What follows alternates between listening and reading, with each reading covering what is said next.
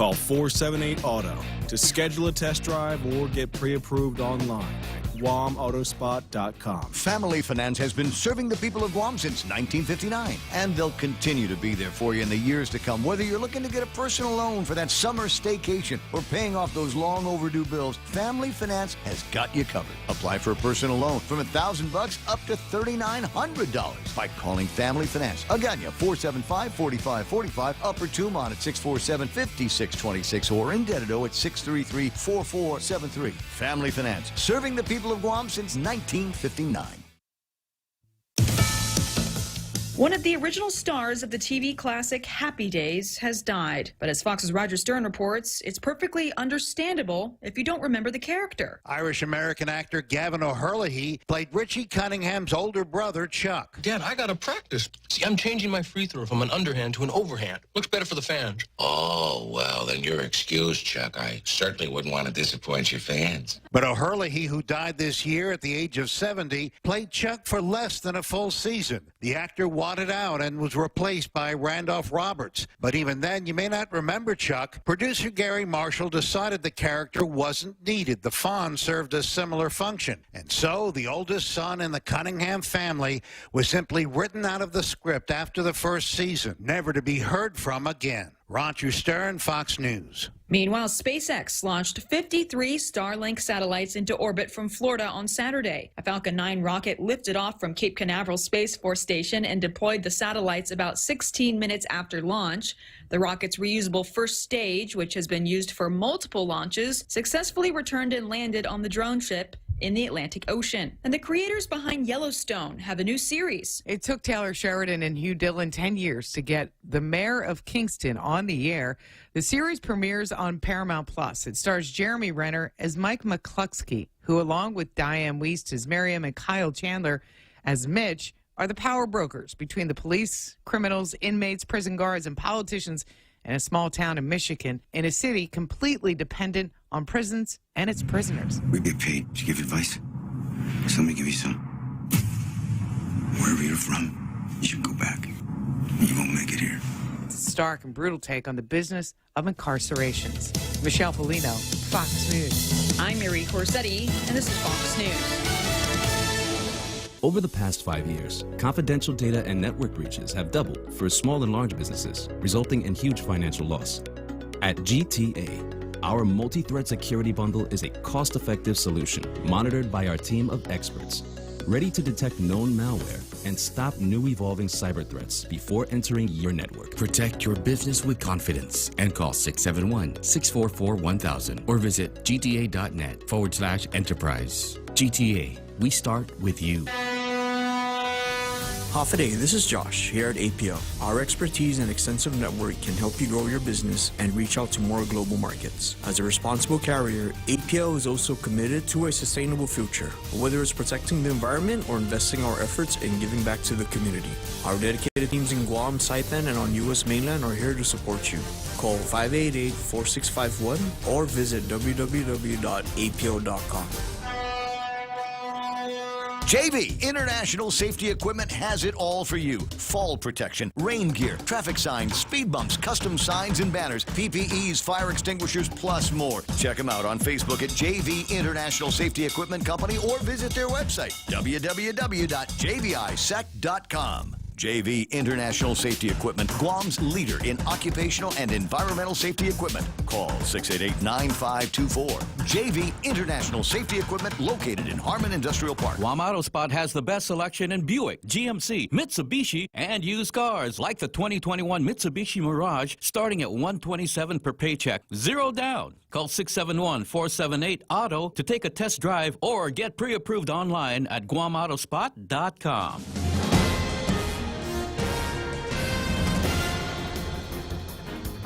Off a day, it is 6:06. I'm Ana Silva Tyron with a look at your local news on the point.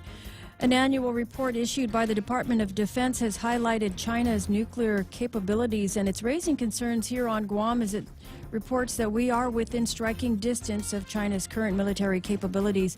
On the front page of the Guam Daily Post this morning, the release of the documents coincided with the recent unclassified security briefings on threats in the Indo-Pacific region, given by the U.S. military to local senators and mayors. Now, the report indicated that China is beginning to field significant capabilities capable of conducting operations out of the second island chain and seeks to strengthen its capabilities to reach farther into the Pacific Ocean and globally. The second island chain is a military designation for a strategic defense line in the Pacific. That includes Guam. China has signaled the possible establishment of a nuclear triad, essentially its ability to launch nuclear weapons from land, air, and sea. A new national defense strategy is being developed and is expected to be completed. Pentagon Press Secretary John Kirby, in a news briefing last week, said clearly China has invested a lot, in particular its air and maritime capabilities that are designed largely to try to prevent the U.S. from having access to certain areas of the Indo-Pacific. There have been a number of applications submitted to the Guam Department of Public Health for vaccine exemptions, and so far only 4 of those submitted have been approved. The Guam Daily Post reports 9 requests for exemptions from the governor's COVID-19 vaccine mandate have been disapproved. Spokeswoman for Public Health, Janela Carrera, says the approved and disapproved requests are for medical reasons. Public Health returned 3 other requests for vaccine exemptions because more information was needed. Overall, Public Health has received about 175 requests for vaccine mandate exemptions, as well as exemptions from COVID-19 testing. The requests are from employees of the government of Guam, as well as from some private sector businesses. Public Health updated its application form, so if you are one of those who filled out the earlier application, you might need to fill out a new form and resubmit that. The governor's recent vaccine mandate covers private sector employees, to include those working at restaurants and bars. And while they are waiting for final decisions on their exemption request, Public Health says that you will have to submit to weekly COVID testing. And Public Health has already issued the vaccine to over 1,000 Guam children who now fit into the new vaccination eligibility. That, of course, being in between the ages of 5 and 11. The first of the 2-dose series was given to 1,007 children. Free vaccination clinics will continue this week. Walk-ins, of course, welcome at any of the government-run sites. And the JIC report this morning says there were 22 new cases of COVID out of the 282 people who were tested over the weekend. More results are pending and will be reported on later on today.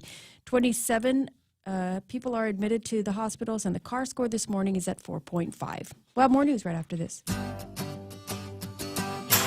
Always here to help you. This island is our home. Through the years, we've been a friend to the neighbors we have known. Now we're banking on the future. Services to choose. Bank Pacific, where others put branches, we place roots. The fraud trial for the former Gura attorney Mark Smith will resume today at the district court. Smith is charged with wire fraud and money laundering after allegedly renting his personal property in order to receive Gura rent payments. He also allegedly tried to cover it up using a friend's name as a property owner. Opening arguments began last week, the prosecution saying it intends to prove beyond a reasonable doubt that Smith lied about his role and hid his interest in order to double dip despite his conflict of interest. The defense contends Smith is innocent and there was no intent to deceive the government. The trial continues today with the government to call witnesses to testify. And a homeless man who allegedly admitted to being addicted to ice also told police he broke into Antulon Middle School on several occasions, knowing that he was hurting children with his actions, but apparently was searching for food. 51-year-old Tommy Farron allegedly shared this information with police after he was being arrested for trying to break into the Pacific Laundry in Mongmong. Farron told officers he was trying to break in to check if there was money so he could buy food. Also, the Guam Regional Transit Authority looking to generate some revenue to support its operations, looking to make its buses an advertising hotspot. The agency offering ad space to local businesses, and they think this will be a win for GRTA and businesses alike. GRTA intends to use its revenues to support its operations immediately to help them buy new buses for their fleet. They say that it would also help them to purchase parts and supplies necessary to ensure these buses stay on the road. And GWA is working on an emergency water line repair up in Barragata. It's affecting Cañada, Totolup, and surrounding areas. Water's expected to be restored by 3 this afternoon. And those What are did you hit? What did you hit on the way out? I didn't see anything. You hit something. You bumped into, I didn't see anything. one of the hydrant. little, the hydrant or one of these little, I don't even know where the hydrants are. delicate in my spots area. on the so roadway. If I hit it, it was an accident. And I was just I was just cruising around up there, thinking, well, I'm wondering when the next time the water is going to be going out. You and as jinxed it turns out, as it turns out, it's this morning. Cousin Troy online. Well, I had water this morning before I left. But that might I don't know about now. Yeah, exactly. We'll see what we can get here. Although it might not be the only one. Cousin Troy, among the first top 10 in the program on Facebook Live. Can you ask GWA why the blank we pay them and their executives so much money for all of these blank and water outages? So he's either likewise reporting on it or is currently experiencing one of these blanking water outages right now.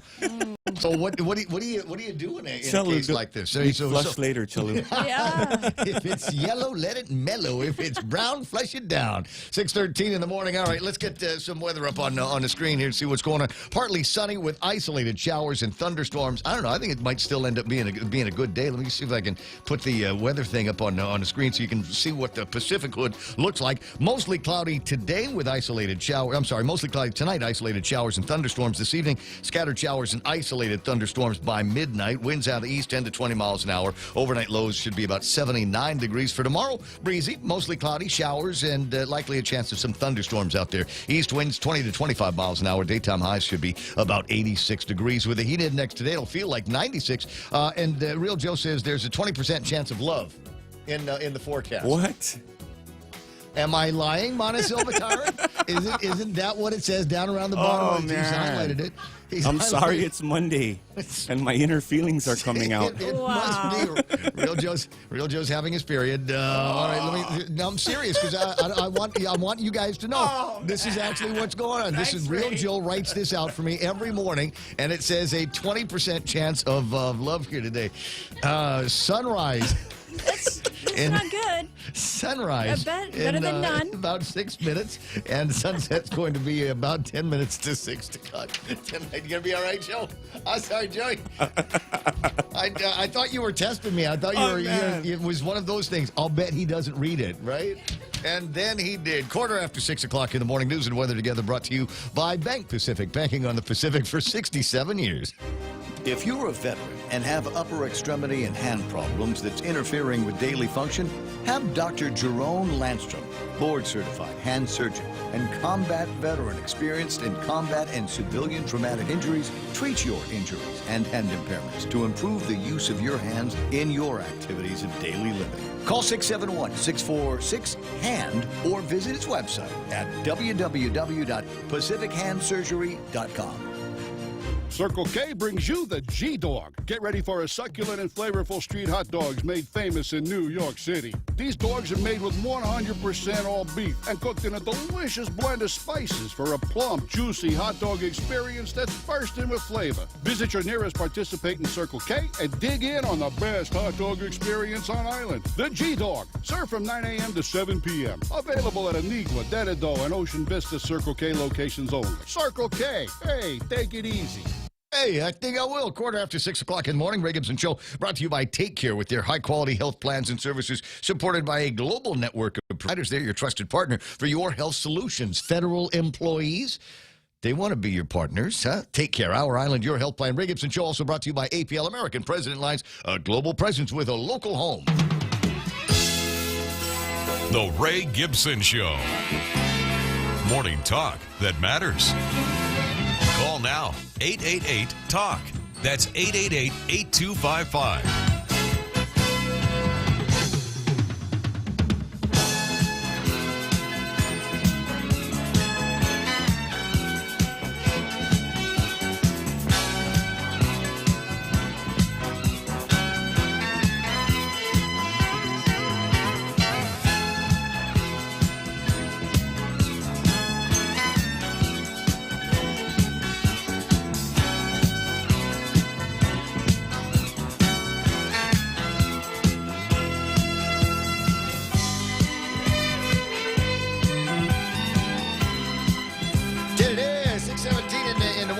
No.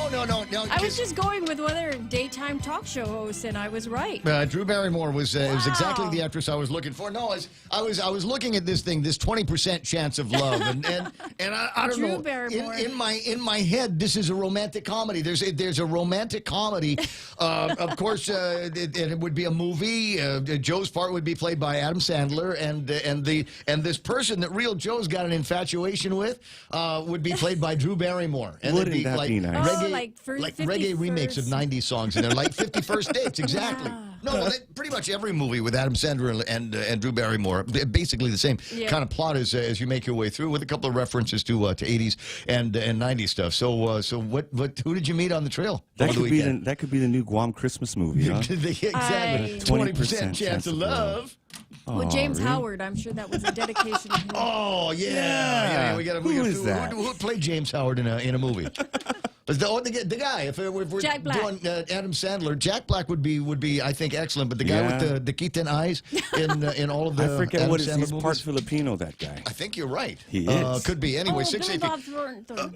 Billy Bob would work. Who would play me? Which Tom Cruise? Yeah. Tom We Cruise. we were me and some friends hanging out over at the beach yesterday. We're trying to figure out what our favorite Tom Cruise movies were, like, of all time. I think it had to do with the fact that there were so many of these sailors running around on the beach yesterday, and I don't know, there was a Top Gun reference, and then there was a Tom Cruise reference, and talk to me, Goose, talk to me, and we were trying to figure. And what occurred to me was, were there any bad Tom Cruise movies? I mean, in the course of it, I was thinking, what's Legend? I didn't think Legend was all that great. It was panned by the critics. That was a great movie.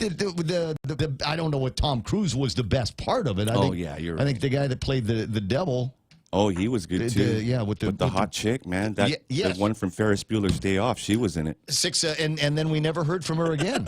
She was never seen nor heard from again. When you stop and think, hey, welcome to the program. Excuse the mess. It is the Ray Gibson Show on 93.3 The Point. My name is Ray. Thrilled as usual to be here with you. Survived another weekend. Woohoo! How about that? And we had a terrific weekend. Like I said, I got some beach time in yesterday, which was awesome. It was tricky to find a spot on the beach that wasn't already occupied by other white guys. It was wild out there. It was very wild out there. It was like one of those, holy mac, where'd all these people come from? And apparently the answer is the USS Carl Vinson. Thanks very much for coming out. I have not heard about any stories about fighting in the streets or anything like that. No, they're saving the economy, Ray. It's still early. You did? I heard stories, but I didn't hear of any arrests. Yeah, so I heard of stories from people who were out and about at the clubs on Friday, Saturday night.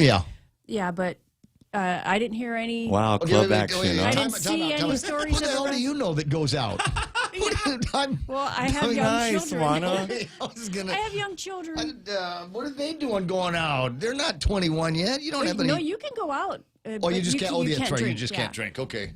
Then what's the point? Anyway, so you heard a couple of things. Maybe there were a scuffle here or there, but nothing major. Yeah. All right, glad to hear that. Because I understand they're supposed to be looping back. Major, but I just don't know if anybody was arrested. So good on them for not getting caught. Or just not enough cops out to. It could be. We'll see what we can find out here for you a little bit later on. Anyway, so Real Joe, 20% chance to live, gets the phone when you call 671-888-8255, 671-888-TALK. Is the telephone number. The meme machine is online already here this morning, and a bunch of people that are beginning to send in all kinds of stuff, including the possibility that there could be a visit later on from the mom of the program, that's Pan Duval. Apparently, Clay's been doing some cooking. There's some hominy things going on in some kind of a red brownish liquid that she's going to be bringing in for us to try a little bit later. Oh, boy. That sounds like fun. It could be a 20%, 100% chance of hominy here happening this morning. And a little bit later on, one of my favorite interview guests, Jane Dia, is going to be in the studio. Jane's going to be coming in to talk about the food to fork, the field to fork. Yeah. What is it? I forget the name of the program, which is why we're doing a full-blown interview again. But she's going to come in. Isn't that farm to table? I think that could be it. I don't. Okay. Field to fork is okay too. It's not my program. Yeah, I'm not accepting any money for this. It's just fun to talk with Jane, and because she likes to talk about shooting guns at things that live in the jungle like deer and pig. There's a deer thing that's going to be coming up, and I know guys. My friend Ray Lanetta has already started his practicing. He's already gone out in the boondocks and done some practicing to bring some of this deer meat. Now I don't know if he's going to actually bundle it up and bring some by the radio station, Ray. Yeah, that one. What? Come on. I promise I'll pay attention to you for 5 minutes if you bring me some. If you bring me some of this meat. Anyway, really. I saw him at the meat section of the commissary. Was he dropping off or picking up? I don't know. I think he was picking up. Ray won't know the difference. Yeah, he could drop us. So I went. There was Saturday. Saturday was birthday party for Mayumi over at the house, and it was really, really nice. We had the entire family there to come by, and everybody got an individualized tour of the side yard where I put my failed inspection, by the way. mescala lights. Oh, you had the nice lighting. Mana's not in the house for a minute before she picks up a broom. Not a minute. She just kind of walks in. Yeah. And he goes, "Put your shoes back on. I'm going to show you outside."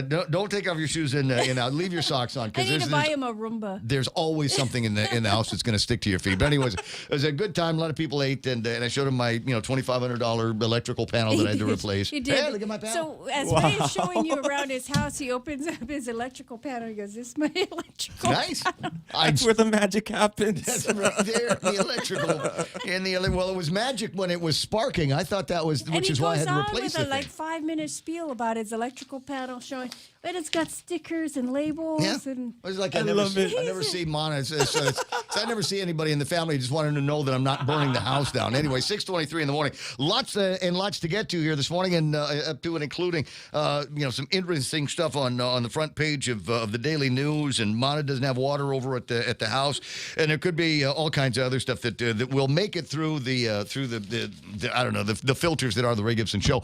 Mostly looking at things that might be interesting to me or of interest to me, and among them is the idea that the car score is under 5. Oh wow! It's and it was just a few days ago.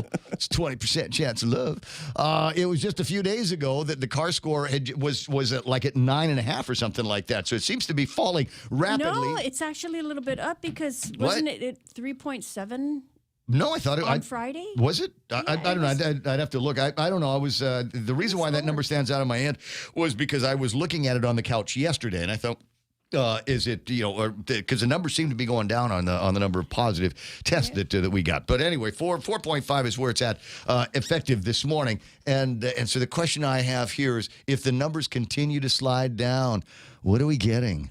What freedom are we going to get back? What will we be able to do? And many of you are going, I don't know, Ray, I'm vaccinated. What freedom have they taken from you? Well, can't eat dinner with you in the bars, can't hang out at restaurants, can't hang out with you in the bars and say inappropriate things at 10:30, 11 o'clock at night. Sorry, can't do that because of the quote mandates that are out there floating around. Plus, the limits on the numbers of people that can get together, that kind of thing. So I'm wondering if they will take a look at the car score and the drop in the numbers in this quote actionable plan that Nate Berg was talking about last week. You remember that? You remember they were talking about an actionable plan? And what happened? Yeah, where is it?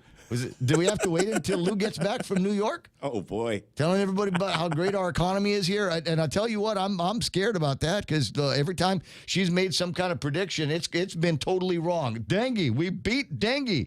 Very next day, the lady over at Public Health says, not so fast. Take a step back here. And then it was, don't worry, we can handle any kind of surge. We got good contact tracing, and the hospital's okay. We got plenty of doctors and nurses, and then bam, second wave hit with a vengeance.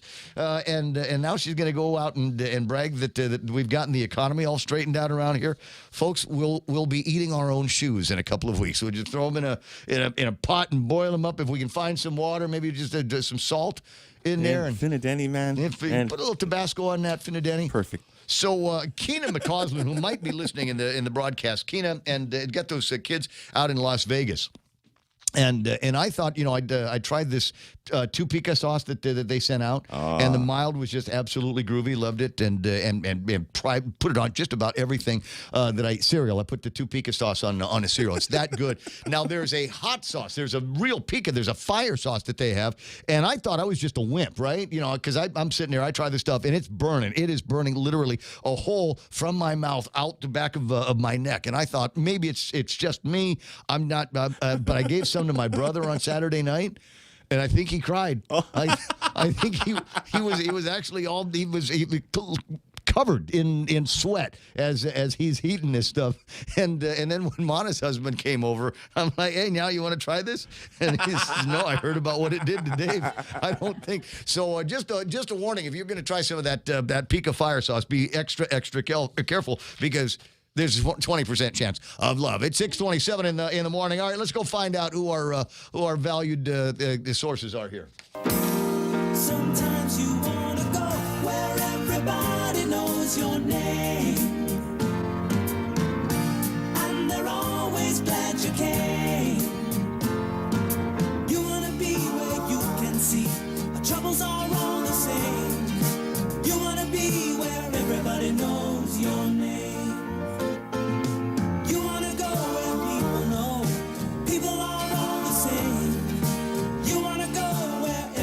Knows your name. At 6:28 in the morning. Yeah, I'm hanging out over at the beach yesterday, and somebody had remarked about how crowded it was, and I uttered the phrase, "Yeah, I can't remember the last time I was so many white people I didn't know."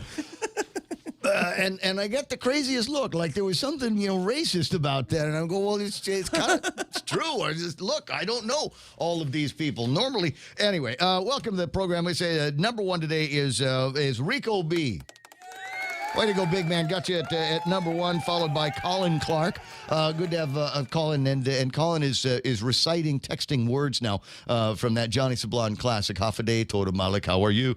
And they've got Joey Kichitu there, Troy Torres, who's already angry about all of the water outages. And again, I don't even know if it's affecting him. I think he's just tired of reporting them. I got Charlie Robeson out in Atlanta, Georgia, listening to the broadcast. Pretty Sarita Garin is online. Big sister Shelley is there. I see Sabine and Juanita Machi and Trina San Augustine round out the top 10 this morning. Plenty of other people hanging out. And do me a favor, hit the share button. And if it asks you to share, you can either share publicly or share to a group. And who am I to tell you which group to share it to? Just make sure that it's big numbers and maybe even kind of inappropriate for Guam. Right? Because a lot of people say, hey, let's go and, find people from Guam funny memes or whatever. Everywhere. Some of those people already know about the program, and I don't want to bore them. But, if there's any kind of bizarre groups, maybe a church group. Maybe there's a church group that you belong to on Facebook. Go ahead and let them know about the program. I got Therese Uggan online and Charlie Robinson saying the world buys everything from China. They might want to rethink the idea of killing off all of their customers, starting with us out here in the second chain. John Infante is there. Sarah Lake, good morning, pretty. Magandan Monday morning all. It's another great week here at The Point. It's still kind of early in the broadcast. I don't want to make that kind of prediction. We'll just take every minute as they come. CT Guam is there. Gary Shawnolls, Melissa Flores Aguero. When Roe is online. Good morning. It's good to see JZ Tatminglu. Olivia Marie Akfazi Palacios is hailing in. I got Mike Grace Blas, JG, and Manny Tenorio is online. Artist Ron Castro is there. Mercy Wenzel, Alfredo Gloria, John Duenas, Joe Jerry, John Ray Uggan. Are we doing this in alphabetical order today? John Ray Uggan is online. M.T. Farron. Good morning, Ryan Trent. Accountant Renee Lau. Ken Augustine. Does 20% chance of love, does that mean wetness? There was some early morning showers around here. Remember, it wasn't a weather forecast. I got, no, not Monday already. Says Ken, yeah, sorry, bud. William John Shadowan is online. Hi, Rick Mendiola. J.R. Rebinal. Claire Carrera is there. Brad Wood. Good morning to, let me see, Tony Uggan. Mike Agulto. Albert Uggan. I think we have the entire Uggan clan online here this morning. Joanne Fullerton and Post Canteen Cook Your Own Steak Night is Saturday at 7. Good news, $25. That includes a T-bone, potato, corned beans, and salad. Sign up by Wednesday, he says. Post Canteen, did we get a winner on Friday? You know how many T-bones you can buy with $3,000? So I don't know. We'll see. I think that's about right, given what I'm looking at. I got Renee Benny is there. Well, let me see. Sep Sen, right click, is online. Oh, he's chiming in here. Post Canteen says we had a Queen of Hearts jackpot winner on Friday, $3,122. Congratulations to you. And if you're receiving SNAP benefits, you have to report that. You'll need to report that. My buddy Brandy's online. Good morning to Pat Saho. Let me see. I think Drew's first movie is E.T. She's a cutie ever since. Absolutely. Vince Pangolina, John LaRue, Marvin Tuncap. Good morning to you. Let me see here. Francis Sunga. Good morning to Sam Tirag. Hey, Francis. Former Governor Carl T.C. Gutierrez online.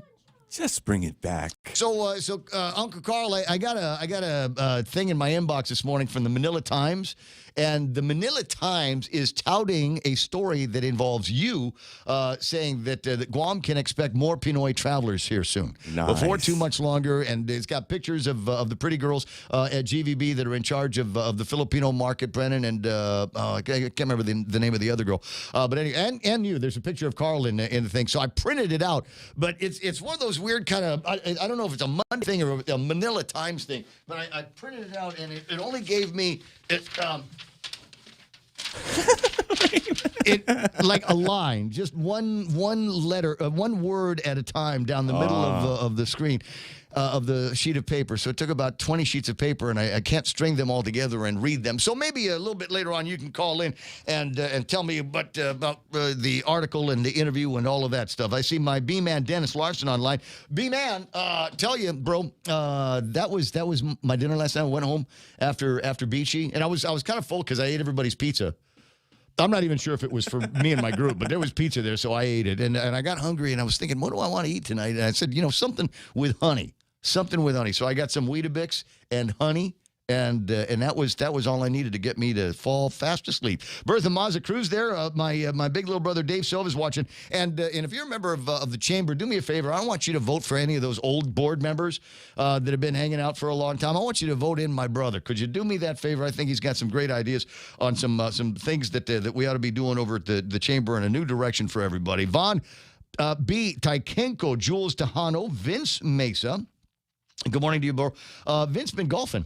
Have you seen the golfing? Yeah, I've seen video? him. He's a golfer, dude. He's got a. If he golfs as well as he plays guitar, we're talking Tiger Woods, right? Yeah, this guy's nice excellent. Mark Kelly is online there. I'm just gonna keep going. John Paul, St. Nicholas. There's Stephen Martinez says, "Good morning from the distant land of Mong Mong." Hey, bro, you got water? Mark Voigtland is hanging out. Daryl Taggarty, what's happening is happening here. Good morning to everybody. It's good to have you hanging out with us as well. And Jerome McDonald checking in from the States. Typical breakfast this morning. Ice cold OJ, cracked raw egg, stirred, a relaxing Sunday. Could have gone all day without hearing that. Yeah, he just downs it. He has a video of him on his Facebook where he just takes a or shot orange of it. juice with the egg in there. Yeah, but he looks like he's 25 years old. 20% chance of love. Joe Bloss and Ron Van Bagginon is watching here this morning. Like I said, hit the share button and let everybody else know that this is where you get your day started at. Why? Because I don't know why. It just but we're all here together. So what the heck? 6:35 in the morning. Mana's got some headlines. I got Ken LG asking when's a good time to call in. And I'm like, Ken, anytime's a good time. We'll talk about keto. You want to talk about the healthy diets? We can do that. Great way to get a start. Mondays are great starting days for a lot of people, right? It's a Monday, and maybe over the weekend you had that feeling like, man, I got to get my life together, right? Maybe words of inspiration from Ken Leon Guerrero, and if for no other reason, just an opportunity to give the government a hard time. It's 6:35, Mana at Big News and headlines right about now. Mana, what happened? Well, some of your elected officials are chiming in on a report from the Department of Defense on China's nuclear capabilities. The report put out over the weekend. It's raising some concerns as it's saying that Guam is within striking distance of China's current military capabilities. The Department of Defense working on a strategic plan, though. Meanwhile, the Guam Department of Public Health is saying that they've so far issued only 4 applications or approvals for exemptions for the vaccine. 9, however, have been turned down. This is they've received 175 new requests for the vaccine mandate exemptions. The governor's mandate does require all government workers to get vaccinated or undergo testing weekly. The same goes for some private sector companies as well. Meanwhile, Public Health has already issued the vaccine to over 1,000 Guam children who fit into the new eligibility category. That's being ages 5 to 11, the first of the 2-dose series given to 1,007 kids. The free vaccinations clinics continue today. And 22 new cases of COVID-19 out of 282 people who were tested on Saturday. Today's CAR score is at 4.5. And those are your headlines right here on The Point. I got you. Let me see here. 6:37 in the morning. That's real nice. Where's Ron Van Bagenon says, Ray, run for senator. Come on, yay. No. I'll hurt the party. Whatever party I run with, I'll end up hurting them. I'll hurt the platform. I'll do whatever it is. I'll ruin an entire election because here's the thing. Vote for me. It's all true. That will be my slogan. Whatever you've heard, it's probably true. And it doesn't matter how far out of this world it might be. I've had a pretty interesting life so far. And I would end up being like, because we had that gun grabbing incident. You remember a couple of years ago? We had vaguely. Troy remembers it. And there was, it was pretty obvious to everybody what had happened there. And then they, went through this whole thing where it was like deny. It was a teaching moment. We turned it into a teaching moment. And let me just say, I take inspiration from this story here. Maybe it's something that you saw over the weekend. Michigan's Attorney General got drunk before a football game and then wrote about it on Facebook. And I tell you what, I love this story. I mean, number one, who wouldn't want to have a couple of drinks with her? Right? Yeah. Thirsty Thursday, Sarita will hang out and drink frothy drinks. Unwind. And so everybody is there. What they want her to do is go and find all these fixers. They want her to, put together some kind of a full court press and deny. And as it turns out, she's wanting to fall on the sword and say, look, it happened. Sorry, I was having a good time, drank a bunch of beers and goofed off with my friends and went to a football game. Guess what? I'm human. Yeah. Guess what? I'm human. You know what? This is one of the reasons why it probably wouldn't be a good idea for me to have fundraisers in the bar, because I'd end up drinking all the money from I'd start myself a tab, right, with all the money coming in on the tail. Is that legal, by the way? No.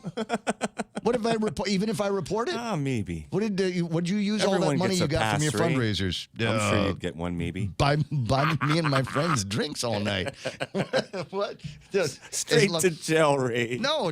Well, let me ask somebody that's actually been there. Mona's actually run for office. You've had fundraisers. Actually, whatever you collect at your fundraiser, you could turn it around and pay your bar tab with it. Exactly my point. Yeah. Exactly my point. As long as you report it, right? Yeah, but the idea is you want to use money so you could spend it on useful things like advertising. Stickers. I'll buy an ad on the bus. I'll buy an ad on Richard Ibanez's buses. So this is going to be. No, I'm going to insist on this. I will pay for it. I'll pay for it myself, because I want to see just how far they're willing to go on this. But here's the thing: if they're going to start doing advertising on the buses, you know where my head's at already, right, Real Joe? Yes. Club USA. Club Foxy, right? Vikings. I want you guys to buy ads on the buses. That's what I want. That's what. I would normally not recommend something like that, but I would want to test that. Are you willing to take advertising from anybody, Mr. Guam Regional Transit Authority? Unwind on the bus. You can close your eyes and you'd already see the images, right? Looks like one of those flipper channels on the cable TV. So you go from the church to the Club Foxy thing. It's always been weird. Anyway, 6:40 in the morning. Welcome to the Ray Gibson Show on 93.3 The Point. Be right back.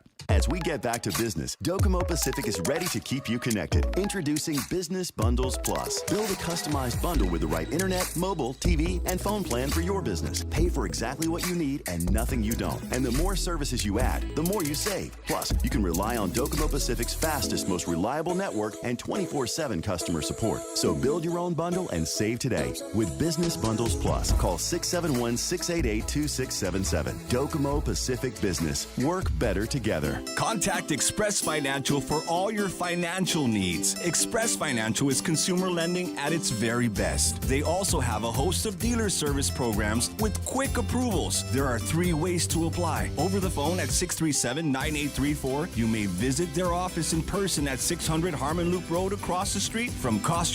Or you can also visit their webpage and apply at myexpressfinancial.com. In most cases, you'll get your money the same day.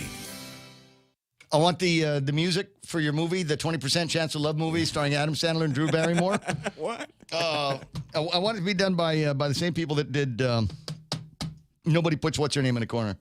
Oh, yeah. You know, Dirty Dancing. Dirty Dancing. I want that whole kind of, that's the sound, that's the musical sound that I want to feel. I'm feeling in that movie. I like it. Right? 20% Chance of Love. How do they meet? What's the neat meet? How does Andrew and Drew Barrymore meet? I don't know, but her dad doesn't like him. That's for sure. And they're probably cousins, right? Does she have a kicked out brother? Yeah. There's got to be definitely one or two, a kicked out brother and an uncle in jail. 6:42. I'm sorry. You know where my head's at this morning, and I'm not sure exactly why. There's a story I'm reading here, and I'm going, okay, what village does this woman live in? A woman smashed away at her husband's BMW while shocked bystanders watched. The woman said that her husband was having an affair and had been inside the car with his mistress and therefore made the car dirty. What village does she live in? Pneumatic. Mana, you want to make a guess? All right, I'm sorry. I'm cheating. It's actually a story out of China, but it just goes to show. China's got troubles. Crazy ex-girlfriends in China as well. Anyway, 6:42. I got to tell you what. If somebody is taking a bat to your car, go to Nissan and buy a new one. That's real, Joe. It's just. I'm that good, bro. I'm that good. You can go over there because they want to elevate your ride. They've got a 2021 clearance sale going on. Rogue and Rogue Sports, the Leafs, the Sentras, the Kicks, and the Murano. And all of these cars are baseball bat proof. If you like, go and do a test drive. In fact, I'll tell you what, I would take the Rogue Sport and take that thing off road and see what kind of trouble you can get in that. And don't worry about the guys, at Nissan. They'll clean the thing up, get all the red dirt off for you, and as you take delivery of the automobile. But the best thing about all of this, never mind how much fun you can have in the car, is how much fun you're going to have with all of the extra money that you're going to save. 0% APR for the life of the loan. How about that? How about this? Or it's an easy or thing. You got to make a choice now. Either 0% APR or the first 3 payments on Nissan. So you'll be able to go out there and put gasoline in the car. I'm sure they give it to you full. But anyway, sign and drive away. No down payment is necessary on your good credit. Terms and conditions apply. Find out what they are at Nissan. Fall in love with your new home this season by shopping Furniture Cathy Style's unbelievable deals. We've brought in new items and restocked on our bestsellers to help you get your home ready for the holiday. We offer free design consultation and financing with up to 12 months of 0 interest for you to get what you want and what you need for your home today. Follow us on social media, visit our website at FurnitureCathyStyle.com, or call us at 300-9590 for more information. If you're not buying from us, you're paying too much. Let's see now. Do we have any early morning traffic that needs to get reported on? If you see an accident or something like that, let me know. All of the intersections I passed by this morning, we're looking A-OK. Another major going on in the north end of town, a little bit of intersection traffic. Ukadu looks like it's running a hair busy. Cohort A today, it's the smart kids. Smart kids going to school today. All the dummies go ahead and stay home until tomorrow when it's your turn. And then the teacher will speak very slowly to you because you're cohort B. What else do we got? A little bit of traffic in the downtown Agutnia area. A little bit of traffic brewing up over at Big Navy in Sumai. NBG absolutely going cranking there today with all of these sailors from aboard the USS Carl Vinson trying to drag themselves over the line at Navy Base Guam. Hey, welcome. Hope you had a good time here. 6:45 in the morning. Ray Gibson Show continues in a sec. Now open on Guam, 511 Tactical Gear Guam, offering superior tactical apparel and duty gear for law enforcement, first responders, tactical operators, and recreational enthusiasts. You'll find Guam's largest selection of 511 pants, shirts, jackets, hats, boots, watches, knives, lights, patches, and gear bags. Shop inventories online at tacticalgearguam.com. Located in Harmon, Route 16 Army Drive between Little Wangs and the Dungeon, right next to Bargain Tactical. 511 Tactical Gear Guam. always be ready. Raise your glasses for a toast because First Hawaiian Bank now turns your meals into a reason to celebrate. Every dollar you spend on dining purchases, including fast food, earns you up to 3 times United miles. Simply use your First Hawaiian Bank United credit card and start reaping the most rewarding credit card experience on island. Terms and restrictions apply. Don't have a First Hawaiian Bank credit card?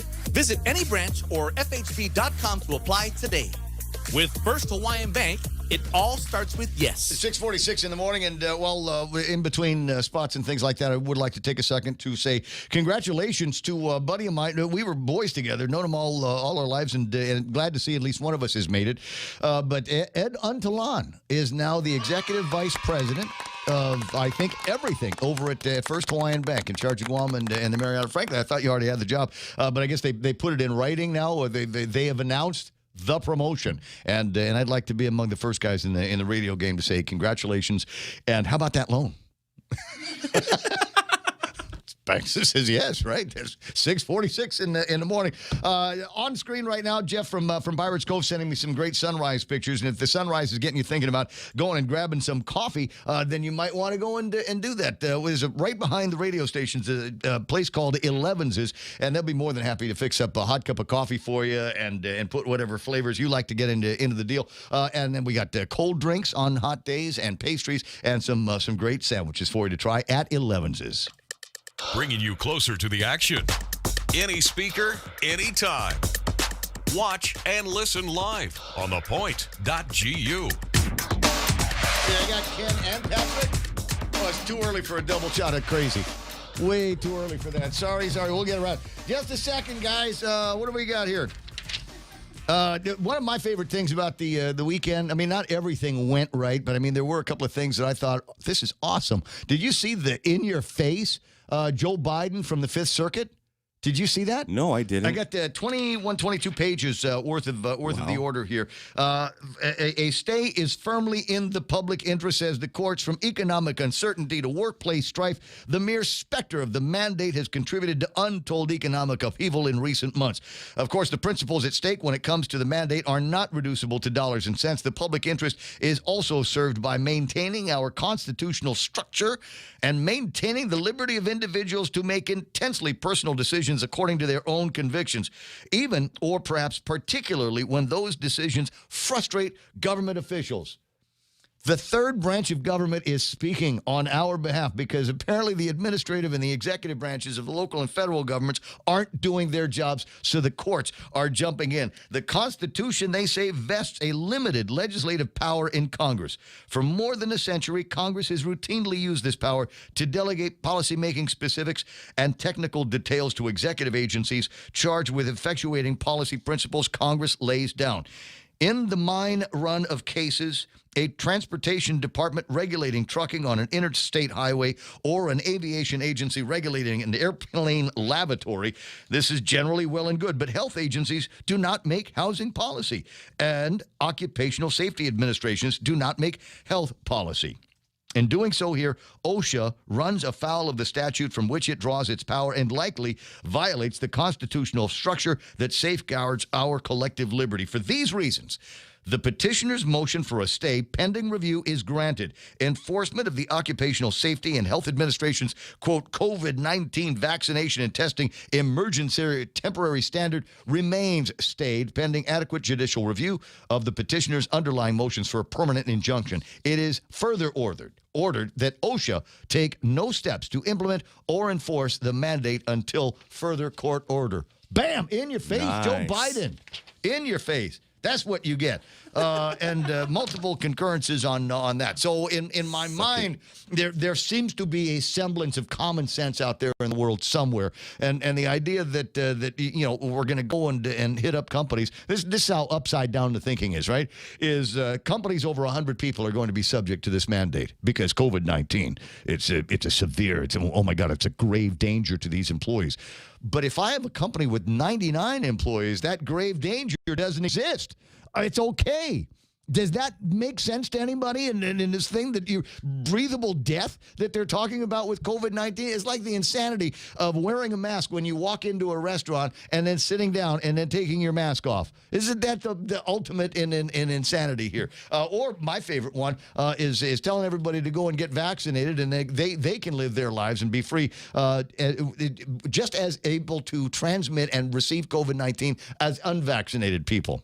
But they got the shots. They lined up and got in the governor's good graces. So you can go eat inside if you want to, with forks and knives and napkins made of cloth, and you can eat on actual plates. Wow, this is amazing. 6:51 in the morning. My buddy Ken LG's online. Good morning, Kenneth.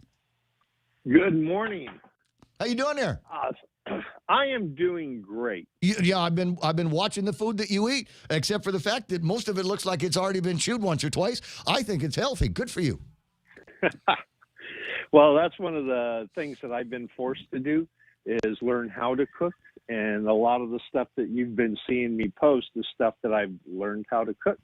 Because prior to this, I had bachelor cooking skills that you're very familiar with now, apparently. Tell you what, man, I put together, my daughter wanted a tuna casserole. She said, Dad, can you cook me a tuna casserole? And it occurred to me that most of the way through this, about the only thing that required any cooking was the noodles. Everything else was already cooked. The tuna that goes in there was cooked. Open up a can of cream of mushroom soup and put that over the thing and break some breadcrumbs on it. There was very little actual cooking that went into that. Yeah. Yeah. Well, that's one of the things that I've been forced to learn how to do, like frittatas and other things that require a lot of prep.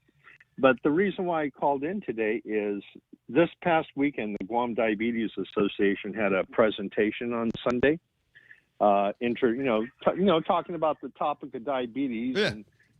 And it's a very timely topic here, especially since we got the CDC out here trying to figure out why we are having such high rates of breakthrough. And ultimately, they're going to come down to what we've known all along is that it's the comorbidities. I mean, if you look at our death rates are actually down. And if eventually, public health will comply with my request and give me the information like they did last year, but because our death rates for all causes are down, it's not surprising that the deaths we do have, the big impact has been diabetes, heart disease, and hypertension, strokes, heart attacks, and diabetes. Those numbers have been climbing, but they've been climbing for years, and it goes right back to lifestyle. And that's why that little poster I sent you, tomorrow on Candid, we're going to be having an interview with a bariatric surgeon who has used the keto diet with over 20,000 people over the past 20 years. Because diet is his first line of defense rather than go straight to bariatric surgery, which he does do. He's a bariatric surgeon. Yeah. And when we look at here on Guam, how impacted we are. I mean, I was real frustrated when we hear public health announce that we've had a big surge up to 14% diagnosed rate. When we did a survey back in 2015, we were knocking on 30% diagnosed rate. And this is what's so frustrating because public health, they don't do a survey. What they're doing is they're taking the U.S. rate and extrapolating it based on the U.S. smoking rate and the Guam smoking rate.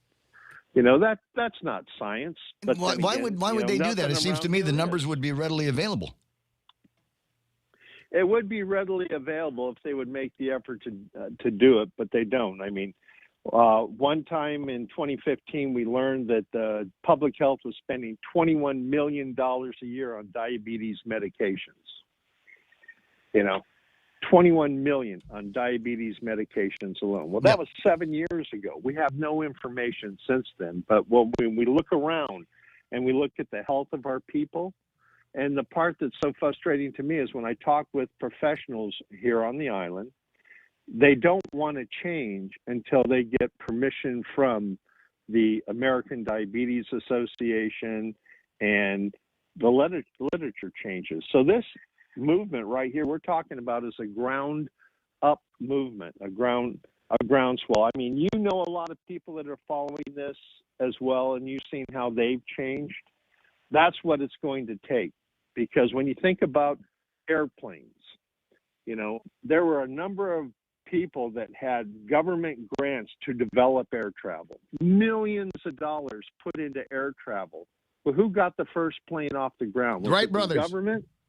Yeah, it was a couple of bicycle mechanics from Ohio. It wasn't all the scientists in New York and Michigan or California that were working on how to fly.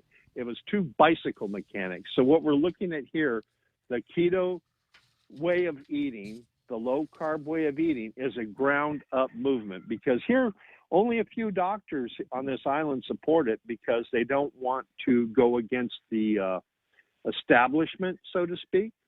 Well, remember, it was the government when I was a little kid. The government actually came out with the nutritional guidelines that said we should be eating as much bread and cereal as possible. That little pyramid here, which I think is probably the cause for obesity down through the ages. Because seems to me, until the government got involved, people were actually eating a pretty decent and varied diet here. 6:57. So what time is the thing tomorrow on Candid?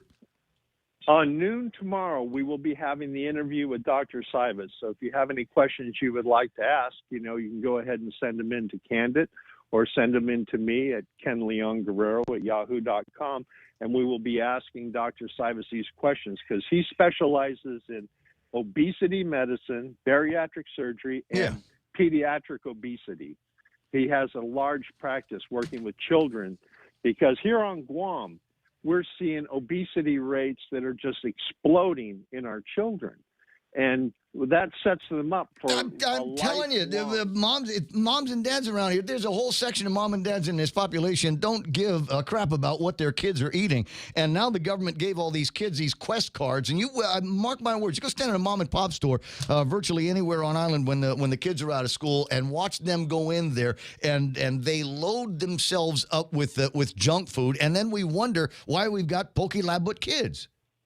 And they, nobody's checking them. Nobody's telling me, hey, here's how you read the label on the package here, so you know how much sugar there is in that thing of tea. And like I said, you give moms and dads a choice. Oh, soda's bad. No soda for you. Just drink that tea. That tea probably has more sugar in it than double the size of a soda. So I don't know about that. 6:58 and change. You couldn't tell that I was wrapping it up, so I'm gonna, because I got the news coming up.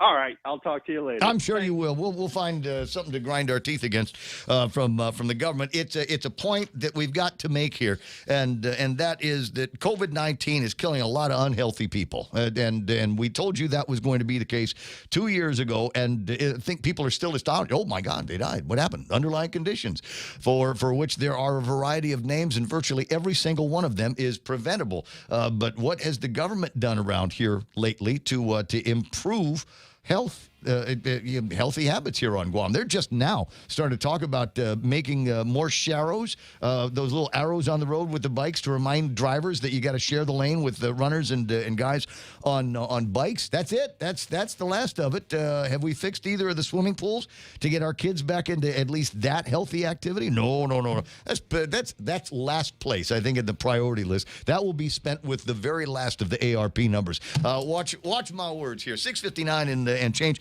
Coming up a little bit later on, somebody is saying that I had to run for sheriff. Unfortunately, there are no sheriff positions for which to run here on Guam, although I think that would be fun.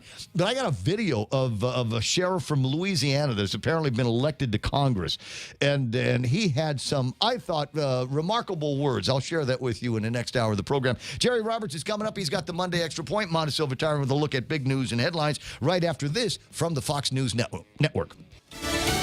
Rebuilding America. I'm Marie Corsetti, Fox News. President Biden is set to sign the $1 trillion bipartisan infrastructure bill as Democrats eye the president's social spending package. The spending bill has also fractured the president's own party. So while he will celebrate infrastructure tomorrow, the real hurdle is still ahead. Of course, Democrats were forced to change up their strategy, passing infrastructure in the House without a tandem vote on Biden's $1.85 trillion spending bill. So progressives are not happy with that. Moderate Democrat holdouts have agreed to consider it as early as this week, but only after the Congressional Budget Office provides a cost estimate. Without Republican support, the president cannot afford his own party to stray. So now at least 5 Republican senators are withholding support from the president's spending package due to a failure by the administration to address border security. Fox's Alexandria Hoff and a group of House Republicans made the trip to Glasgow to make their pitch for climate change energy policy. Fox's Jared Halpern has more from the White House. Louisiana Republican Garrett Graves says he went to the COP26 summit with GOP colleagues to send the signal. We're just so concerned about this narrative that is continuing to be pushed that the United States, in fact, by our own country in some cases, that the United States is this awful environmental hack. Graves says he met with other world leaders about things like natural gas and U.S. carbon reductions compared to other nations like China. I want it to be American innovation and American energy resources. House Speaker Nancy Pelosi led a Democrat delegation of lawmakers to the summit last week. At the White House, Jared Halpern, Fox News. And Harris W. Falwell, a 7-term Illinois congressman and state senator, has died. His wife, Ruth Falwell, said Sunday that her husband died last week of complications from Alzheimer's disease. He was 92. America is listening to Fox News.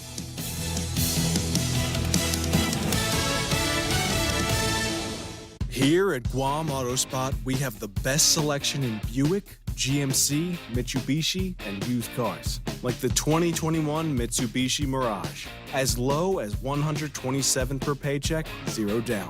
Or this 2021 Buick Encore, as low as $237 per paycheck, 0 down for 72 months.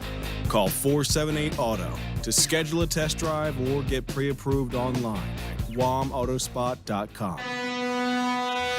Half a day, this is Honey. Here at APL, our expertise and extensive network can help you grow your business and reach out to more global markets. As a responsible carrier, APL is also committed to a sustainable future, whether it's protecting the environment or investing our efforts in giving back to the community.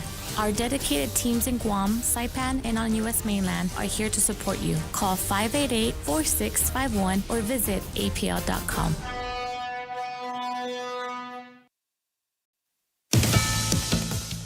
Well, the stepdaughter of rock musician Chris Daughtry has been found dead. Rock musician Chris Daughtry says he's heartbroken and devastated by the loss of his stepdaughter. In an emotional statement, he wrote, "I just recently lost my mother to cancer, but I was blessed with a chance to say goodbye, and I was processing it quietly. We never got to say goodbye to our precious Hannah, and it's another huge hit to our family." Daughtry said that he's taking time to be with his family as they attempt to heal from this devastating loss. Daughtry's band also announcing that this weekend shows on their Dearly Beloved tour would be rescheduled following Hannah's unexpected death. According to TMZ, the 25-year-old's death is being treated as a homicide, and her boyfriend, Bobby Jolly, was arrested on Friday, the same day her body was found. However, authorities have not said if he is a suspect or person of interest in this case. Fox's Christina Coleman reporting from Los Angeles. And nearly 2 years after the onset of the coronavirus pandemic, Carnival Cruise Lines is restarting operations in Mobile, Alabama.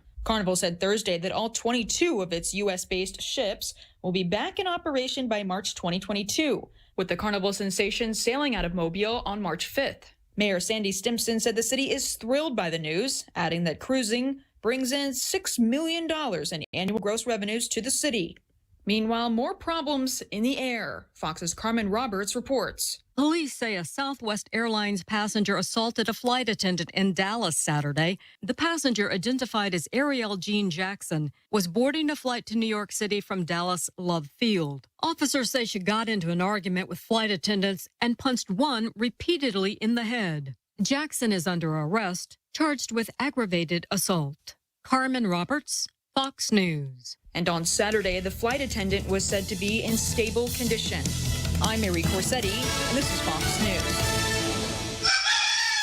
Oh, what's for breakfast at KFC under $3.95, you ask? What's for breakfast at KFC that's different than the other guys, you ask? KFC's chicken wrap, sausage wrap, the Colonel's chicken congee, chicken fried steak, sausage biscuit and gravy, and biscuit sandwiches made with KFC's original fluffy biscuits. All for under $3.95 and all only at KFC. Plus, with waffles and the Colonel's chicken fried rice, we've got something for everyone. So visit KFC for breakfast today. It's finger licking good. Family Finance has been serving the people of Guam since 1959, and they'll continue to be there for you in the years to come. Whether you're looking to get a personal loan for that summer staycation or paying off those long overdue bills, Family Finance has got you covered. Apply for a personal loan from $1,000 up to $3,900 by calling Family Finance. Again, 475-4545, Upper Tumon at 647-5626, or in Dededo at 633-4473. Family Finance, serving the people of Guam since 1959. Top End Pest Control is who you call for all your pest control needs. Got a problem with roaches, ants, spiders, rodents, fleas, ticks, termites? No problem. They do it all. Top End Pest Control is a service-disabled, veteran-owned small business and HubZone certified. Serving Guam since 2012. Call them today for a quote, 487-5657, or email topendpest@gmail.com. Check them out on Facebook at Top End Pest Control and give them a like. Top End Pest Control for all your pest control needs. Guam Auto Spot has the best selection in Buick, GMC, Mitsubishi, and used cars like the 2021 Mitsubishi Mirage starting at $127 per paycheck. Zero down. Call 671-478-AUTO to take a test drive or get pre-approved online at guamautospot.com.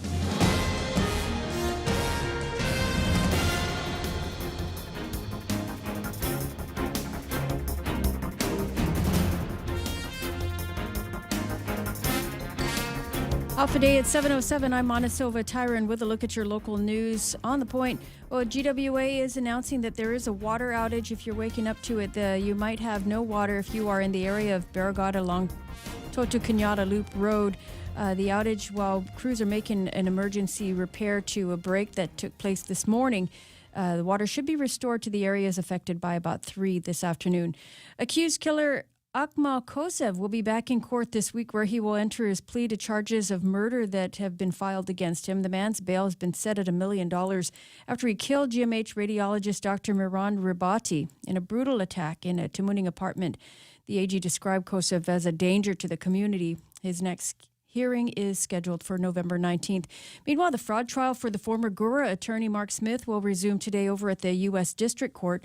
Smith is charged with wire fraud and money laundering after he allegedly rented his property in order to receive Section 8 funding or payments. He also is alleged to have covered it up using a friend's name as a property owner. Opening arguments took place last week Friday, the prosecution saying it intends to prove beyond a reasonable doubt that Smith lied about and hid his interest in order to double dip despite his conflict of interest as Gura's counsel. The defense contends Smith is innocent and there was no intent to deceive the government. The trial continues today with the government witnesses set to testify. And Public Health has already issued the vaccine to over 1,000 Guam children who now fit into the new category, ages 5 to 11, the first of the 2-dose series given to 1,007 kids. The free vaccination clinics continue this week. Walk-ins are welcome at any of the government-run sites. And from the JIC this morning, there were 22 new cases of COVID out of 282 people who were tested. More results are pending, including submissions from private clinics, and that will be reported on today. 27 people are admitted to the hospitals, and the CAR score this morning is at 4.5. We'll have more news right after this. Attention! Lolita Kamet is now with Hafaday Realty. She'll always be that hardworking and passionate real estate professional who is committed to helping you make a difference in your life and helping you achieve the American dream of home ownership. She also specializes in commercial leasing, land sales, local residential sales leasing, military and corporate relocation. So for all your real estate needs, call Lolita Kamet now with Hafaday Realty at 688-6743. That's 688-6743. The Speaker's office at the legislature is calling Public Health to an oversight hearing this morning. It'll be at 10 o'clock. They are calling the Professional Licensing Office to receive updates on allocations for fiscal year 2022 funds, expenditure of the FY21 funds, the investigation, review, and adjudication of complaints, status of rules and regulations, and fee schedules of each licensing board. That virtual hearing will be at 10 o'clock this morning via Zoom. And meanwhile, Public Health says that they have received a number of applications for exemptions from the vaccines. The Guam Daily Post reporting that 9 requests for exemptions have been disapproved. Spokeswoman for Public Health Janela Carrera says only 4 have been approved so far. They've received 175 requests for vaccine mandate exemptions as well as exemptions from COVID-19 testing. While the department reviews the requests for vaccination exemption, employees will be required to undergo weekly testing.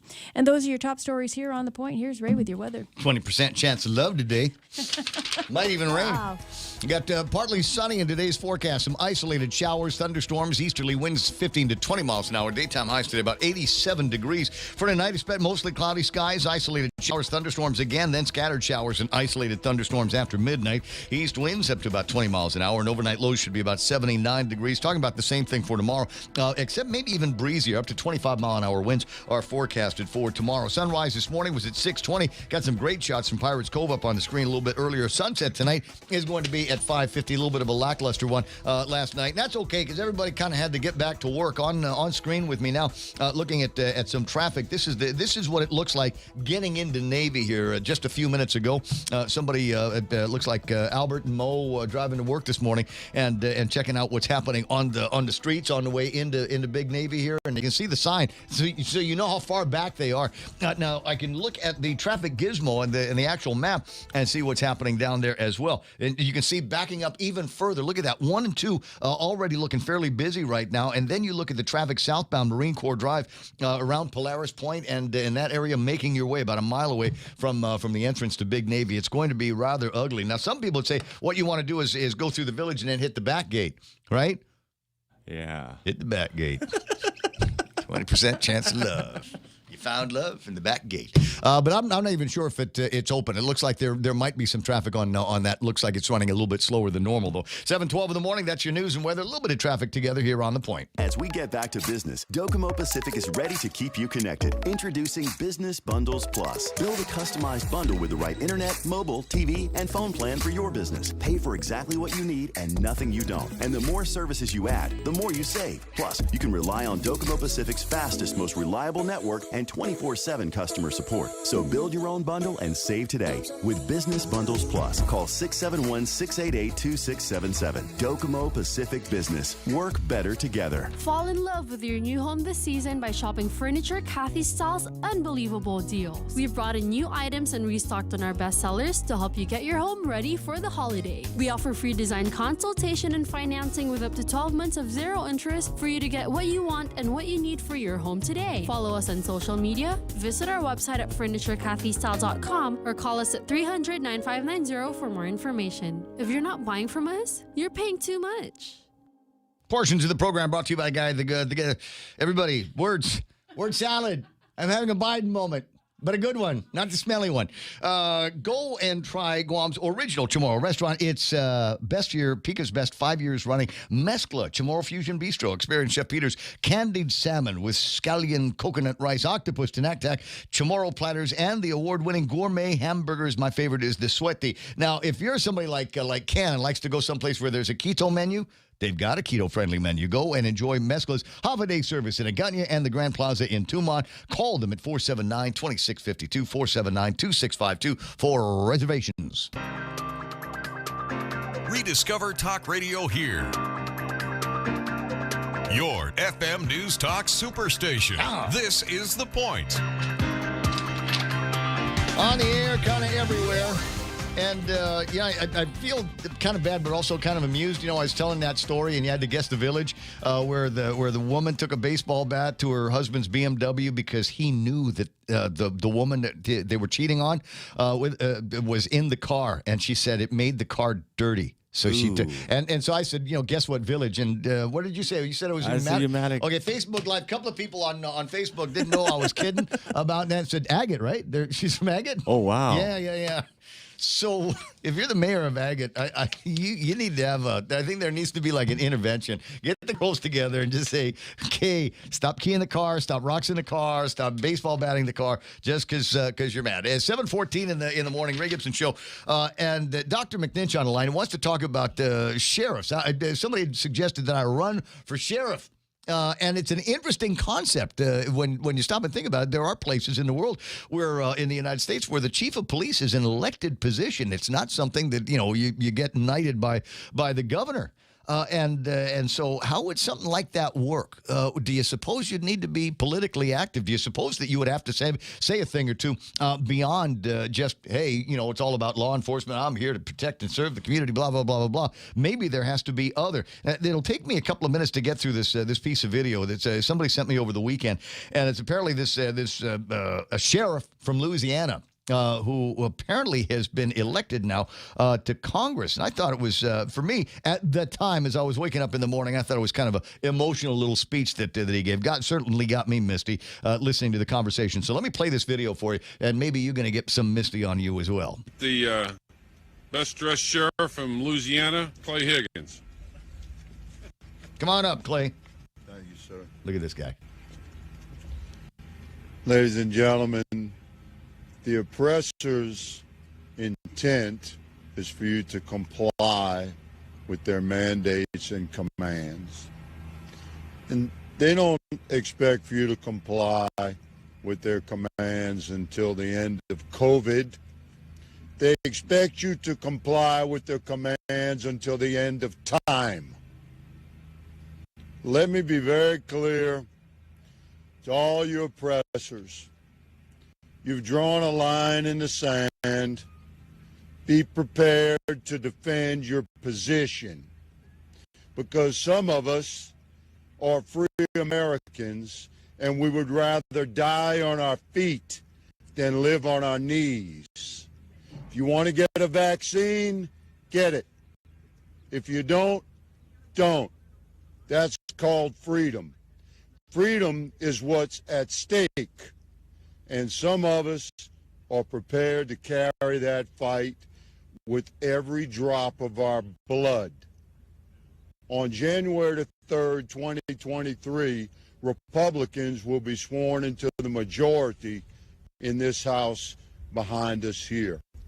The hallowed halls of Congress shall once again be under the control of Republican conservatives. On that day, myself and many of my colleagues will introduce legislation to reinstate my military brothers and sisters with full pay back into your rank. So stay hard, stay strong, stay in shape. We're going to get you back in your slot. And to my business brothers and sisters out there, do not comply. Use Article 3. Put your attorneys to work. Stand your ground. You have about a year to make it and survive. You can do it, but stand for freedom, and you'll find yourself in the company of patriots from sea to shining sea. Thank you, my good friend, for arranging this conference today. Glenn Clay Higgins, and he is a representative from the great state of Louisiana, and up there on the halls of Congress. Did you feel it? Did you get the goosebumps? Yeah, it looked like Heisenberg from Breaking Bad, dude. He's got that. I need. Where do you buy that? That's going to be my next order from Amazon. I'm going to get that flat top hat that he's got and the trench coat, because I thought that's the kind of words that we got to be hearing a little bit more of. What line is Dr. McNinch on? Is line one. Line one. Good morning, Doc. Welcome to the program. Hey, Happy Day, Ray. Happy Day, Guam. So let's be clear. He was pointing out use Article 3, which are the courts. Use the courts for the fight you're taking against the government. Well, did you see what Did you see what they did in the Fifth Circuit over the weekend? I did not. I was out of the loop. What happened? There's a permanent injunction. Working on a permanent injunction. I'll read you the majority of the order that was passed here. Further ordered, OSHA may take no steps to implement or enforce the mandate until further court ordered. The temporary standard remains stayed pending adequate judicial review of the petitioner's underlying motions for a permanent injunction. So kind of in your face to Joe Biden on that. Well, I have to say the politics in the U.S. mainland right now are extremely tense and it's almost rabid. There's no other way of putting it than that. Did you catch New Jersey? The Democrat finally called it. I just came from New Jersey. I was just in New Jersey the other day. Oh, really? So you were watching that? Oh, in live time. Yeah. So it looks like the Democrat has taken a knee, and New Jersey is now in the hands of the Republicans. I have to say, I didn't see the video because I'm listening to you on audio, but there are about a little over 1,000 counties in the United States. Many of them, almost all of them, have a sheriff, which is the head law enforcement person. Louisiana doesn't use counties; they use parishes, and also they have the Bonapartean or Napoleonic code there rather than English common law. And so their take on law and order is a little bit more strict than the rest of the United States. That is, they're very protect their land, protect their community oriented in Louisiana. And I also, Alaska has districts, and Hawaii, of course, has islands that have counties. And a lot of these jurisdictions, the chief law enforcement officer is an elected sheriff. And I've got to say, and most political scientists will tell you this: if you want to see intense politics, look at sheriff's races. They're the most intense political elections in the United States. Let's have some here. Yeah, well, they're absolutely. Well, here's the point. The reason I called in is you said, what? No, Ray. Yeah, somebody suggested I run it for sheriff. Yeah, and so what you do is you put in a VIP, a voter initiative, basically a VIP bill for an elected sheriff. You create the position and go for it. I haven't even decided 1,000% in my head if I'd ever deigned to run for senator. I wanted to start with Congressman. I think Congressman Gibson sounded pretty good, and maybe I could just do that with the rest of my life. Well, I hope you wouldn't stoop that low first, Ray. I hope you would. The sheriff is the far more noble of the positions. But I've got to tell you, I've got numerous stories about just the politics of sheriff's offices. And just how powerful they are. They're incredibly powerful. Wouldn't that be great? Okay, so I'll run for sheriff, and at the end of it, what I'd like is the honorary country term of colonel. I'd like to be referred to as Colonel Gibson from now on. Hey, listen, I got Jerry Roberts is standing by. I'm going to do the extra point here in a couple of minutes. Yeah, we should talk maybe later this week, but it's always a pleasure, and I missed you while I was out for a little bit. I didn't even know you were gone. I'm sorry. I didn't feel a disturbance in the force. You were gone? I'm still so jet lagged. It's incredible. Well, you're welcome to call in after you've caught your breath. I'll see you soon.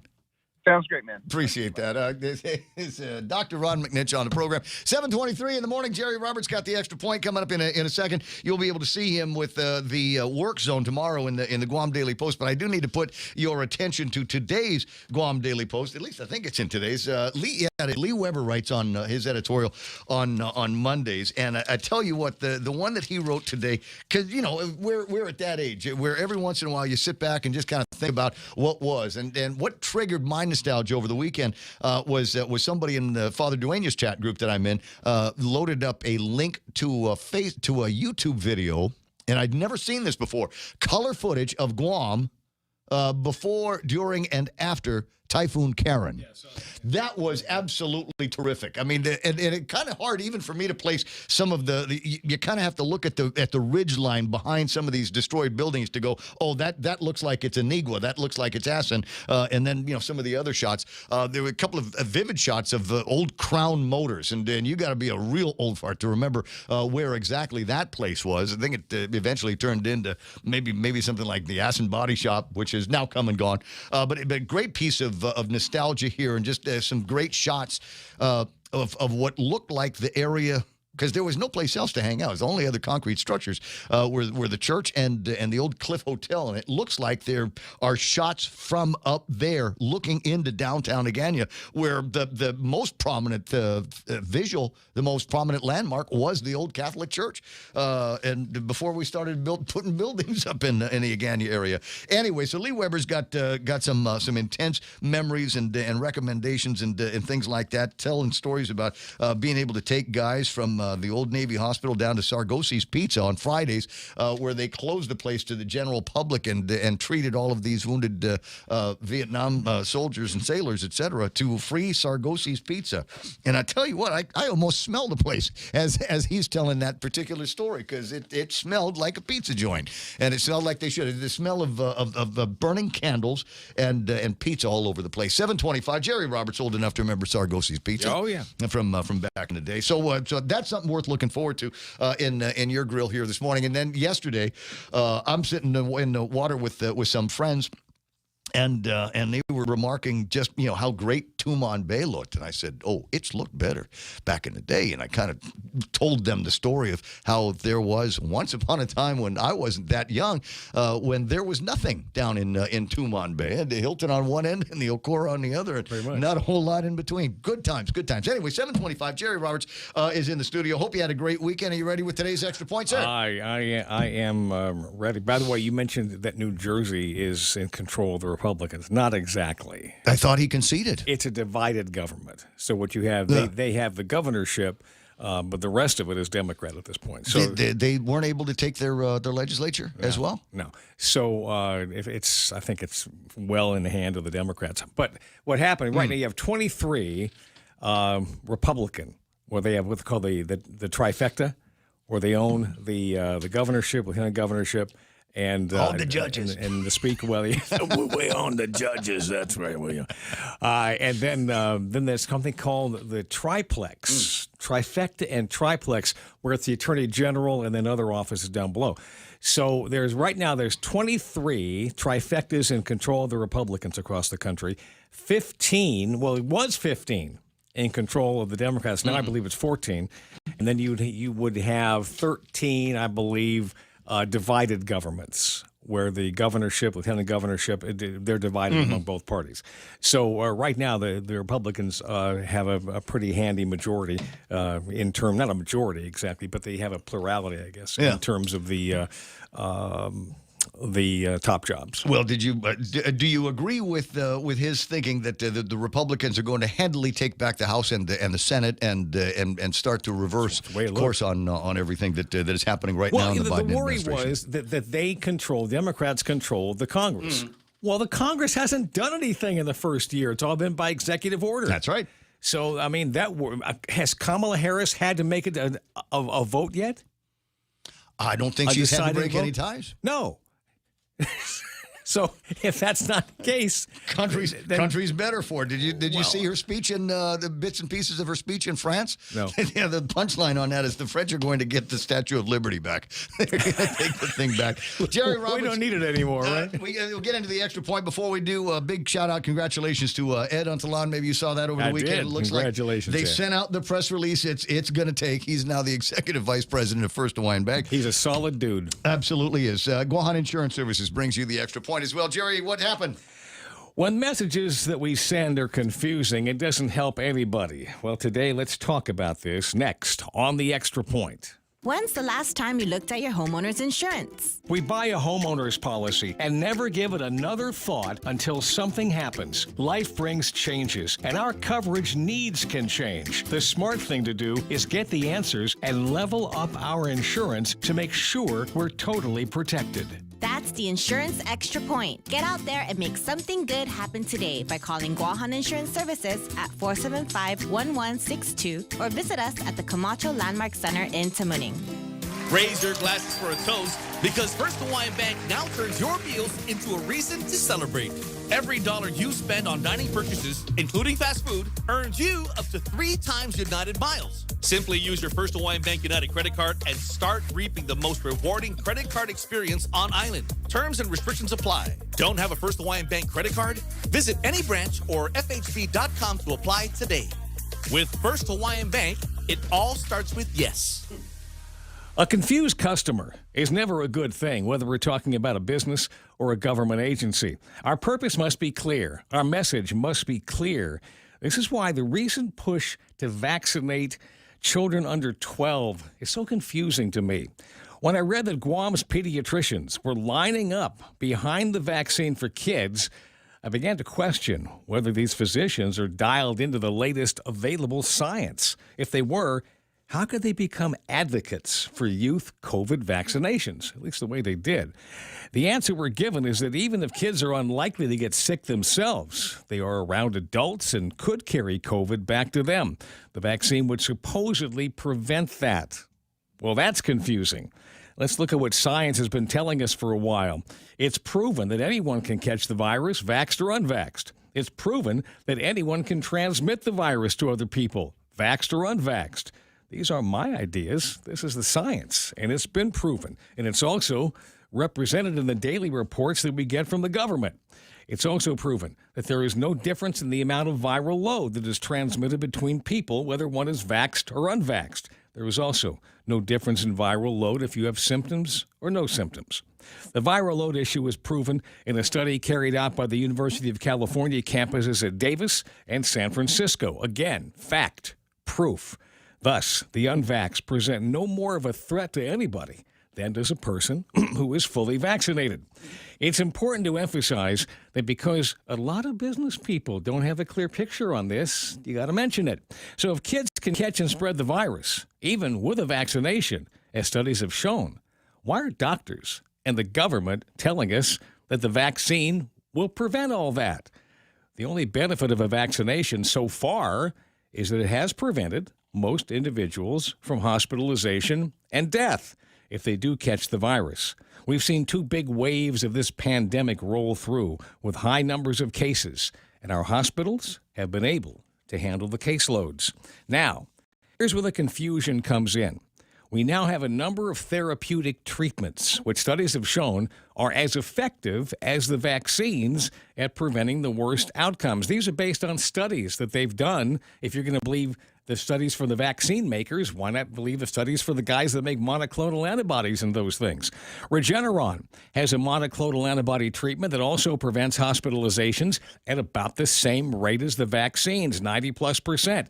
Their product, RegenCove, and two others are available in Guam right now. There's more. Two big pharma players, Pfizer, you remember them, and Merck, have announced pills they claim will also prevent hospitalizations and death at the 90% plus level. Again, the same level of protection as the vaccines are supposed to have. With major emphasis turning to treatments, one could reasonably assume that the pharmaceutical industry now sees a growing share of their COVID-related profits coming from more products other than vaccines, which will assist people in living with the virus.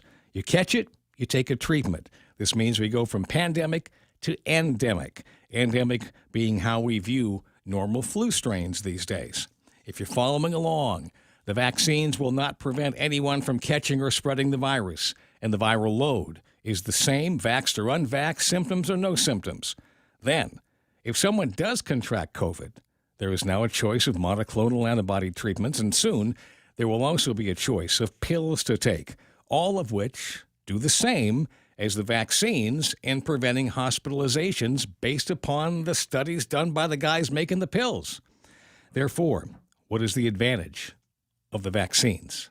I ask again, if all this is true, what now is the advantage of the vaccines? Again, none of this is my opinion. These are just the facts, and I don't see how these facts come together to support the vaccination of children. I also don't see how we have two sides looking at the same facts and arriving at two completely different conclusions. Like I said at the beginning of all this, confusion, it's not what we need. That's the extra point.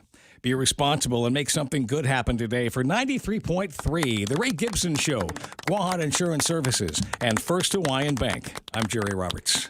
Oh, see, that's what I get. Spent too much time on Twitter, and I got fake news. Apparently, the winners, the concession was on the Republican side.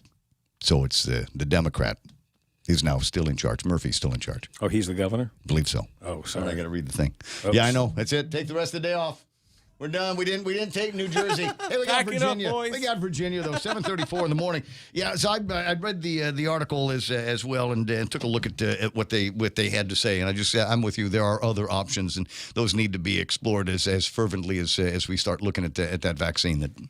As soon as they say that the pills and the monoclonals are 90% effective at preventing hospitalizations, which has been what the thing they've been holding on to for so long, saying that's the prime benefit of the vaccine. Well, if the pills and the monoclonal infusion treatment does the same thing as a vaccine, and for as long, right, up to 8 months, then what's the purpose at this point of the vaccine?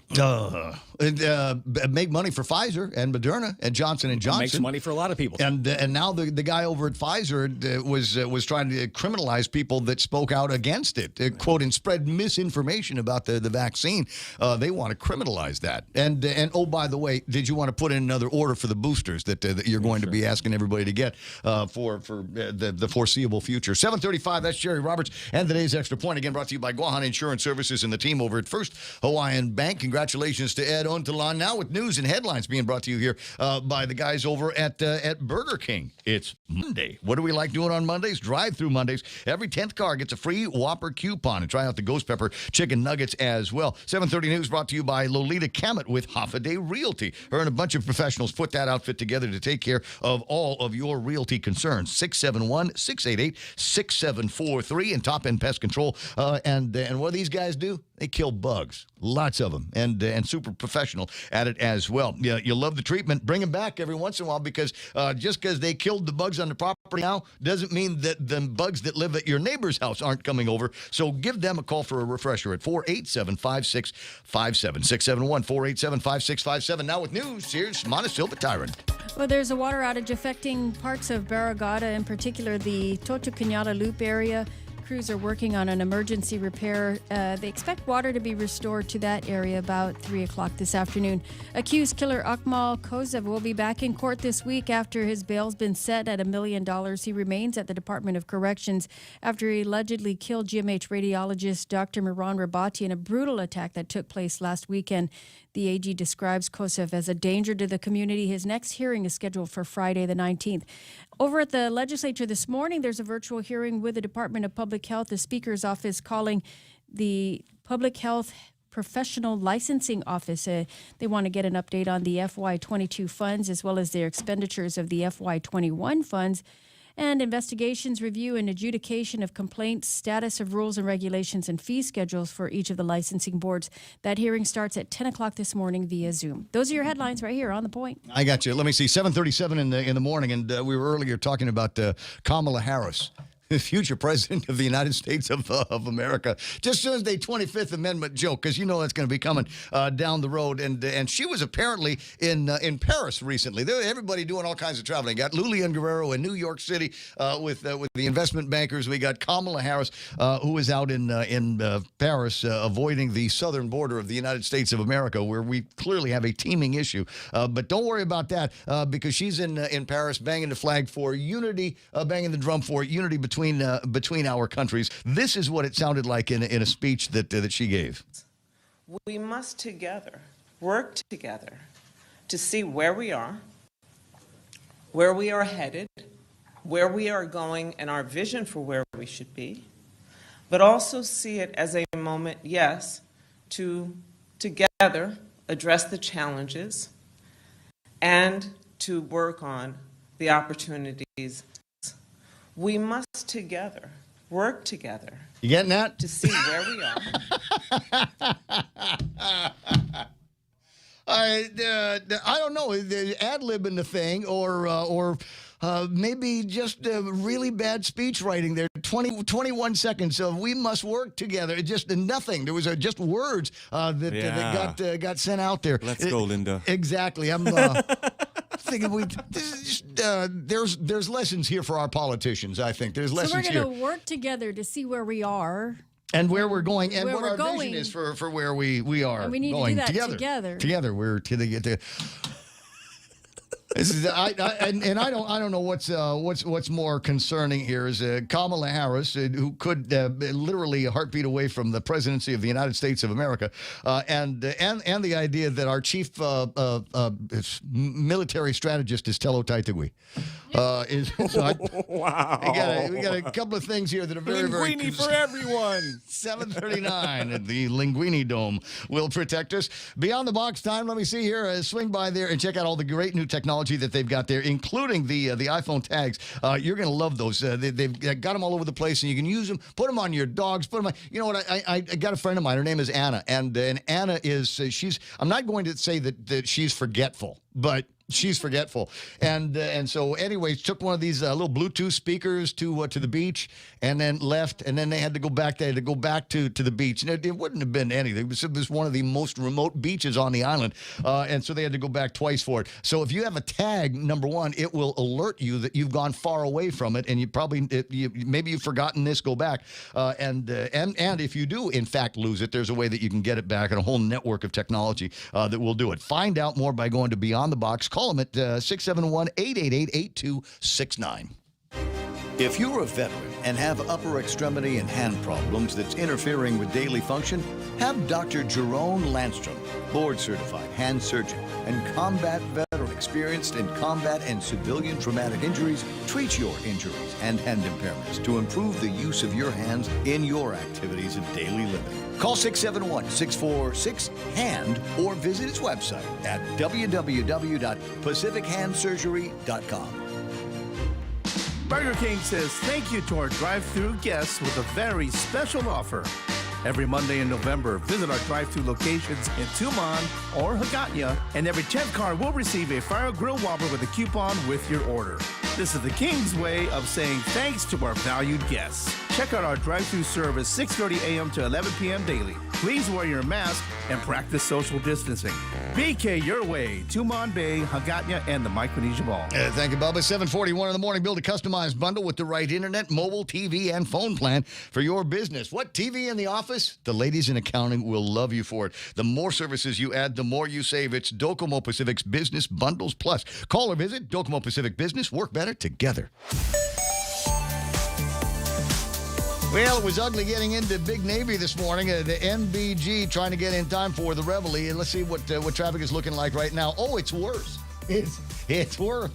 Southbound, even before you get to the river, is looking rather ugly around the southern end of the island as you get into Naval Base Guam. So watch out for that if you're moving in that direction. Delays being reported all morning long. Let me zoom out and see if there's any other trouble spots. Yeah, look at Route 8. Route 8 is an unhappy place here today because they put too many traffic lights up there, and because they still didn't seem to have any adult supervision over Carline over at Harvest. So we got traffic in both directions. It's running slower than normal. If you're looking to speed through there, my guess is go towards Route 8, not away from Route 8. So swing by the village. But if you're going to be going through the village, drive like your kids live there, okay? No fair speeding on the little roads. We got a bunch of traffic and intersection traffic that is slowing people down from Ipaupau all the way to the intersection of 1 and 3. Looks like Anderson Air Force Base is the only point of sanity here this morning, as everybody seems to be able to. How is it possible with as many people that need to get into Navy and Air Force at the same time? Why does it seem like there's never any problems getting into Anderson Air Force Base?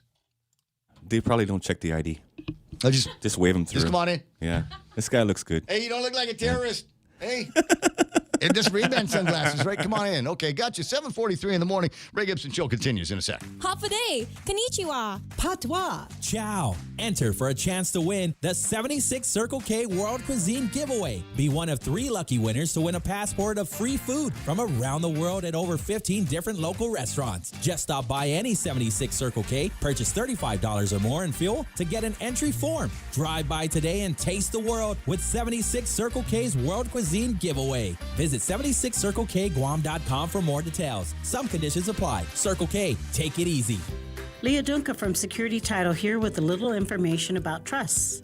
A trust is a legal entity capable of owning property. It can protect property from issues such as lawsuits or divorce and can be used to distribute property and avoid probate. Many trusts start as revocable but become irrevocable when the initial trustees die. Work with your estate planning attorney to see if a trust is a good fit for your family property. Call the professionals at Security Title. We are here to help. 744 Ray Gibson Show. Portions brought to you by the guys over at KFC, and you've got to try it, if for no other reason, because I shared a picture of a lady enjoying the egg tarts over at KFC, and she looked like she was having a good time with it. I think you will as well. And I was going to say while supplies last, it's the new KFC chicken sandwich, but it's not while supplies last. They've added it to the menu permanently. It'll be there, as Lulian Guerrero says, forever. All white meat, double breaded, extra crispy chicken breast filet, fresh toasted, locally made buns, crispier, thicker pickles, and the perfect amount of the Colonel's real mayo or spicy sauce. Every single one of these sandwiches is made the second you order it. It's not been sitting around at all. Served piping hot and fresh every time. Sandwiches are $5.75, combo up for $8.75.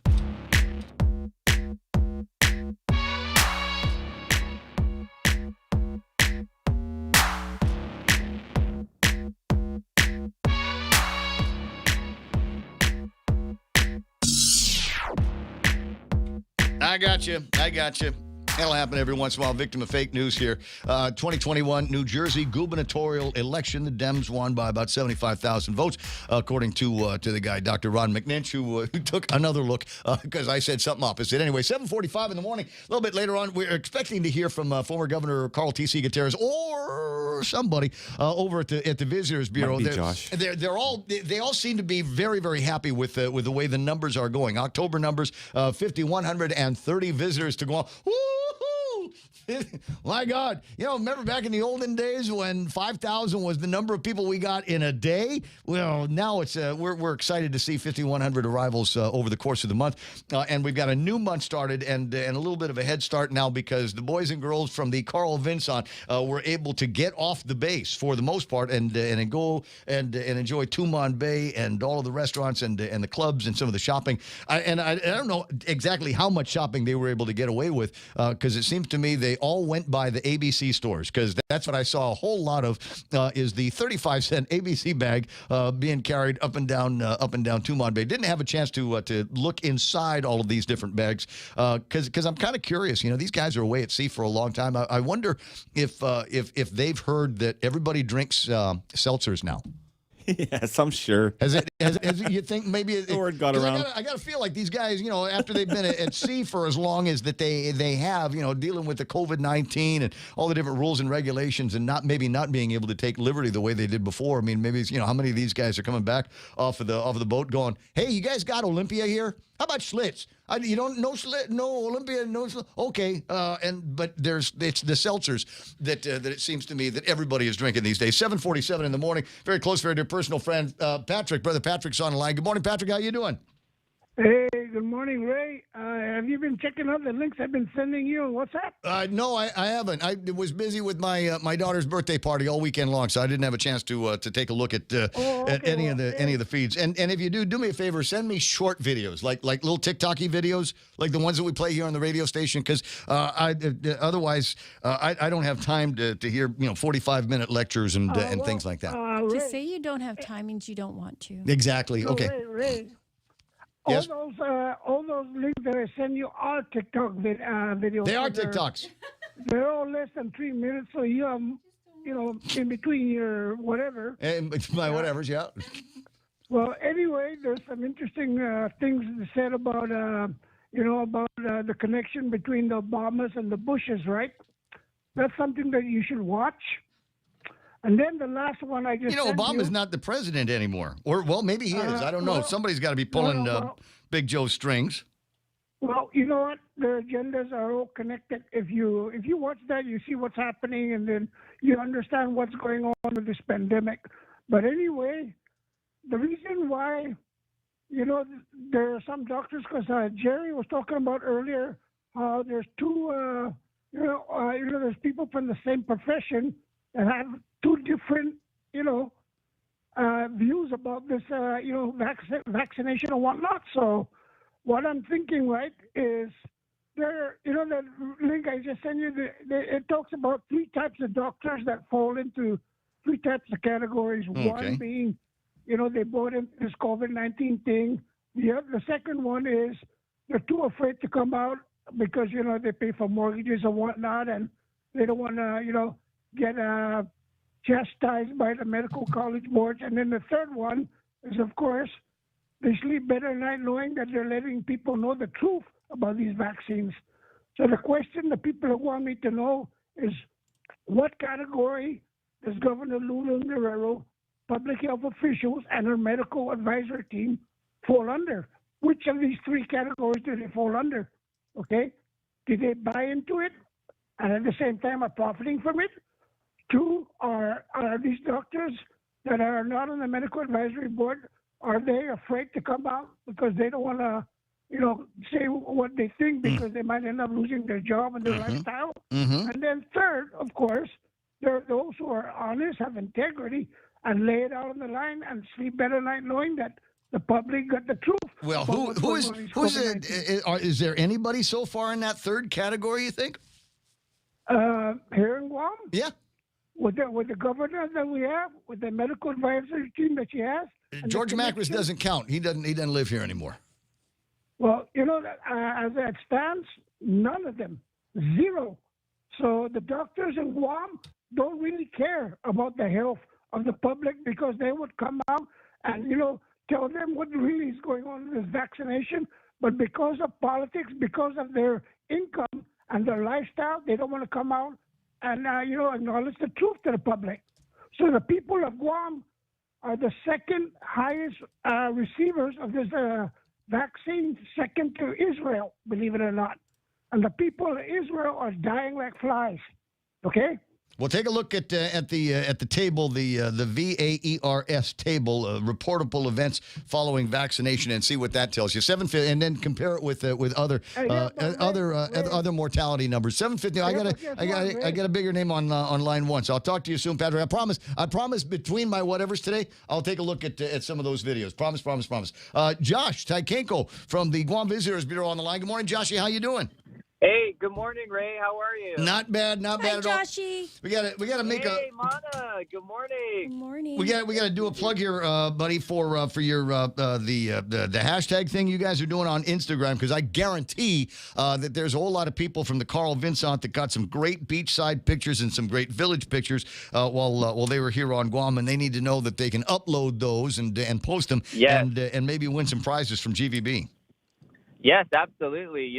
All they have to do is just go to visitguam.com/Instagram, and then they can have a chance to win $100 in cash.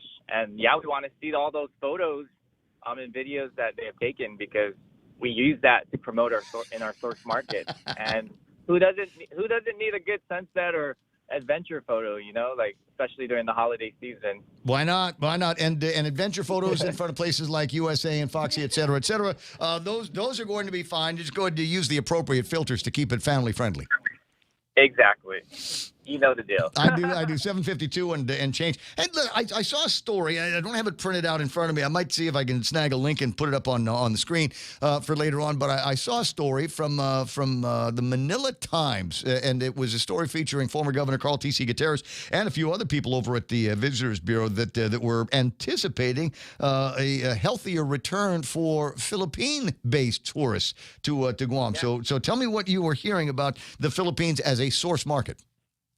Well, what's great is that this morning when Uncle Carl just called me and told me about it, I was like, wow, that's really great. Like Manila Times up on our story here. That means that, we're communicating well, and we're pushing along and the Philippines market is so close to us, and it's 3.5-hour flight away. It's marketable because there's such a huge community of our Kababayans here. It's family. And so a lot of the endearing things about Guam that attracts them to us, shopping, family.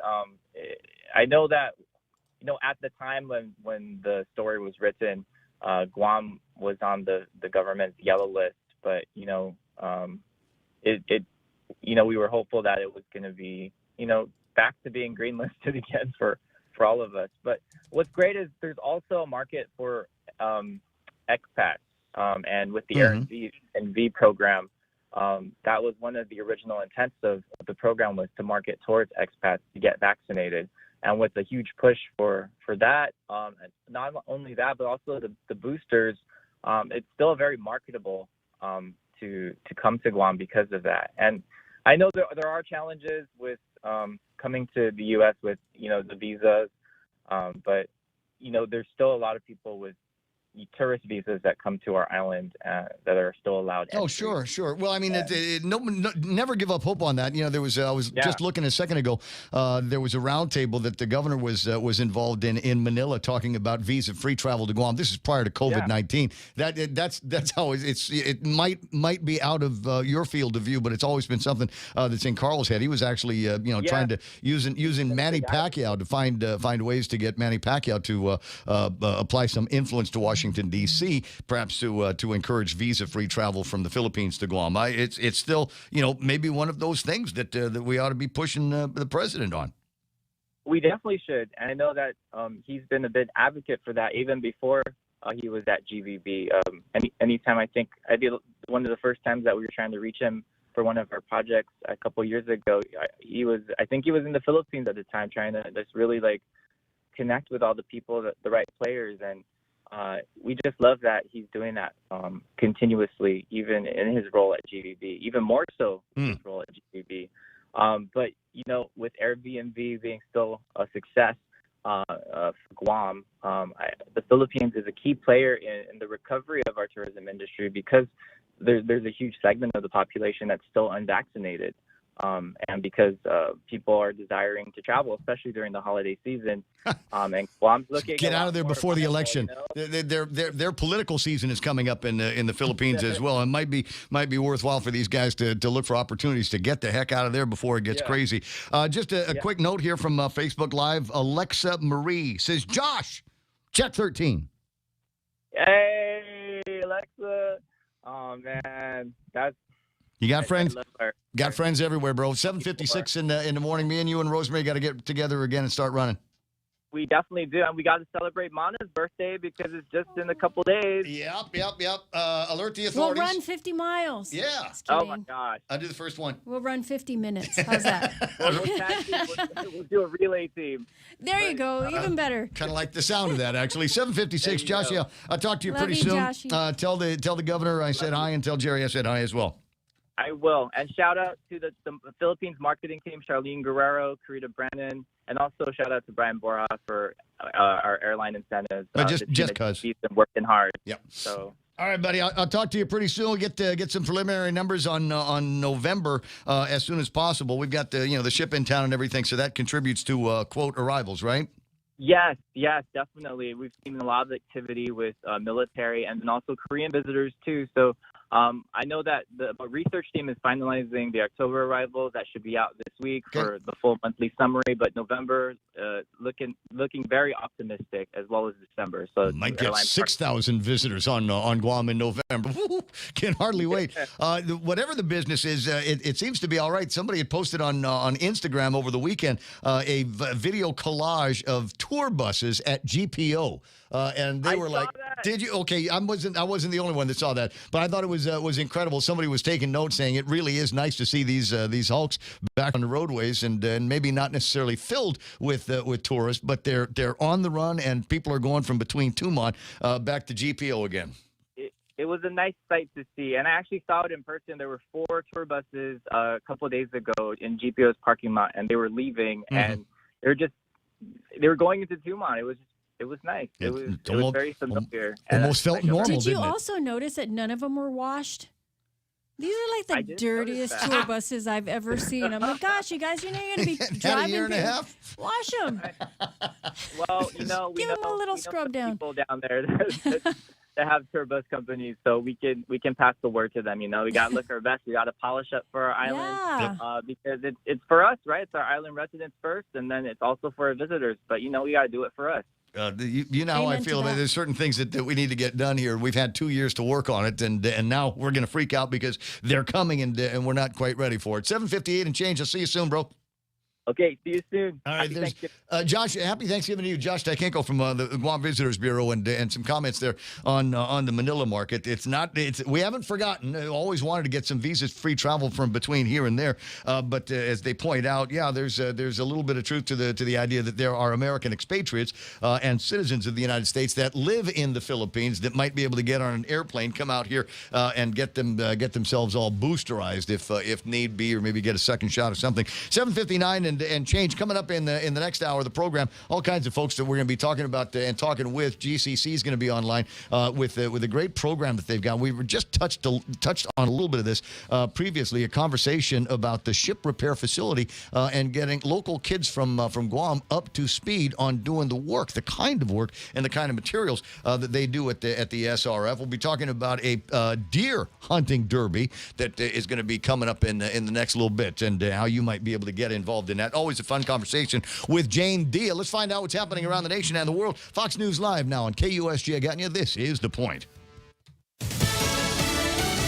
Big changes coming. I'm Marie Corsetti, Fox News. President Biden will sign the bipartisan infrastructure bill into law tomorrow. Tomorrow is a big day for President Biden as he signs his bipartisan infrastructure package into law. It's something the White House has been touting for several times, but the White House is acutely aware of this supply chain crisis that continues to manifest itself that's been going on for several weeks, and it looks like it's not going to be ending anytime soon. The president says the answer to some of these issues, namely inflation, is his Build Back Better social spending bill. Still has not passed yet. Senate Majority Leader Chuck Schumer is delaying the Senate vote on Build Back Better because it's just not come up yet in the House. And more importantly, perhaps, there's just no score from the Congressional Budget Office to illustrate the exact cost. Fox's David Spunt, and this as a congressional leader calls on the administration to take action to help provide relief to Americans hurt by extremely high gas prices. Senate Majority Leader Charles Schumer is calling on President Biden to release some of the nation's strategic petroleum reserves to increase the supply of gas in the system, which hasn't been able to keep up with demand as the economy recovers from pandemic shutdowns, leading to increased costs. Schumer says the move would be a temporary fix, but would provide immediate help. It can ease prices across the country. AAA reports the national average gas price is now $3.41, about $1.30 more than a year ago. Schumer says that forces families to make hard choices between gas and other needs. Less money for groceries. Less money for everyday expenses. Kevin Uretsky, Fox News. Meanwhile, President Biden and First Lady Jill Biden are set to host the first Tribal Nation Summit since 2016. The White House expects leaders from more than 570 tribes to join the two-day event that opens on Monday. Biden will announce steps to improve public safety for Native Americans and to protect private lands and treaty rights. America is listening to Fox News. Here's an important message to federal employees and annuitants from Take Care. It's time to choose your health plan. Open season runs from November 8th through December 13th. Take Care offers an expanded network including GRMC, STA, Dr. Shea, FHP Health Center, and over 1 million providers off-island. Now is a great time to learn more about Take Care's 2022 FEHB offering. Visit takecareasia.com/open season 21 or call 671-647-3526. Take Care. Our island, your health plan. Need to finish the job or start one the right way? Get the right stuff at East West Rental Center. You can switch to easy mode using industrial strength equipment. With years of experience helping builders, East West Rental gives you exactly what you need. Tools for landscaping, concrete, lifts, trucks, tables, tents, chairs, water blasters, excavators, forklifts, air compressors, and more. Call East West Rental Center at 646-1463 or visit them in Upper Tumont. Open Monday to Saturday from 7 to 5. Sundays 8 to 5. Europe looks at lockdowns for the unvaccinated as COVID-19 case numbers surge. Fox's Simon Owen reports from London. Austria's leader says he'll hold talks with state governors today about imposing tough restrictions on people who haven't been vaccinated against COVID-19. Around 65% of Austria's population has been inoculated. That's low by Western European standards, and hospitals have reported coming under strain. Unvaccinated people would be ordered to stay at home unless they're working, shopping, or taking exercise. In London, Simon Owen, Fox News. And an Associated Press investigation has found more than 100 federal prison employees have been arrested, convicted, or sentenced in criminal cases since the start of 2019. They've been accused of crimes from smuggling drugs and weapons to stealing prison property, sexually assaulting inmates, and murder. The AP found the agency has turned a blind eye to employees accused of misconduct. Also new today, the Kyle Rittenhouse trial is wrapping up as a verdict is approaching. Wisconsin law here does allow the prosecution and defense to ask that jurors be told they can consider lesser charges before they start deliberating. The judge will then allow jurors to consider some of those lesser charges, and he made that decision just the other day, but he also denied one of those requests, which is important to note. Legal experts tell Fox News that the trade-off could help get a conviction, and it would also ensure, though, that Rittenhouse would not receive a life sentence. Closing arguments begin tomorrow, and that's when names will be drawn to decide which 12 jurors will deliberate and which 8 jurors will be dismissed. Just last summer here in Kenosha, more than 100 businesses were either badly damaged or destroyed during the unrest that followed the police shooting of Jacob Blake. Business owners tell me they're mentally preparing for possible unrest following the trial. Fox's Alexis McAdams, I'm Mary Corsetti, and this is Fox News. Everyone has a busy schedule these days, and sometimes we forget to schedule our routine dental checkup and cleaning. Don't neglect your dental health. Schedule one today with Dr. Robert Yang and his Smile team, conveniently located at the East West Business Center on Marine Drive, Upper Tumon. Call us today at 647-8702 or 3. Again, that's 647-8702 or 647-8703.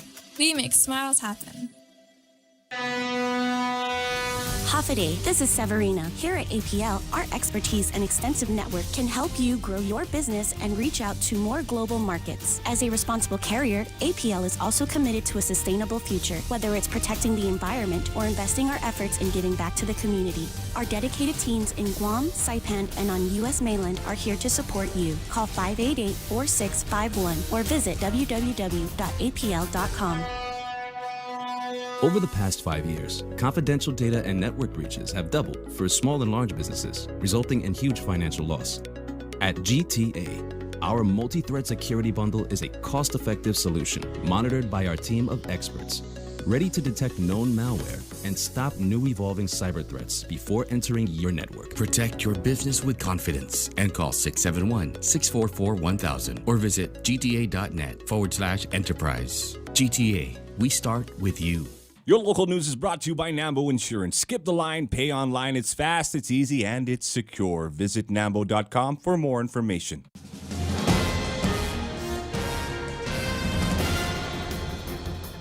Half a day, it's 8:06. I'm Ana Silva Tyron with a look at your local news on the point. An annual report issued by the Department of Defense has highlighted China's nuclear capabilities, and it's raising concerns here on Guam as it's reporting that Guam is within striking distance of China's current military capabilities. On the front page of the Guam Daily Post, the release of the documents coincided with a recent unclassified security briefing on threats in the Indo-Pacific region given by the U.S. military to local senators and mayors. The report indicated China is beginning to field significant capabilities, capable of conducting operations out to the second island chain, and seeks to strengthen its capabilities to reach even further into the Pacific Ocean and globally. The second island chain is the military's designation for a strategic defense line in the Pacific that includes Guam. China has signaled the possible establishment of a nuclear triad, essentially its ability to launch nuclear weapons from land, air, and sea. A new national defense strategy is being developed and is expected to be completed. The Pentagon press secretary John Kirby, in a news briefing last week, said clearly China has invested a lot, in particular its air and maritime capabilities, and are designed largely to prevent the U.S. from having access to certain areas in the Indo-Pacific. Accused killer Akmal Kosev will be back in court this week, where he will enter his plea to charges of murder that have been filed against him. The man had his bail set at $1 million after he killed GMH radiologist Dr. Miran Rabati in a brutal attack in a Tamuning apartment last weekend. The AG has described Kosev as a danger to the community.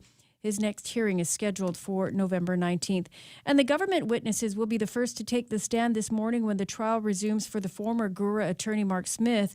His opening argument started on Friday as he's facing wire fraud and money laundering charges. He's alleged to have rented his personal property and received Section 8 rental payments.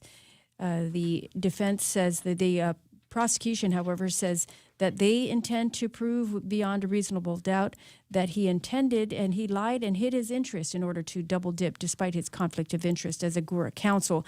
The defense contends, though, that Smith is innocent and there was no intent to deceive the government. The trial continues today at the U.S. District Court. Well, more news right after this. Says thank you to our drive-thru guests with a very special offer. Every Monday in November, visit our drive-thru locations in Tumon or Hagåtña, and every 10th car will receive a Fire Grill Whopper with a coupon with your order. This is the King's way of saying thanks to our valued guests. Check out our drive-thru service 6:30 a.m. to 11 p.m. daily. Please wear your mask and practice social distancing. BK your way, Tumon Bay, Hagåtña, and the Micronesia Mall. Well, Public Health has issued the vaccine to over 1,000 Guam kids, now fitting into that new vaccination eligibility category, that, of course, being ages 5 to 11. The first of the two-dose series given to 1,007 kids. Free vaccination clinics continue at the northern and southern clinics, as well as the University of Guam. Meanwhile, from this morning's JIC, there were 22 new cases of COVID out of 282 people tested on November 13th. More results pending and will be announced today. 27 are admitted to the hospital, and the CAR score this morning is at 4.5.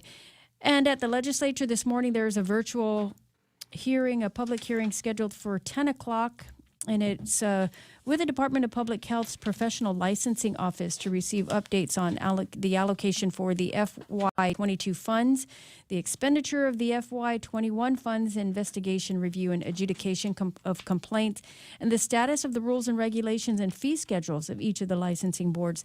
That hearing, again, scheduled for 10 o'clock via Zoom. And the Guam Regional Transit Authority looking to generate some revenue to support its operations. They're looking to make its buses an advertising hotspot. The agency's offering ad space to local businesses, and they think it'll be a win for GRTA and the businesses alike. GRTA manager Selba Bauta in the Post says that their buses provide a constantly moving and clearly visible canvas for our partners to share their message directly with the community. They plan on using the revenues to support its operations immediately, though, to help them buy some new buses for their fleet. And those are your top stories here on The Point. Here's Ray with your weather. Playboy store. Playboy store. Club USA. You guys, I'll pay for the advertising. Yeah. Whatever it is, whatever they're going to charge you for the skin, I'll pay for, right? Because I just want to. I'm with you, man. There's a new sheriff in town. Wonder if they turn down, somebody's. That's my First Amendment right there. You got to let me advertise my my strip bar and my novelty store. They sell vapes there too, right? Yes, sir. Absolutely. I heard. So, partly sunny. Isolated showers and thunderstorms. East winds 15 to 20 miles an hour today. Daytime highs should be 87 degrees. With a heat index, it'll feel like 96 degrees and a 20% chance of love. And that's a typo. It should say rain, but Real Joe actually wrote it down, a 20% chance of love. You can see it on the screen here. See, I'm not lying. We're waiting for you to say. We're waiting. There's something that you need to say. You want to get something off your chest. Did you have an adventure over the weekend? No, I didn't. Did somebody fix you something yummy? I've got low expectations, Ray. His mind's still in the mountain. Oh, yes. Thinking about the hair going through her hair, the air going through her hair, the wind. Pronouns. Sorry. She, there, him, us. Mostly cloudy tonight with isolated showers, thunderstorms this evening, scattered showers and isolated thunderstorms around midnight. Easterly winds to 20 miles an hour. More breezes tomorrow. Man, I got hit with my friends, right? So we had a thing on Friday night. And it was like a pool party on Friday night with my friends. And so a bunch of the guys were listening to us doing the broadcast. I was doing the weather for Friday and talking about how clear it was going to be. But what I didn't say was how breezy it was going to be on Friday night. Did that knock you down? Yeah, it was cold, man. Oh, it was bad. But it was a pool party. So it's like you're in the pool and then you get out of the pool and you literally freeze to death on Guam because it was so breezy that night. So if you're having a party tomorrow night, they're saying it's going to be breezy again. Mostly cloudy, showers likely, and a chance of thunderstorms. It was breezy on the beach yesterday. You get some of that sand that's been all dried up, and the wind kicks it, and it basically sandblasts you while you're at the beach. But what the heck, it was worth it. Sunset tonight's going to be at 5:50. # tell the others. Now, what about the defense of Guam? What are we going to do about this? It is so important that the Congressman Mike St. Nicholas got the governor and the legislature together in another one of those secret meetings and unannounced and unnoticed meetings that took place so that they could get I guess it was on the record, but not necessarily secret information about what was going on with China and defense of the military assets on Guam, and obviously that meant the civilians would be protected as well. I don't know too much about what was said in that. Some of the senators that I talked to seem to be rather bullish on the federal government and the military's position and their capabilities of defending ourselves, but maybe not so much Telo-Taitui. So she's going to be our new military strategist. So anytime something comes up, we'll run it by her. And in fact, there's a new idea with a plan that was recently discussed from one of the think tanks that could provide protection from Guam from kind of an unlikely source. More on that here in a minute. It's 8:14 on the Ray Gibson Show.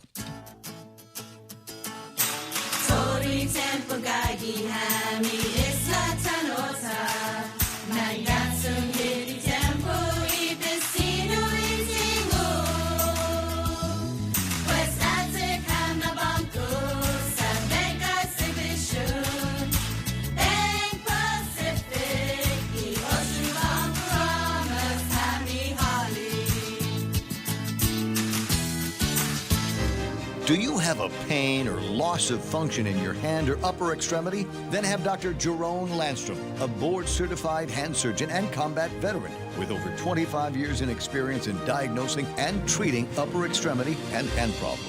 He'll provide care to you and your loved ones so you and your loved ones can take care of yourselves and others. Call 671-646-HAND for an appointment and visit his website at www.pacifichandsurgery.com. What again? Portions of the Ray Gibson Show brought to you by APL American President Lines, a global presence with a local home, and take care with their high-quality health plans and services. They got support from everywhere, including a global network of providers, being a trusted partner for your health care solutions. That's the guys over at Take Care Our Island, your health plan.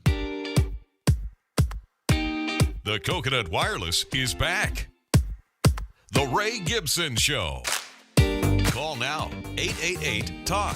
That's 888-8255. Now, the most important thing going on today is the 20% chance of love. Is it possible that there is something blooming out there somewhere, and we're just getting the... I'm sorry. Yeah, real Joe, you just can't make those kind of mistakes around me. I'll never let this go. It's not going to happen again. No. You're gonna have Tello. No, have Joanne Brown proofread your weather. Yeah, Joanne Brown can proofread that. Joanne Brown can proofread your weather. She would have caught it, man. Celebrity birthdays today include Beverly D'Angelo.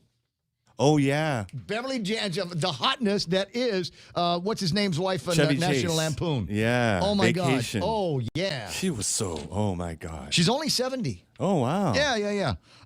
There might be a couple of other people that have got birthdays today, but I don't recognize any of the names. It's Clean Out Your Refrigerator Day. Yeah. And Ray. That's for you, man. You know what? Dude, you know what we ought to do? No. Mana, did you look in there when you were by? I was tempted to, but I stopped. Oh, good girl. I opened it, I looked, I was like... Tomorrow. Okay, this is what we're going to do tomorrow. Because we haven't done one of these things with the meme machine in a long time where we ask people to send us pictures of stuff. So tomorrow, it being Clean Out Your Refrigerator Day today, I'm going to leave that as an option to you. But if you're not afraid, if you are unafraid of showing us the inside of your refrigerator, and I think you can learn a lot about somebody by taking a look inside their fridge, huh? Is it to see what they've got in there? Is it mostly wine and beer with other kinds of foods, or is it mostly like real food, or is it a lot of leftovers? Are you one of those people that hoards leftovers because you paid for the food and doggone it, I'm gonna take it all home with me, and then you put it in the you put it in the refrigerator. Yeah, and then I'll give 6 it months 3 later days. you see a science experiment coming out. I give my leftovers 3 days. Is that it? Yeah. And then... Chickens. The chickens get it? Yeah, chickens get it. Eat it. So 8:18 in the morning, I saw a really interesting ad in yesterday's Guam Daily Post. I gotta open it up here because it's one of those things that captured my attention. It actually caused me to stop and think about career decisions that I've made in my life and how I wonder if it would have been different if there was an opportunity like this when I was 17, 18 years old. The question: do you have what it takes to be a commercial fisherman? It's a full-page ad that Ocean Peace has taken out. Start a new career on the Bering Sea. I don't even know where that is. Oh, that sounds like Deadliest Catch stuff. No experience required for processors. There's opportunities for growth. Contract work is available year-round. Ocean Peace is seeking applicants for seafood processors to work on factory trawlers in Alaska. So they go out there and catch all this stuff, and then they process it on board of a ship. Can it and all that? Yeah, they're looking. Processors work in the factory, sorting fish by species, inspecting for quality, freezing and packing pans of product, packaging, weighing and labeling product, cleaning factory equipment, loading and unloading supplies, and performing other duties as assigned, like making sure that you're repelling pirates and invaders and things that Real Joe thinks that might be a stinky job, huh? Yes, it's gonna be stinky. Is it? All crew work 16 hours a day, 7 days a week, minimum 75-day commitment, must be able to lift and carry 50 to 75 pounds. Gear and protective clothing are available to order through Ocean Peace. We provide free room and board to all crew working on board our vessel. What does that mean? You got to buy your own clothes to work out in the freezing ocean? I need to know a little bit more about this. Must be eligible to work in the U.S. No fishing experience necessary. Willing to train the right candidates. Proof of complete COVID-19 vaccination is required. Oh, shucks, I can't go. Oh, darn, I won't be able to go into the freezing cold Bering Sea. 20 after 8 o'clock in the morning. Maybe I want to stay a little bit closer to home and learn some new skills. My friend Denise Mendiola is online. Good morning, Denise. Hi, good morning. I want you to know that you are in the top 2 Denises in my life, just FYI. Oh, wow. Yeah. I went down. No, you're in the top 2 for heaven's sakes. So you got now. Denise always been kind of in the career and training field for as long as I've known her, and now you've got this gig that is going to allow you to help people put some food on their table, and good food too. Because from my recollection, these are decent paying jobs. These are. First, thanks for having me on this morning. Yes, this is Ship Repair 5. This is the 5th boot camp we're doing for Ship Repair. Mm-hmm. And we're starting this one on Wednesday. It's with Guam Shipyard. It's a public-private partnership.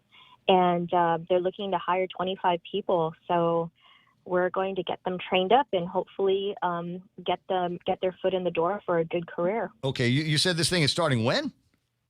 Wednesday. It's the day after tomorrow. Okay, I might be able to put some paperwork together and sign up. How many people are you looking for these jobs? You said up to 55. Are you going to put together a cohort of 55? 25 for this one. Yeah, okay. 25. We have another one coming up early next year. Another 25. So these folks, Cabras Marine, Guam Shipyard, and some others are really looking for good employees. They're hiring. So what do we need to know? I mean, what is it that you guys are going to be training, and because ship repair, there's a whole lot involved in that. Exactly. So really, we're not looking for anyone with experience, but they should at least be a high school graduate or equivalent, and really interested in learning a new skill. So they're going to learn carpentry, electrical, welding. They're going to get things like OSHA safety training, first aid, basic life-saving skills. Work ethic, which is a really big deal for the employers. And then they're going to get college credit for the 3 courses that they take. So they're already going to have, some stuff under their belt. Once they get hired on, then they go into the apprenticeship program, and then they get placed with a journey worker, and then they go through the mentorship. I mean, it's just so much opportunity for them. Oh, I tell you what, there was a time when we used to have a pretty active ship repair facility here on Guam, and once upon a time that went away. And unfortunately, it took a lot of jobs with them, and a lot of the guys from Guam actually followed those jobs back to ship repair facilities up and down the east coast of the United States, and took some really, really good positions because they had great skills that they learned here on Guam and working on all kinds of different vessels to get it done. Frankly, you had me at welding. All of the other stuff, I mean, it makes sense. But when it gets to welding and being able to do that kind of work, I also know guys that have welding skills, and even though they got regular sideline jobs, I mean, regular like human being jobs, their weekends and evenings are spent doing welding jobs for other people, for which you can exchange those skills for cars and boats and other things. I mean, it's a whole other world that you can get into the barter economy if you've got that kind of skill and decent paying jobs from the facilities that we've got here on Guam. They never go away once you got them. And so you said these guys can eventually work their way with some journeymen and then get certified, right? Well, they'll get some certifications on the way already, but they're going to get mentored and they'll have opportunities to level up until eventually they become journey workers themselves. Yeah. Just much like the men from SRF. And, my uncle was one of them, and he's back on Guam after 10 years in Okinawa. He was one of them that took the jobs over there. And the skills that they have, they've had lucrative careers. It's something that's transferable anywhere.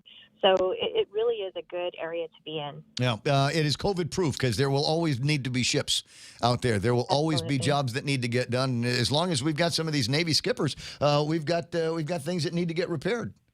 That was a joke. That was a joke for my Navy friends that are listening. The submarine captains. Navy, as long as there's Navy submarine captains, there will be something that's broken that needs to get fixed. How's that? Is that funnier now, guys? Thank you very much. So now that's just one of the many things that's going on over at GCC. The big push now is there's a lot of people that made it through COVID and have survived the last couple of years, and you do a whole lot of introspection, going, all right, maybe it is time that I've made some changes to my life. Maybe it's time to explore a new career, and this could be it. What else are they doing over at GCC, working with businesses here on Guam to get people trained up in all kinds of different and fun fields? Yeah, fun fields, in-demand fields. We have 5 more boot camps to do this year. So we've developed the first GED boot camp. That's a big one because folks that could not qualify for things like boot camps or get into jobs. And so we're doing a pilot program for GED. And then we've got bus driving boot camp. So with SAL and GRTA, that's a new one. They're gearing up to grow in that area. Mm-hmm. And then we've got diesel mechanic. This is a really hot topic. Very hard to find skilled diesel mechanics. And so we finally found an instructor, and that one is happening this year as well. So lots of really, the boot camps are designed specifically for the employers to match the needs that they have. And so that's what we're focusing on right now. As it should be. Diesel mechanics, before we were crazy talking about the military buildup, I knew that there was going to be all kinds of demands for that kind of thing. Mm-hmm. I'd made recommendations to a couple of big, trucking families here on Guam that they ought to send somebody back to the factories, get some actual training from the factory guys where these things are built and constructed and designed, and bring that back to Guam. Some of them actually took my advice. But as you point out, there's a whole lot of demand for somebody that understands the really specific magic that goes on inside of a diesel engine. So I'm glad that you guys are doing the training. Yeah, we're really excited about it. It was really difficult getting to this point because, like you said, it's something that it's specialized and it's really needed, and we don't have enough skilled folks in that area. And nobody understands how diesel engines work. It's like captive insurance. It's just one of those things. You know it or you don't know it. But if you do, we'll pay you a lot of money to fix the truck. You know what I mean? 8:27 in the morning. For information, how do people get a hold of you? Website, guamcc.edu, phone number 735-5627, and we look forward to hearing from them. We need to get together again. It's been a while, too long. Waiting. Party at the house. Yes, sir. All right. Thank you. I'll see you pretty soon. Denise Mendiola on the phone with me this morning from GCC. Have you ever thought about that? The thing about, we're both lazy guys, right? I could weld, man. I mean, it doesn't look nice, but...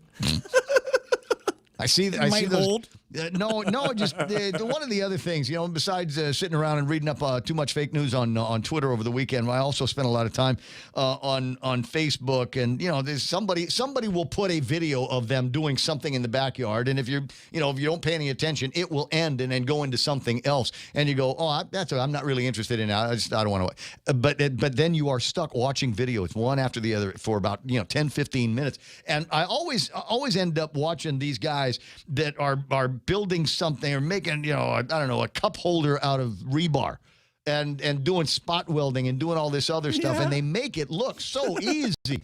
They make the thing look so easy. We're gonna tell you what. We're gonna take an old hard drive from a computer and turn this into a lathe. Really? You are? Okay, I want to watch that. Something else. But every once in a while, there's also another one about how to take off a California boot off of a car, and it's about 15 minutes long. Did you? Yeah, you watched that all the way to the end. Could you tell that you were being just reeled in every second? Oh, and then you got to do this, and then you got to get this thing, then spray that on, and then you go and get some banana leaves and put the banana leaves in there, and before you know it, you've watched about 15 minutes of this thing, and it really doesn't end up taking the California boot off the car. But they've wasted 15 minutes of your time. The never-ending gifts, if you will. It's 8:29 in the morning, and you might want to get Tello on the line for this. Apparently, of everybody over at the legislature, she is the only one that came away with a little bit of twitchiness based on what's going on with North Korea and China. Their allies, our allies. And an interesting story that I found this morning from 1945.com. It's on the internet, so you know it's true. The U.S. military has a plan to protect Guam from a swarm of Chinese missiles. It's in Tello's bag. They put the plan. It's in Tello's purse. Where is it? Let me get to the guts of the story here. And my Navy friends, if you're listening, if I still have any Navy friends, can tell me if there's anything to this. A recently published paper by the Heritage Foundation, a conservative Washington, D.C.-based think tank, hypothesizes that the Navy could repurpose some of their aging Ticonderoga-class cruisers for island defense. Despite their age, says the oldest one in active service right now is over 30 years old, the Navy cruisers are equipped with powerful air defense systems. Ticonderoga-class cruisers were designed to provide air defense to carrier strike groups with later upgrades that enabled ballistic missile defense, as retired Admiral and ex-commander of Indo-PACOM Harry Harris recently argued. Any future defense system for Guam should be integrated across all of the different assets they have, including these Ticonderogas. The paper points out that although the Ticonderoga's radar system is aging, they're equipped with the right mix of systems to offer commanders a viable air defense capability. With this in mind, these ships could serve as an operational test bed for integrating newer systems like the Army's highly capable TPY-2 radar into the targeting of the 120 missiles that are carried in the cruiser's vertical launch system. Is this making any sense to you, Real Joe? Are you getting flashbacks to ROTC? I've got it. Unlike the Navy's... Can you explain it to Tello? No. Unlike the Navy's still capable Arleigh Burke-class destroyers, which are temporarily moored around the island. Really? What? They're just over the horizon. I can't see them. When do the girls come in? When do the girls on these Arleigh Burke-class destroyers come in? I had no idea that we have these ships temporarily moored around the island. The Ticonderoga cruisers could be stationed there more permanently, says Guam offers several protected anchorages that moored ballistic missile defense-capable cruisers could move between without having to conduct prolonged navigation. Guess they're worried about their drivers, huh? Don't drive around too much. You scratch the ship. This potentially obviates the need for the Navy to man or maintain these ships for independent at-sea operations, potentially escorted or towed between mooring sites. And then finally, stationing Ticonderogas around Saipan and Palau, in addition to Guam, could greatly expand the United States Navy's air defense coverage from that of mere island defense to a more robust regional air defense system. It is an idea worth considering. So Caleb Larson's the guy that wrote this. Again, you can find it at the website called 1945.com on the World Wide Web. Now, there are people listening to this and hearing me read this that are going, okay, this, and again, completely understand it, completely understand the tactical arrangement that you would be able to have with a bouquet of different kinds of missiles that could be launched from these cruisers to protect the island. And then there might be a few other people wondering what's for lunch today. Just one of those things. I don't know, how distressed we can get about it. I try not to lose too much sleep over the idea that at any minute now somebody in China could push a button and launch World War III. But seems to me that we've all grown up under that threat. There has always been the threat that Guam would be taken out, and among the first places to get taken out in any kind of toe-to-toe shooting with the Ruskies or the Chinese or whoever we seem to be getting in the face of these days. So I don't know. It's interesting to me, and a little bit interesting that finally there are other people besides Mana and I and a handful of other folks that are talking about this stuff. The defense of our island is obviously important. Because of the incredible number of military assets that we have here. But we are also citizens of the United States of America, at least for unless Bavacqua and Wanpat, have their way. For the most part, we're all citizens of the United States. And I would hope that we would be among the... rather than sacrificed is what I'd rather we weren't. 8:33 in the morning, the Ray Gibson Show continues. A little bit later on, Jane Dia going to be in the studio and talking about how you can go out there and shoot at a deer without getting any trouble and maybe turning that into something good for all of us to eat. 8:34, Mana's coming up next.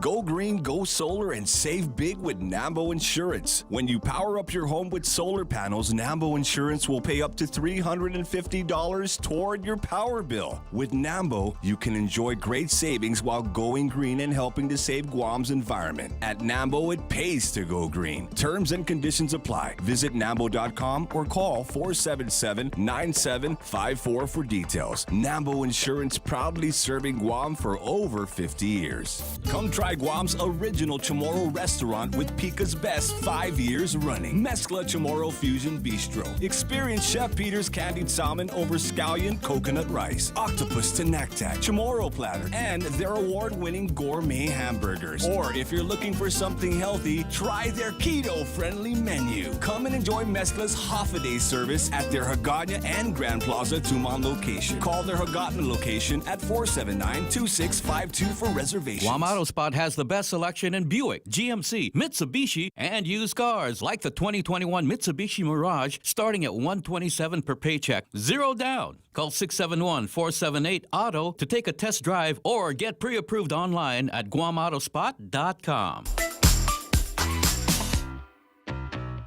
Real Joe, did you look up the Bering Sea? Which one is it? Yeah. You didn't look. It's cold. I know it's cold somewhere near Alaska. It just sounds cold. They've got so crabs. Cold it's overbearing. Yeah. They've got crabs and cod. 8:35 in the morning. Now, Mon and I were talking about. It must have been a slow news weekend, considering some of the coverage that certain people got. And she had suggested that maybe some of the editors of the newspapers go out there and interview some of the sailors that came off the Carl Vinson. Obviously, the ones from Guam. That's always a good, touch your heart piece. Where it's the kids from Guam. But I know that there's some people that get off the shore and just think, I never want to leave this place. This is paradise. And this is some so of them might be in jail and can't leave this place. I'm just playing around. There's more than a couple on Instagram. Off, they enjoy the beach, and they just fall in love with Guam, and they decide somewhere in their 3-day stay that they want to move here at the end of their career. So and those there's nothing stories wrong are with true. that. A bunch of people frolicking in the ocean yesterday, and like I said, they spent a lot of time, a lot of money over at the ABC store because apparently the liquor is good here, and you can find some great Instagram posts with a lot of guys. I'm looking at these pictures. I'm not going to make any judgments here, but my thinking is there's probably a lot of gym time on the ships because there were a lot of guys that were walking around yesterday like they were in a bodybuilding show, right? With like real abs. Yes. Oh, they're girls. Navy's changed. Yes. 8:37 in the morning. Havamana, let's take that last look at big news and headlines. What happened out there? Well, at 10 o'clock this morning, there's going to be a virtual public hearing with a speaker. She's calling in the Department of Public Health. In particular, she wants the Professional Licensing Office. She's going to go over a number of things to include the FY 2022 and 2021 funds and some investigation, review, and adjudication of some of the complaints that have been filed. And they want the status of rules and regulations and fee schedules for each of the licensing boards. That virtual hearing starts at 10 o'clock via Zoom. From Public Health as well, there were 22 new cases confirmed of COVID-19. 282 people were tested. More results will come out today. In the meantime, there are 27 people who have been admitted to the hospital. CAR scores at 4.5. And the fraud trial for the former Gura attorney will continue this morning after opening arguments started last week, Friday. Mark Smith's charged with wire fraud and money laundering. Today, the government's witnesses are going to be the first to take the stand. And there is a water outage affecting parts of Barragata, in particular to Cañada Totolu, and water restoration is expected about 3 this afternoon. Those are your headlines right here on The Point. All right, so what's this thing in the newspaper I was reading about people that are on SNAP need to report their bingo winnings? Yeah, so if you're on Snap, you go to bingo and you win one of their great prizes, you have to report that with Public Health. Because it changes the amount of money that you've got in the house. It sure does. And could... it affects your income. It could actually disqualify you from those benefits. If you're the $20,000 winner. Isn't that terrible? You have to make a choice between free food and bingo? What a life.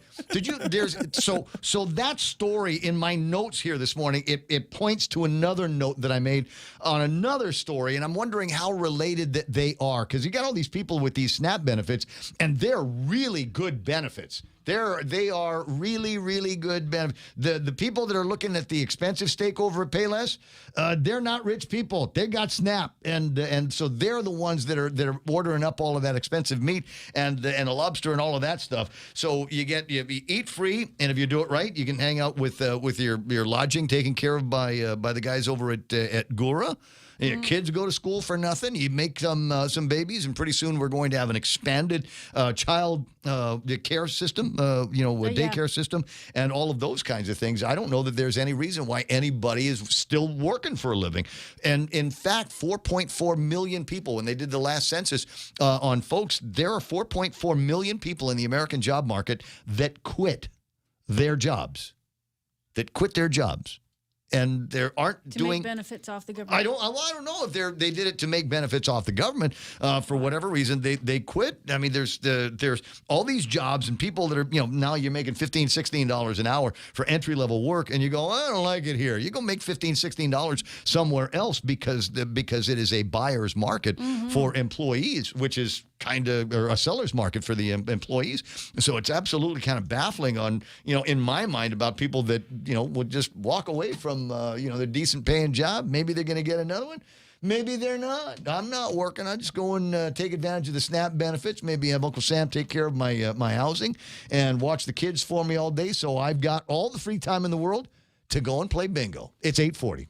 As we get back to business, Docomo Pacific is ready to keep you connected. Introducing Business Bundles Plus. Build a customized bundle with the right internet, mobile, TV, and phone plan for your business. Pay for exactly what you need and nothing you don't. And the more services you add, the more you save. Plus, you can rely on Docomo Pacific's fastest, most reliable network and 24/7 customer support. So build your own bundle and save today with Business Bundles Plus. Call 671-688-2677. Docomo Pacific Business. Work better together. Here at Guam Auto Spot, we have the best selection in Buick, GMC, Mitsubishi, and used cars. Like the 2021 Mitsubishi Mirage. As low as $127 per paycheck, 0 down. Or this 2021 Buick Encore. As low as $237 per paycheck, 0 down for 72 months. Call 478-AUTO to schedule a test drive or get pre-approved online at guamautospot.com.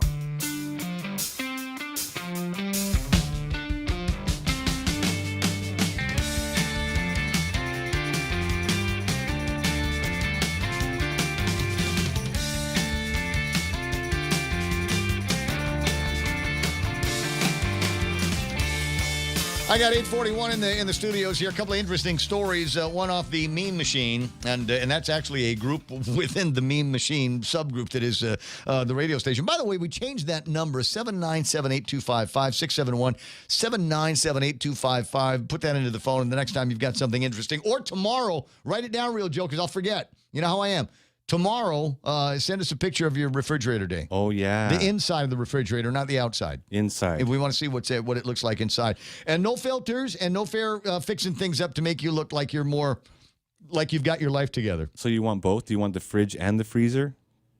Oh, that would be good. I don't know, man.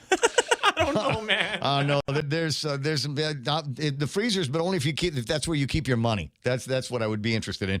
But that is true. I mean, there are places where you go. That used to be among the first things I did when I'd go into somebody's house. I'd pretend to put something in the refrigerator just to see if they've got. I've got a friend. I swear to God, he's probably listening right now. I'm not going to say Shane's name, but I swear to God, Joe. His refrigerator is alphabetical.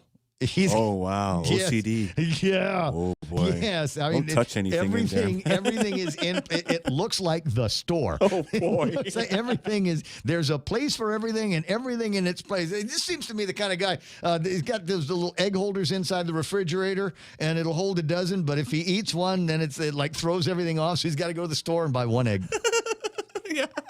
I just need to fill in that spot. Just got to fill in that spot. Eat a dozen at a time, just in and out. All right, 8:43. Who's on the phone? Who is that? That's your cousin Troy. Oh, cousin Troy's on the line. Oh, interesting. So, cousin, I'm trying to follow this story about the land out on Route 15 that the governor wants to use for a hospital, but running into some speed bumps because apparently somebody already owns it, right? Well, I mean, according to the paperwork on the biggest of the 18 lots, lot 2517, that land was quitclaimed back to the original landowners by the Ancestral Lands Commission in 2013. And I remember this vividly because the late Speaker Ben Pangilinan and former Governor Eddie Cabo was one of those few rare occasions when they were together and they were signing the deed over, and there was this commercial or this footage that was used in the campaign commercials to show that. And so the son of the original landowner, who is actually still alive, Margarita Flores Cabrera Pereira, the son, Vince Cabrera, will be testifying before the Oversight Committee on Thursday about how is it the governor is, because, by the way, they haven't actually had, I don't know if you would call it possession of the land since it was quitclaimed, because I think it was the interest that was, it was GovBomb's interest that was quitclaimed, but I think there's some confusion as to whether the U.S. government has fully returned the land. Is there who's got control over the property? I guess is the question. You've taken a look at the paperwork. Is there a reversionary clause in there? There's always, whenever the Navy returns land, there's always a reversionary clause. As they've done with Tietzen, which led to some interesting conversations from those landowners when they were able finally to take possession of the property, and then not let the government build the Magahaga Highway on it. Yeah. And then Ukudu is probably the most controversial of them, because the government of Guam ended up quitclaiming the land where the Northern District Wastewater Treatment Plant is. A company, Unix, purchased the property at fair market value, and then Cortec acquired all of Unix's interests. And so there's a certificate of title that shows that basically Cortec owns this property, but Gov Guam had to go into court to quote unquote correct the certificate of title, and the U.S. Attorney's Office has weighed in saying, look, there's this reversionary clause. We don't care who wins in this, but if the Northern District Wastewater Treatment Plant is not built, then we're going to revert that back to federal use. Yep, because it's critical to the military buildup. Huh. Yeah. Okay. I can see being over the barrel on that one. In this case, though, the military has declared that land in excess of their needs and gave that to the government of Guam. At which point, at some point in 2013, as you say, the government of Guam quitclaimed that land back to the original landowners. Unfortunately, now it's legacy time, and somebody wants to put $1 billion worth of hospital on that property. Yeah, and I was looking at the map yesterday, and this one property takes up the front half of Eagles Field and then extends far to the right of it. And then there are all these other properties. There's 18 lots altogether, and some of those original landowners actually are still alive, according to these maps. Yeah. And Are they paying taxes on it? You know, that's a pretty darn. Actually, I need to ask Mr. Cabrera. That's a pretty darn. I mean, if they're paying taxes on that property, or would, if notwithstanding any other laws, you know, they give senior citizens a break and things like that. But if somebody was in a position to be paying lands on that or maintaining it under the family name, then it seems to me that they've got control of that property, and it seems to me that they ought to be compensated for that land, or the governor needs to start looking for someplace else to put a hospital, like, I don't know, the grounds of the old Guam Memorial Hospital.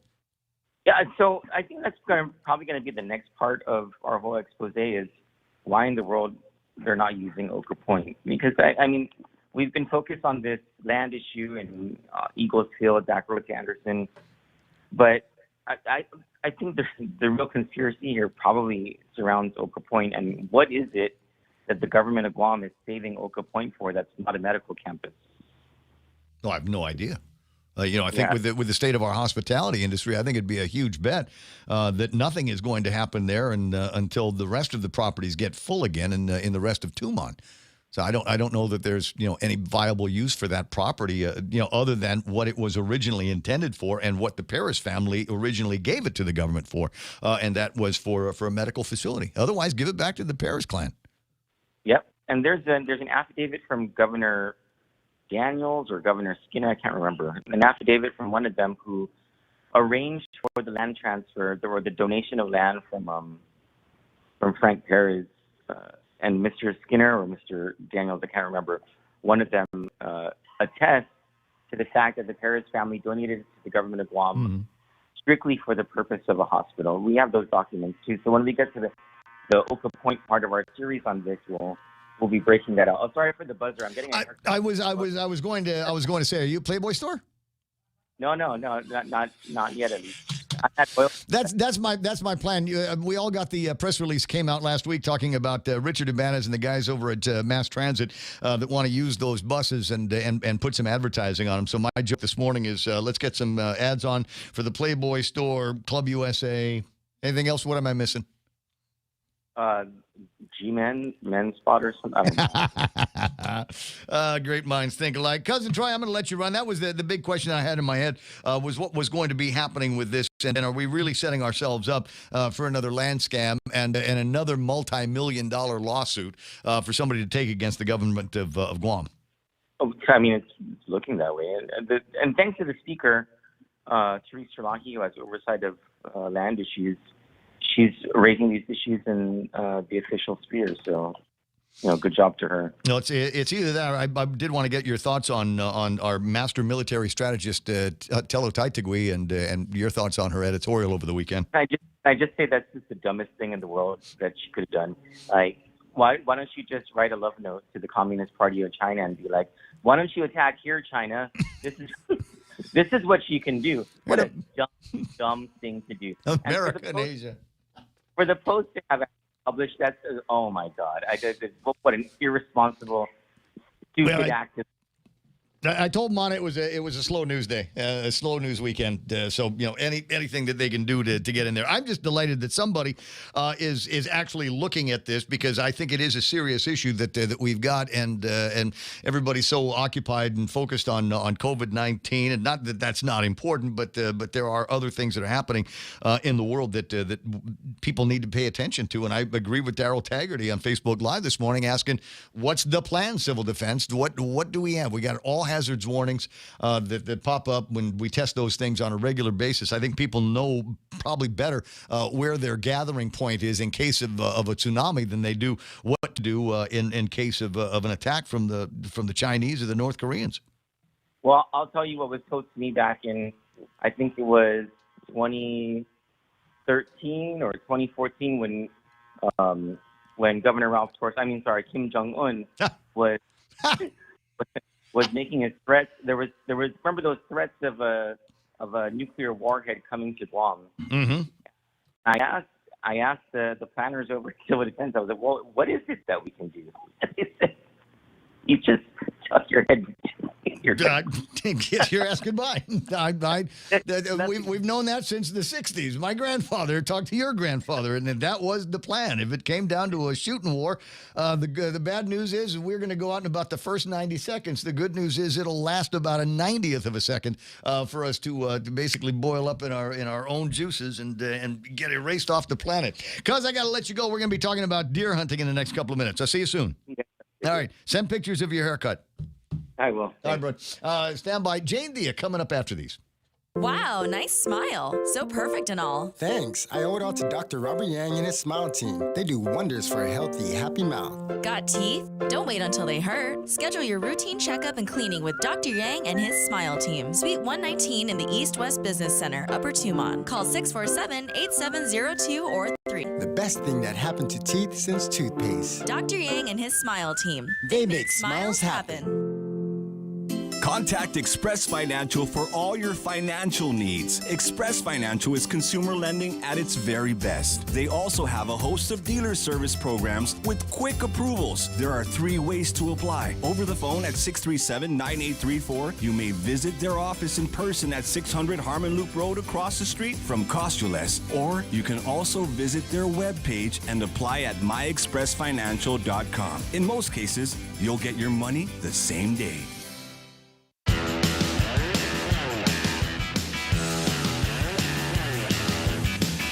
8:53 in the morning, Ray Gibson Show. Until what are we working until 10 today? Really, we're going to try for an entire 4 hours. We're going all the way, Ray. Do I have another hour in me? Do I have another show in me? Do I have another week in me, Real Joe? You have another couple years, Ray. I suppose so. Well, as long as we are electing senators and governors around here, and as long as there's some cockeyed decision making going on, I will have a job. Earlier, I posted up a picture of my very close friend, personal. It's actually my classmate, Ray Lynetta. And Ray is a Second Amendment aficionado as well as I am, and he is a hunter, unlike me. And so he went and did some practice runs up in the north end of town, and actually looks like he bagged himself a deer, and this is now practice for the big. It's not a pig derby coming up; it's a deer derby. I've got in the studio. Jane, it's all of it, right? We can shoot anything we want to this time. It's just deer. Just deer. Okay, move the microphone up. I don't want. Don't make it block your face because you're very pretty, and people are going to want to see your face as you explain how we're working through this derby. How's that? It's perfect. Okay. I mean, I like it. You sound good. Okay, let me get the dead deer off the screen and put the. That's 100-pounder. You can tell by looking? No, he told me. Oh. So Ray's a friend of hers as well. And one of the, he's evangelizing these hunting opportunities for people here on Guam. And I think it's a great idea.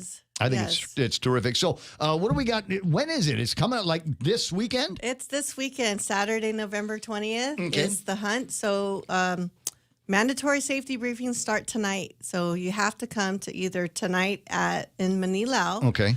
Tuesday in Talafofo or Jigo on Wednesday. All right. And now it's you from could have 6 missed to 7. You could have missed any of the other talk up on this and actually get involved tonight or tomorrow, Wednesday. Definitely. But that's the deal. You don't have you can start from where we're listening right now and say, okay, that sounds like something I want to be able to do. What are the requirements now outside of the test? I mean, how old do you have to be? Are little kids going to be able to get out there and shoot? And what can we use to kill the deer or the baboy or whatever it is that I'm hunting? Because I know that you've got restrictions on that, like no dynamite or lasers, right? Yeah, we did. You know what? No dynamite, Joe. We did form a committee for this planning because this is the first deer hunt we had, and those questions that you just thrown out there. So it's shotgun only, crossbow and archery. So it's not high powered. You can load lots of stuff in a shotgun. So what kind of rounds are you suggesting that go in there? Well, it's by law, so they do need to go online and look at the law because we have a conservation officers that are also going to be monitoring the animal when it comes in because we really don't want to. So how many pellets in the shell? I guess is what I'm asking. Well. It's in the statute? Yeah. Okay. Yeah, but whatever the law says, that's what you're restricted to. Because there are different people who had questions about what what is allowable. So it is what is by law. Okay, so we what just it's wanna a throw that shotgun out. with Yeah. whatever round goes in there. That's the by law. That's the one that you're going to use. Yes. Okay. But because people were questioning about pistol hunting, and so we're just trying to say let's just keep it simple for this competition. Oh no, you didn't. No, because now you got it in my head. Okay, so I'm a Roni guy. I have a Roni, and it starts with my little girly Glock, and then I can put it into this thing that turns it into it turns it into a longer gun. How's that? We're just saying for this competition, we're just So allowing just shotgun. Yes, Shotgun. and crossbow and arrow. Okay. So you have to fill out a form and bring it to the safety briefing. If you're using firearms, you have to have a current or valid firearms ID. It's 13 years and older, and you have to have parent permission, guardianship papers. I think that's great. Yes. I think that's awesome. Get the kids out there and teach them that food can come from someplace other than the grocery store. Yes. And it's good for the environment. Our last Baboy hunt, we had a young, I think he was 13 or 14, that won like second place in archery. Do they compete in their own category? So, 13 to 18. So, okay, so you're competing with grown-ups. Yes. And guys that have been out there doing it Well, longer. because the minors have to have a parent or guardian with them, so they're not alone. They have to go out with a parent or guardian, but they could be registered as the hunter.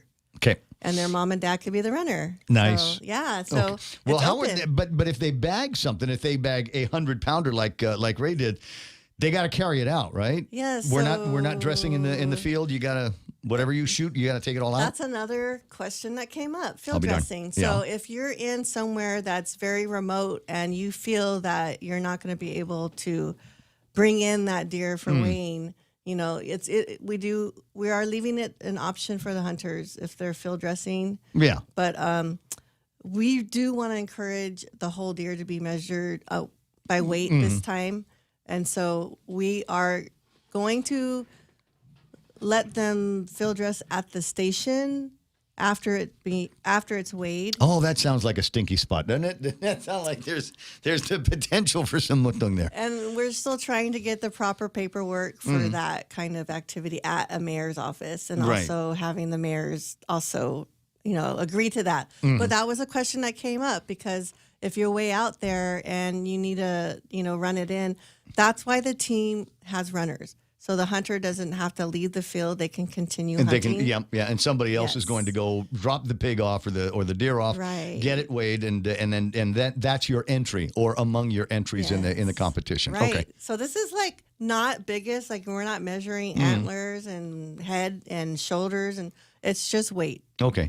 Yeah. Well, I mean that makes sense. I mean the genetics of the animal will determine what we've got for things sticking out of their heads, but you can't fake the weight. What about a pregnant doe? What about those? Does that count for two? Oh, so it's just weight. But yeah, that's another question that came up. No, we cannot bring in multiple deer and count it together as one weight. No, it's just a single weight. This sounds like it sounds like the committee work was fun. I mean, it just sounds like it was like one of those things. Let's get everything on the table, whether it's politically correct or not. We're just going to figure it out what the deal is going to be. Right. So at the end, it will come down to the hunter that has bagged the most pounds of whatever they're hunting for. Yeah, so the one, which is interesting for this hunt, it's unlimited take. So you have to have a hunting license. It's $15. Yeah. You have to get it, at our agency. But if you're hunting deer for that competition, no deer tags required. Which is for hunters, that's a big deal. It's a big deal. A friend of mine is in the States doing hunting. This is going to make you crazy, and because he bagged a bear. He went and in the States, you say you want to hunt bears, so okay, they might raffle off a few tags a year for that kind of thing. So he was able to get the tag and bag a bear, and apparently he's over at the taxidermist place right now, and I'm awaiting word on whether or not there's going to be any bear meat that makes its way through the mail to Guam. Just after 9. Jane Deere from the Department of Agriculture in the studio with us here this morning. We'll return to the conversation. We got a breakaway for some Fox News on the point. Awesome. That's the nature of diplomacy. A pact among nations to accelerate emissions reduction was agreed to, but consensus is more can be accomplished. COP27 is scheduled to be held next year in Egypt. Gernal Scott, Fox News. America is listening to Fox News. Top End Pest Control is who you call for all your pest control needs. Got a problem with roaches, ants, spiders, rodents, fleas, ticks, termites? No problem. They do it all. Top End Pest Control is a service-disabled, veteran-owned small business and HubZone certified, serving Guam since 2012. Call them today for a quote, 487-5657, or email topendpest@gmail.com. Check them out on Facebook at Top End Pest Control and give them a like. Top End Pest Control for all your pest control needs. As we get back to business, Docomo Pacific is ready to keep you connected. Introducing Business Bundles Plus. Build a customized bundle with the right internet, mobile, TV, and phone plan for your business. Pay for exactly what you need and nothing you don't. And the more services you add, the more you save. Plus, you can rely on Docomo Pacific's fastest, most reliable network and 24/7 customer support. So build your own bundle and save today with Business Bundles Plus. Call 671-688-2677. Docomo Pacific Business. Work better together. Well, Alabama and Cincinnati have switched places near the top of the latest AP college football rankings. Fox's Bob Mortale has more. The Crimson Tide moved from third to second in the brand new Associated Press Top 25 poll. Alabama crushed New Mexico State 59-3. That victory came one day after Cincinnati knocked off South Florida 45-28. But the Bearcats dropped from second to third. Undefeated Georgia is the unanimous number one pick for the sixth straight week. Rounding out the top six are Oregon, Ohio State, and Notre Dame. Oklahoma fell from fourth to 12th after losing for the first time this season. Baylor down the Sooners 27-14.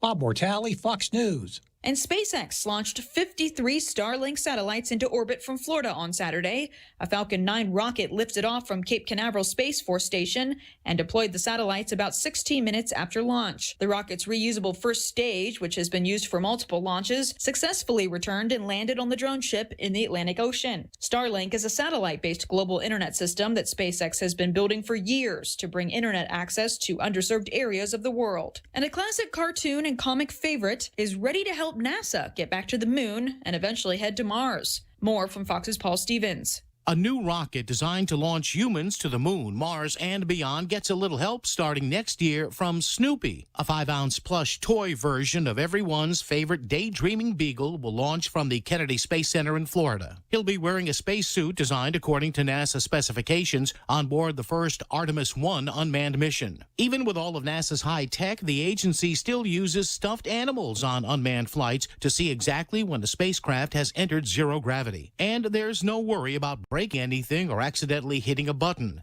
Paul Stevens, Fox News. I'm Mary Corsetti, and this is Fox News.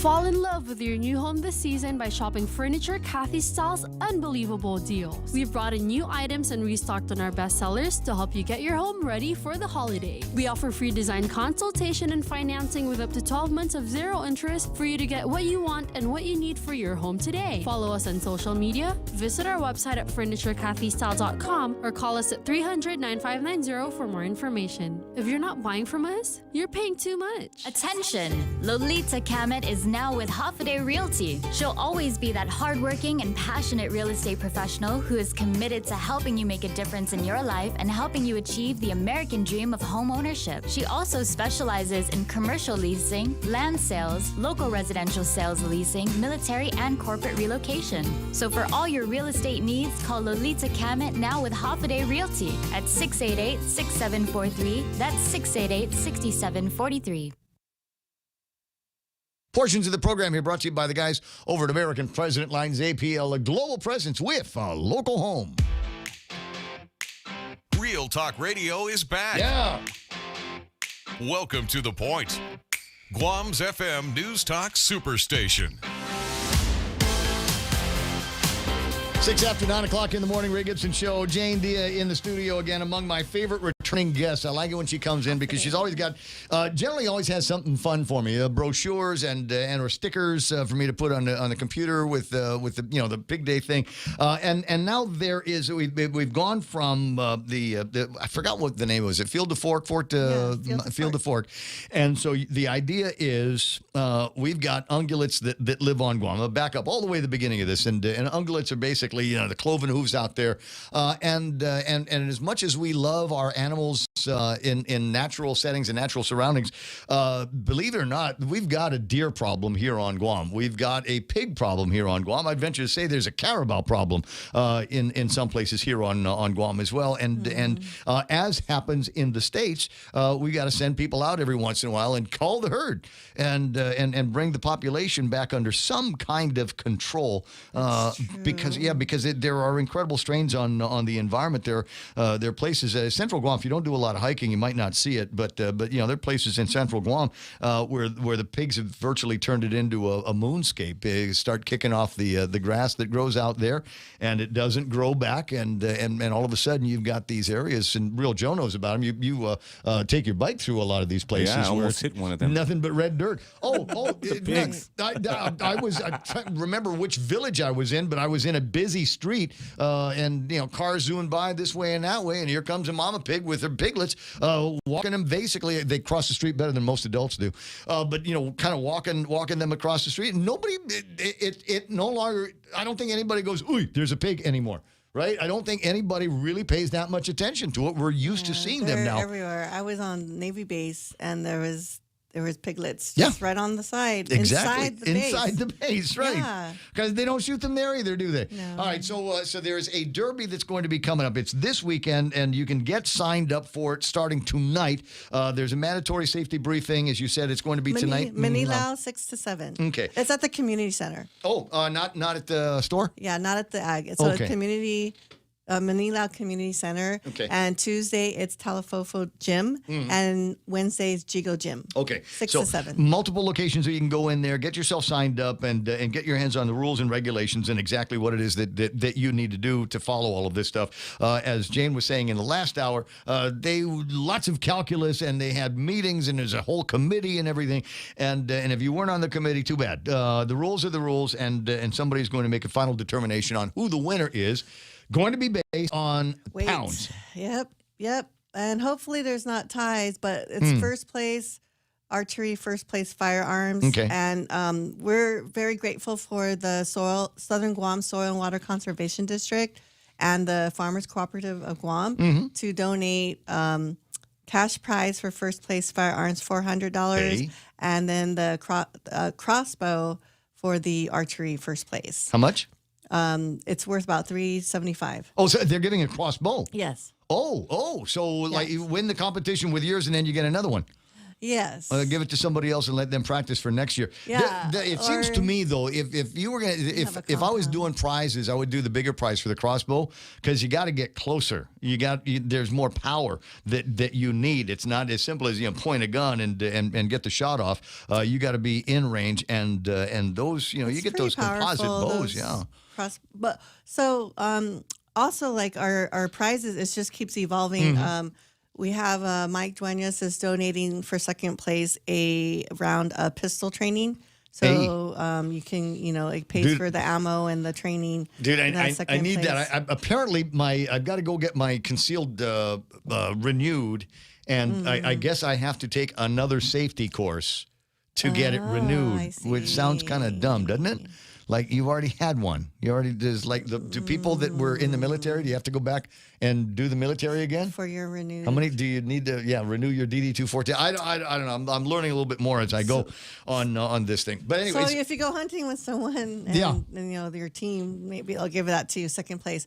But third place, we had really good donors that did gift certificates. So we had Moses stepped up first time right away. We had Bargain Tactical, of course, and also 511 Tactical, the clothing store next door. That's where you shop, right? Yeah, I love it. I love that place. They've got nice clothes there. You look and you go, that's a uniforms, man. I could wear that every day. Yeah, and the boots, and yeah, they have everything. So we're really, we're still receiving different things. So we're going to give the third place and other participants gifts. So what happens to the booty here? What happens to the prize? So you're going to go out there. We're going to be shooting stuff, and so do you have to eat what you shot, or are we going to give that to the mayors and then going to get to old people and prisoners, or what? Yeah. So we also had that question. So this time, the hunters are solely responsible for their game, so they're going to take it with them. They decide. Yeah, they're going to take it with them. If it happens to be they want to go back out, get a bigger deer, they could donate. But it's all up to them to coordinate that. Okay. We're not establishing a list. We're just, because we don't know how many are going to come in. And we would hate to have people like standing around and waiting. Waiting for a deer that's not going to be coming in. Right. But do you have any side conversations with any of these guys or girls saying, okay, I want you to bag this, and then I'm going to want about 20 pounds of it? Or the liver, or people are calling out like, "Oh, save this for me," So there's just who wants liver? And who's asking for the? I suppose it might be a delicacy among some. Certainly not for me. I don't know. And that's the whole thing about the field dressing is that most hunters do, eat the organs. Yeah. So you're not gonna exactly leave, parts. But we're going to have a data kind of. Research with whoever wants to volunteer to weigh the deer whole and then take out the innards and then weigh it again, so we can establish a percentage of weight, so that if a next hunt we want to add the option of adding into that dressed weight. A weight that was removed. I see what you're very technical. Sounds like it. That's why our team said, let's not do that this year. Let's make not it do easy. that. Go shoot deer, bring deer, weigh deer, go home with a trophy if you got enough of pounds. Yes. You come with it. Yeah, that's what. Just as simple as possible. Exactly. Okay. No, I'm crazy. But that was our committee. But I get it. I understand. You're going to get some people that just want to make this thing and and make it so that you got to have Gantt charts and parallel charts. Yes. Say if this, then that, and then how old is the guy, and was the wind blowing? And what was the temperature of the gun when the barrel, all that? No. It's as easy as possible. Go kill a deer, and if you kill enough of them, then you might win this contest. It's not based on numbers; it's based on weight. So if you've got a couple of real big ones, big what do they call the boy ones? The bucks. The bucks. Yeah. So you got big bucks that come in here. Big bucks. About how much would a healthy buck weigh on Guam? They get big on Guam. Really big. Like a couple 100, 300 pounds. People like what they've seen out there, it's over 200 for sure. But they get big. Like people are amazed. Well, I know, like pigs. It's not surprising to hear about pigs that get really, really big. The ones walking around the village are huge, and big as cars in some cases. Yeah, the boars are big too. Yes, and the boars are big. Yeah. And it's amazing how fast they can run after you when they're in that kind of mood. So if you want, now this is a deer hunting event. Yes. But if I had an opportunity to square off on an actual baboy, a pig, I could take it out. It just would not contribute to my winnings. Yeah, we talked about that too. Because like if you're out there already, you're encountering. I mean, what the heck? Hey. You were not stopping you. There's actually right now you do not need a hunting license to take a deer. I mean a pig. A pig. Sorry, a pig. So that's why we're just like, it's up to the hunter, but it takes away your time because if it's a tied place for weight, it's the first one who brings it in. Ding, ding, ding. So if you're also doing other things and, you're late, then... This just another one of the great programs. I wish we could do this more often. I think you've got the pig derby once a year, and this is going to be additional to that, right? Yes. So it's a pig and the deer derby that you're going to be doing simultaneously. If you're listening and you're going, you know what, that sounds like a lot of fun. Chances are it probably is a lot of fun, and a recommendation that you ought to give it a try at least once in your life. Stop by Jigo Gym or Talafofo Koban on Saturday, and you can see the action. Okay, so definitely do that, and then make make plans to be in one next year. Yes. Get yourself a gun safety course, go out and buy yourself a shotgun, and go out and use it every once in a while, and maybe you can participate in next year's Derby and have a good time with it. Plus, all of the other things that you do, you know, as a real advocate for hunting on Guam of all kinds. It's not just deer, it's not just pigs. There's, you know, you can go and shoot birds if you want to and eat Black those. Franklin. Yes. So I actually had a conversation like with Pete Duenas from Mescla. Like it would be so awesome if we can do a game care workshop where also it's a hunting clinic for Black Franklin. Bring it in, you know, dress it, and then cook it. So a real true field to fork kind of event. Well, if Chef Peter wants to do it, then I'll back him 100% because I think it's a great idea. I think so too. There's a kind of a gray area in my head because it seems to me that and Clint Rigel's been talking about this with the guys over at the Department of Agriculture and others, the farming community here on Guam, about putting together a slaughterhouse for something like that. But for some guys, they might want to do this for commercial purposes. And it seems to me that we don't do that here. We don't. And you know, that's what's interesting. That's the whole market hunting that caused a lot of the conservation issues was that the catch wasn't regulated. And so people would like fish out the ocean. They would hunt out all the animals for hunting because they were selling it. Yeah. And so if you're going to have a slaughterhouse and it's for your own personal consumption, you know, then you can pay for that service. Yeah, and probably do it. not going to be, you know, over hunting, but I'd like to be able to say that there ought to be some place where we can go. Like we got a fisherman's co-op. Maybe there needs to be like a deer hunter co-op or something like that. So people are actually watching what's happening with the population, and only one place where you can go and buy it. So you know, me and my brother and my buddies would go out fishing. If we catch a lot of fish, we're obviously not going to be able to take all of it home.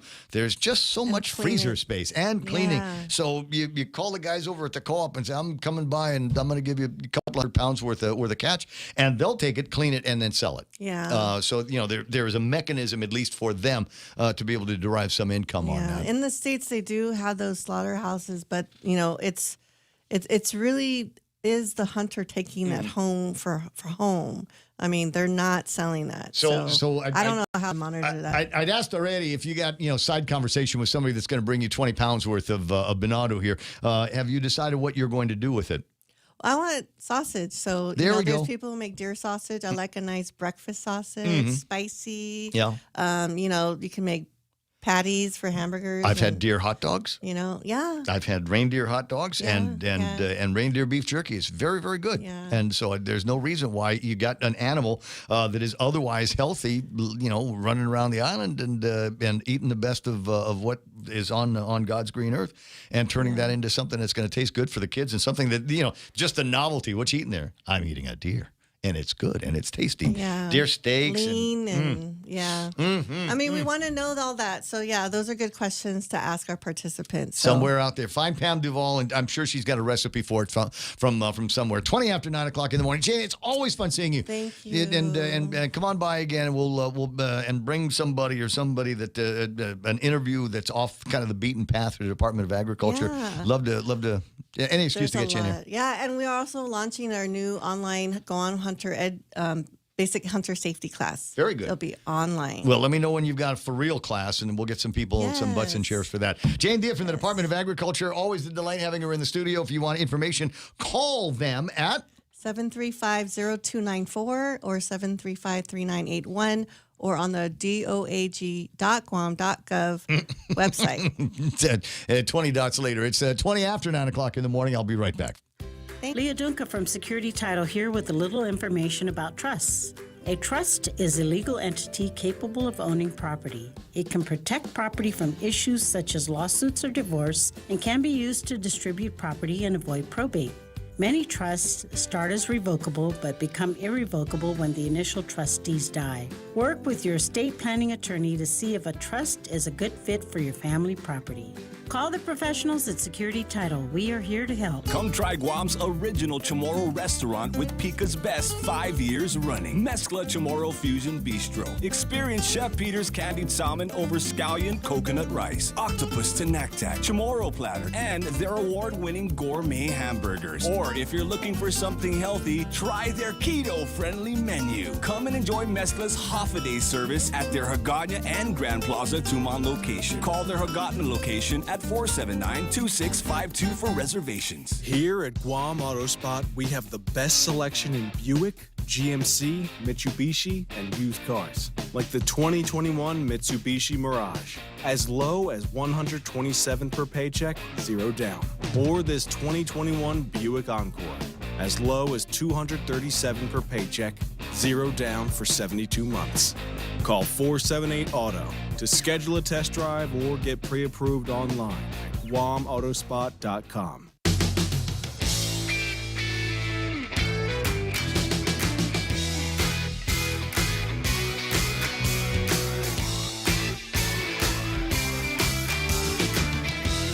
$9:22, and I'm not afraid of controversy. I don't mind it. Everybody's got a position on one side or the other they have to take and defend. Vaxxed versus unvaxxed, right? You got to figure out where you're going in your life. Another weekend has gone by, and another weekend where I am an unvaxxed individual, happily unvaxxed. As a matter of fact, and looking around at all the vaccinated people having a good time and unvaccinated people having a good time, and don't understand why there is so much controversy and disagreement, other than the fact that the government and the media have done a fairly good job of scaring the hell out of everybody. To the degree, one of the lingering arguments that I saw online, I know I shouldn't have wasted my time on it, but I did, was a conversation. I think it was. Started with a CNN article about how to do Thanksgiving in 2021. What to do about your unvaccinated friends and relatives. Right? Real Joe's rolling his eyes. You got to be kidding. Oh, my God. And there are people, there's two kinds of people in the world now. There is the kind, and it's almost biblical, where they say, I love my fellow man, and I don't mind breaking bread on our cherished Thanksgiving holiday. It's given to us by the Pilgrims and the Indians. There's a great story there. And I don't mind breaking bread with my fellow man, vaccinated or not. And then you've got other people, a little bit more Karen-y. They're like, I've already told my unvaccinated relatives, don't even bother showing up. No, we're not going to have a separate table for you. No, we're not going to let you eat outside. You're unvaccinated, and if you don't care about yourself or others, then I don't want you at my Thanksgiving, and I don't never need to see you again for the rest of our lives. I'm serious. There are people that have made that decision, made that stand. Like, if you're not vaccinated, you forget about coming to my house for Thanksgiving holiday and Christmas. Forget Christmas. Never mind Jesus' birthday. If you're unvaccinated, you don't love Jesus, and you can't come to my house for Thanksgiving. Now, have you had that conversation at your place with your family and friends? Are we that crazy? And the answer is, yeah, we are. Somewhere out there, somebody's listening to this broadcast right here on Guam, going, damn Skippy. Yeah, Skippy, yeah. Gibson, you're not ever coming to my house. And if you do, you'll need to show me proof of vaccination. And what kind of family and friends are you going to be where there's actually going to be somebody at the front door of the house checking your vaccination status when you come in for Thanksgiving dinner? There's people that are going to do that. There's people here that are going to do that. That one auntie's going to stand at the door. Oh, yeah, we got that one. We've all got that one aunt. Fortunately, the aunties that I have that were like that, I think most of them are dead. COVID got them, actually, come to think of it. Anyway, they were vaccinated. It's 9:25 in the morning. There's another, I don't want to say it's a controversy, but I think that there are going to be some people that will agree or disagree. Every once in a while, we'll do spots for some of the restaurants that are advertisers for the radio station, and in many cases, there's all these guys that are making a proclamation about how incredible their hamburgers are, and they'll send me pictures of them, and it's amazing because you get these things, a little tiny platter, and it's a cheeseburger that is packed up high. It's got 1,000 different ingredients on the inside of it, and they're about 7 or 8 inches big. These are the kind we make them for tourists to take pictures of. But have you ever actually tried to eat one of those burgers? They don't compress down to this. So I found this on Instagram, and I said, you know what? This is absolutely right. There ought to be a conversation that goes like this. If you want to make a burger big, make it wider, not taller. We aren't snakes. Our jaws don't open up. We did not disengage the lower, the unhinging of the lower jaw to the top part of the jaw so that we can fit one of these massive burgers in. A lot of times I'll get a massive burger and I will cut it into quarters. And naturally, it's going to fall apart, and so that takes away from my experience. It was nice to take a picture of it and stand it all up and tall and proud, but it was not all that much fun to eat. So here's the challenge that I'm going to put out to the variety of chefs here on Guam. I know you've got big plates. I've been in your restaurants. I've eaten on many of these big plates. How about we make a burger that is about a decent percentage of the actual plate? So rather than multiple stories of it, we'd spread it out wider, kind of resort style, as opposed to high rise. And that, it seems to me, would make more room for all of the different parts on it. Desserts, bacon. I don't know where that word dessert came from, but it just did. But we'll throw some bacon on it, and we'll just layer a thing of bacon, a bed of bacon, if you will, a bed of tomatoes, multiple pieces of cheese across the breadth of this kind of thing. What else you like on your burgers? Avocado. Avocado on your burgers. Yeah. Hippie. What else? I don't know if I ever had an avocado on my burger. That's my vegan side coming out. Oh, okay. So in all seriousness, I would go with beets. I mean, if you're looking for a new vegetable to try on your burger, don't ask me how I get started on this. In Australia, when you buy a Big Mac, it comes with beets, as in red beets on it, and it's really, really good. I like to cook with beets as often as I can, put it in my salads as often as I can. Yeah, and people look at me like, what the heck? Weird, man. Beets are a superfood. Look it up, bro. Look it up, athlete, bro. Do you even athlete? Beets are a superfood. There's something, I forget what it is. There's something in them that makes them incredible. Jim's on the phone. Jim, you know about beets, right? It's superfood? Well, it's one of the best vegetables you can eat. I mean, it's chock full of antioxidants and everything that everybody needs. See, do you need any other endorsement than that from Jim? Yeah, there you go. How's it going? How was your weekend, buddy? Oh, my weekend was fine, man. I mowed the yard and barbecued some steaks and yeah. I got the dude. I know exactly what you mean. We had the wettest October on record, and finally it ended. And I didn't have time last week, but over when it got to be Thursday, Friday, I did have time to go out there and run the lawnmower across. There is nothing more satisfying. And my brother always used to give me a hard time. He'd say, you make enough money. Why don't you have somebody come by and actually do the yard? And I said, you don't understand. I like yard work. I like going. I didn't like it when I was a kid, but I like it now. I like going out there and cut a concentric square and just make it smaller and smaller, and then even raking it up and doing the edging and the trimming and stuff like that. I try to make my place look like I hired a guy to do the work. All right. Yep, I don't pay anybody to do my yard because I need the exercise, man. There's that too. I have to work my grill marks off some way. There you go. Well, I tell you what, the other way to look at it is, you got a bunch of cute neighbors, and so I like to walk around there in my what do they call them? My silkies, no shirt. Yeah, hat. Yeah, we used to call those Ranger panties. I think they still call them Ranger panties, but I don't know that I'd ever say it to their face.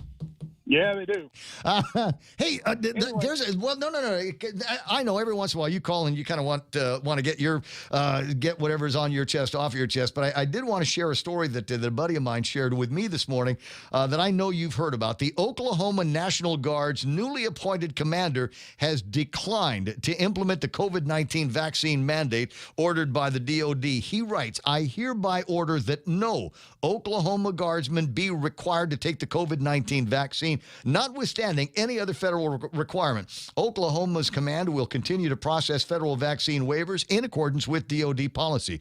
Additionally, no negative administrative or legal action will be taken against guardsmen who refuse the COVID-19 vaccine. Army Brigadier General Thomas Mancino wrote in a policy memorandum that came out on Veterans Day. Rather fitting, if you will. So you got at least one guard unit out in Oklahoma that is basically thumbing their nose at the DoD and the President of the United States of America, and I hope that more follow suit.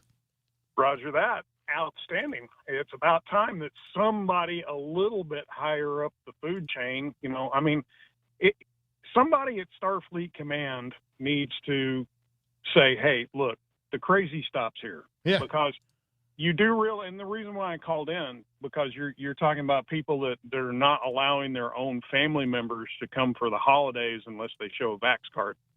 You do realize, and I hope everyone else out there in our worldwide listening, understands that the Federal Appeals Court has shot down the vaccine mandate from President Biden's administration. I was reading that order this morning. Okay.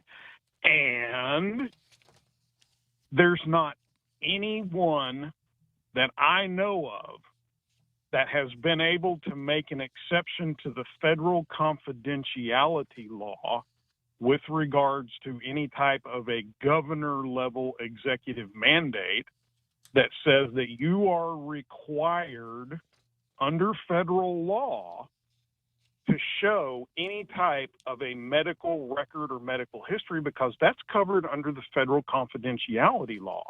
That is part of your medical record and your medical history, and no one has access to that except you, your doctor, and or your insurance company. And they can't force you to show any of your confidential medical records unless you give them written permission. Now, I know several people who are vaccinated, my wife being one of them. And my wife is from China, okay? And she knows what it is. Knows like about repression. They know about that kind of thing. It's almost a cliche what I think you're about to say. I'm hearing it from all kinds of other people who have lived under oppressive governments saying, this is what you people want here in America because this is what's coming if you don't put a stop to it right now. She knows what it's like to live with a boot on your neck. She knows what it's like to have them tell you specifically which apartment building you're issued for your family to live in, which company you'll work for, how many children you can or can't have. Now, I realize they've changed that here recently in the last few years. But the fact that they had a policy and enforced it. Did it in the first place, and were able to enforce it, okay? She understands what these things are like, okay? She had to stand in line with her dad and her mom to get their ration of toilet paper and their, one or two pairs of shoes a year and all that kind of stuff. And they told her mother, which school she would work at. And they told her whole family which apartment building she was going to be issued. And look, my wife's got the vaccination and hey, no big deal. She wanted to get vaxxed. Okay, fine. She wanted to get vaxxed. I'm not against it. I'm just not for mandating all of this crap because it's the first step. See, a lot of people are not realizing that this is the largest PSYOPs operation that has ever been mounted in history. And it's psychological warfare operations mounted against the people of our own country. It's not even against another country that we're at war with.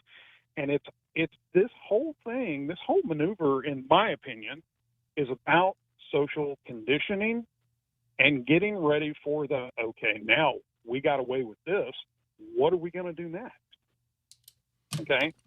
So I know a lot of people that walk into the restaurant and they're vaccinated. They could whip out their phone and show them if they wanted to. Mm-hmm. But my wife being one of them, she's like, that's none of their damn business. So, yeah, can I have that self-attest sheet, please?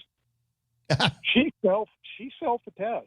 She will not show them her personal vaccination medical records because it's protected by law. As is her prerogative, but the Department of Public Health and Social Services or Social Secret Service and harassment here have put out a policy, a reminder to businesses that their recommendations are solely that the businesses can, at their own will, be as creative as they want to with regard to who comes in. So there's a number of restaurants here on Guam that are saying, you can self-attest if you want to, but we still want to see your paperwork. And I don't want to see it on your phone. I want to see the actual card. And there's a number of businesses that are like that. And you know, surprising as much of a nut as I am about this thing, there's some of them that I will still support. I mean, that's their prerogative. They're private businesses. If that's what they want to do to keep themselves, their employees, and their customers safe, then that's fine. Obviously, I can't eat in there. But if the food is good enough and the quality of the food and the prices are good enough, I'll continue to support them. But I will disagree with the idea that they've made it that much more difficult for unvaccinated people or even vaccinated people to eat there. There's other places where I'm spending my money that have decided, and I'll tell you right now, one of the places I eat at least twice a week is Stack's, and Stack's has decided that they are not going to be distinguishing between vaccinated and unvaccinated customers. If unvaccinated people can't eat in the restaurant, nobody eats in the restaurant. Everybody is taking it to go, or they're not getting Stack's. It's as simple as that, and I applaud them for that thinking. I'd like more businesses to be of that mind, but I understand the ones that aren't. Absolutely. I support that. You and I had a conversation once before, with regards to the cancer treatment center, and a friend of mine and by the way, he did leave. He's got his house for sale, and he packed up and he went back to, believe it or not, Oklahoma City. So go figure. The free zone. But yeah, because they weren't going to give him his cancer treatment here. He was literally going to die because he didn't take the vax. And he had 3 doctors that said he shouldn't take the vax. So, that's neither here nor there, because going out to eat is not a quote-unquote necessity. Okay. In fact, I got to be honest with you, bro. I like to eat out as much as everybody else does. But the wife and I were discussing it this weekend while we were grilling them steaks. Yep. It was like, dude, we've probably saved several $100s a month by eating at home, a lot more, So, that's a thing that you can live with or you can live without. But, if you get it, I won't go back and think about the cancer treatment deal because that's quote unquote a necessity. But it's the idea, Jim, that they've got us bent over a barrel, or they think they've got us bent over a barrel. You will subject to our mandates here. Otherwise, we're going to remove the privilege of being able to go out and eat or have a beer with a pretty bartender or something like that. It's the idea that they believe that they've got that amount of control, and certainly, I think the other point that makes me crazy is that they're mandating a vaccine that I don't need. My doctors are recommending that I get vaccinated because that's what doctors like to do, but they're not saying, Ray, vaccinate or die. We think that you ought to get the vaccine. It's free, and it probably isn't going to have a very deleterious impact on you. But it's the idea that there is that possibility. Have you been keeping an eye on the VAERS numbers, the adverse reaction numbers that are floating around? There's guys in Congress. I got a video. I don't have it on me now. I probably shouldn't have brought it up because I don't have it ready to play. But there's a video of a guy in a hearing at Congress, and he's going over the numbers and making a comparison between the number of people that die when they get the flu vaccine, and it's not a big number of people compared to the number of inoculations that are given for the flu, and then the number of people that have died from adverse reactions from getting the COVID-19 shot. And I'm not saying it. I'm repeating what the guy is saying on the video. It's a short piece of video, but it bears at least awareness. I don't believe that it is worth for me I think I'm a healthy individual, got a tan, spent some time outside, reasonable diet, reasonable exercise. And I don't think that it is worth the risk of me taking the vaccine for what we now know are possible outcomes that you might or you might not get. But I also might or might not get COVID-19. I disagree with the doctors that say it's a question of when, not if. Well, yeah, and here's the thing. Okay, you get vaccinated, you get both shots, you get even the booster, okay, and then the booster starts wearing off. And now, they're all about the science, the science, the science. Okay, here's the science. Okay, this is the in-your-face actualities that are happening on your street, USA, wherever you're at, Sinai, Guam, Hawaii, doesn't make any difference. You can still carry it. You can still spread it. You can still infect somebody else, and you can still get it yourself, except the only difference is that maybe if you get it, it doesn't give you as severe symptoms, and maybe you won't overload their ER room that they've had 2 years and more money than God from the federal government to try to get ready for, which they haven't, and they probably won't and never will because, look how many decades GMH has been broken, okay, to the point of bankruptcy and bailout after bailout after bailout. Yep. Another phone call. Sorry. That's all right. No, that's all right. I was going to finish up anyway. We meander through the topics here. I don't disagree. Yeah, I've been watching people talk about the systemic issues at Guam Memorial Hospital all of my professional career, and now all of a sudden we're surprised we get the COVID-19 coming through, and people are going to get sick and people are going to die from it, and we complain about the nature of the hospital. Well, everybody at the legislature has been there for more than a term or so, and everybody over in the governor's office. Governor used to work at the legislature. And 20 years ago, they had ample opportunities to fix these problems. And as Vince Akimoto will point out, that chicken has come home to roost. 9:42. Jim, I'm going to let you run. Yeah, bro. Lots of Kaduku out there, brother. there's Bula Kaduku. I'll talk to you later. It's 9:42 on the Ray Gibson Show. On screen right now, we were talking about bigger, wider burgers, and so there is, you'll hear me talk about Sarita Garin from time to time. This is pretty Sarita Garin, and she is at the business end of what looks like a massive burger. Sarita. Why'd you stop, baby? Why did you stop? You're trying to figure out which end to eat this from, huh? It's gnarly. There's no small end of this burger. Yeah. There's no small end on the burger, sweetheart. And so you got to at some point figure out how to do this. I will, as I said, I'll cut it into quarters, or in the very least a half, and then pick up kind of the wedge of it, and maybe I've got a corner that I might be able to, a corner of a round bun that I can work in there. That's why sliders are so popular, because you can eat. It's dainty. I'd like to. You know what I'd like to have done? I mean, the fly on the wall, right? Because otherwise, if I say what's on my mind, I'll come off like the pervert, right? True. But I would like to see just how messy that got. I'd like to see. Because I know what that would do to my beard, but I'd like to see just how messy that got when Sarita was eating it. It's 9:44 in the morning. You found the Ray Gibson Show. I hope you find it interesting. In the very least, the unspoken compact between you and I is that I promise I will be as real with you as possible. If I get a thought in my head, I'll try not to filter it and just let the thing out. And you decide whether it's entertaining for you or not. The program will always be entertaining to me. I will always find something of interest to me. And if it ain't of interest to you, then maybe in the next call. It's like listening to Top 40 radio, where you might like this song that's playing right now, and you might not like the one that comes up after. Or vice versa. You might absolutely love the song that's on the air now, and then you give it a listen, and about 5 minutes later, here comes a song, and you go, oh, that sucks. I didn't know they were still playing that guy. That record should have blown away in the typhoon.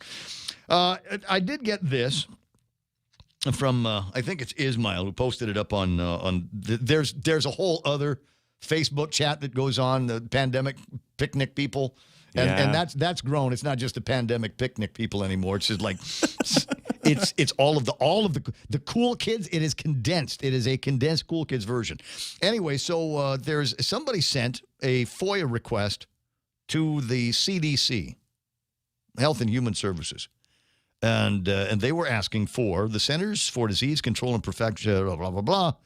The FOIA was basically asking if they had any records of unvaccinated people spreading COVID after they have recovered from COVID. So, hypothetical Ray Gibson situation. I believe I already had COVID, and therefore I believe that I cannot spread it to anybody else anymore. If you've got the thing in your system, if you didn't spread it when you had it, then you can't spread it anymore, is the theory. And so they put out a FOIA because they wanted to find out if they have any records of unvaccinated people after having recovered from COVID spreading it. And the answer it reads, documents reflecting any documented case of an individual who never received COVID-19 vaccine, was infected with COVID-19 once, recovered, and then later became infected again, and transmitted COVID to other persons who reinfected. I don't know, it's FOIA language. But the up and down on this is the search of our records failed to reveal any documents pertaining to your request. The CDC Emergency Operations Center conveyed that this information is not collected. Well, number one, why isn't it collected? You can't give data if you don't get data. Number two, maybe they're not collecting that because it doesn't exist. It's a unicorn.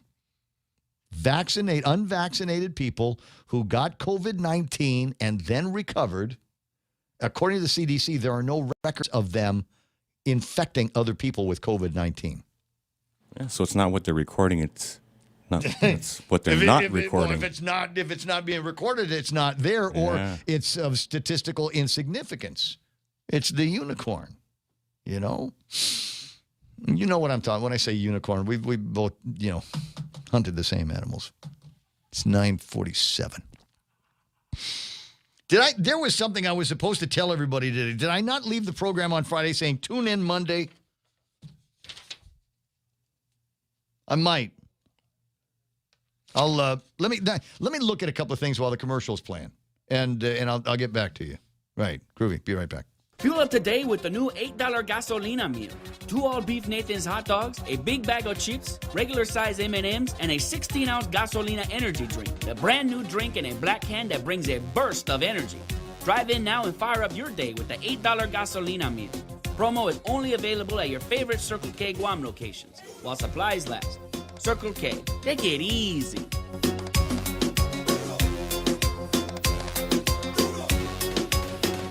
Raise your glasses for a toast because First Hawaiian Bank now turns your meals into a reason to celebrate.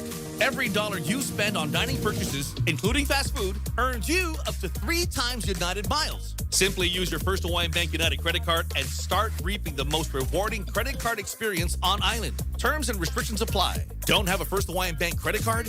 Visit any branch or FHB.com to apply today. With First Hawaiian Bank, it all starts with yes.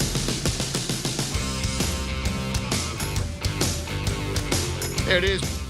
Got this just in. It's almost a bulletin here. It says, enjoy a 10% discount on all regular priced menu items ordered for takeout at Chili's. 10% is available now through the end of the year on take. That's the way we're doing it anyway these days. A lot of takeout, and you're just about to get a massive savings from your friend over at Chili's. More life happens there. 9:49, Senator Chris Duenas. But first, I've got the other Chris on some GWA outages. We announced in the first newscast this morning that water was going to be out in the Cañada area as a result of some GWA issues, and it looks like it might be going for a while. Chris, how you doing there, bud?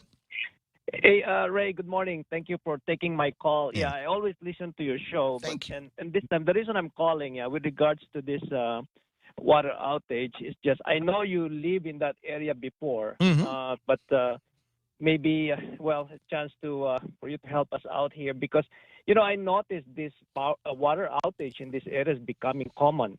I think 2 weeks ago it was, and then it's becoming like almost every other 2 weeks. And I'm scared it will be becoming more and more frequent. So it's becoming a concern. I check, and it seems like, I don't know if you know about any improvement in the future, a long-term solution for this one.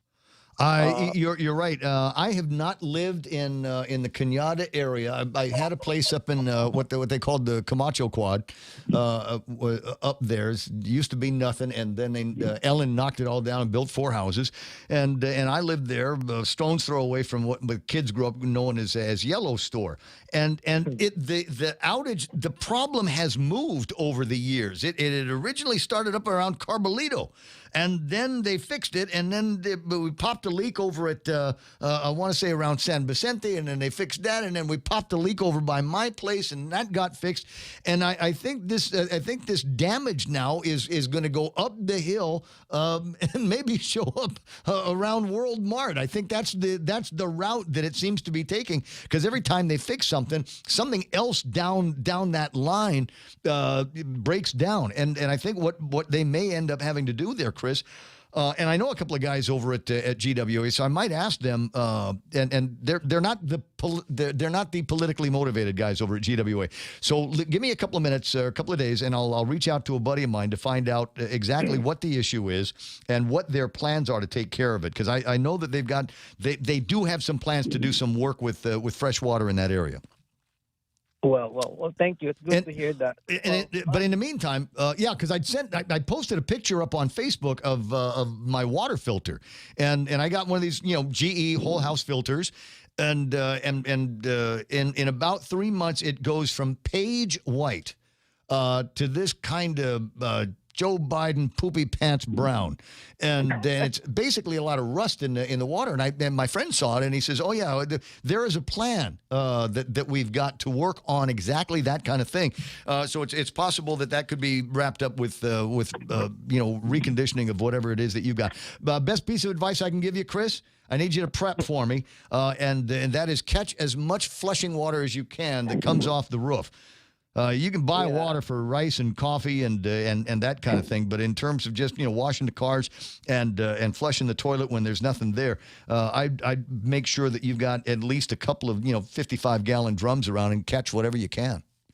Yeah, it's a problem, especially on a Monday morning. You're going to work and you turn on your faucet, nothing. So it's a worse feeling. Yeah, but anyway, and we didn't get that information until I want to say it was about 5:40 or something like that when the guys over at GWA sent that out. So I wished I could have given you more notice, but it's an emergency outage, and by the nature of the emergency, except the definition they use at Adelup, we got you the info as quick as we could.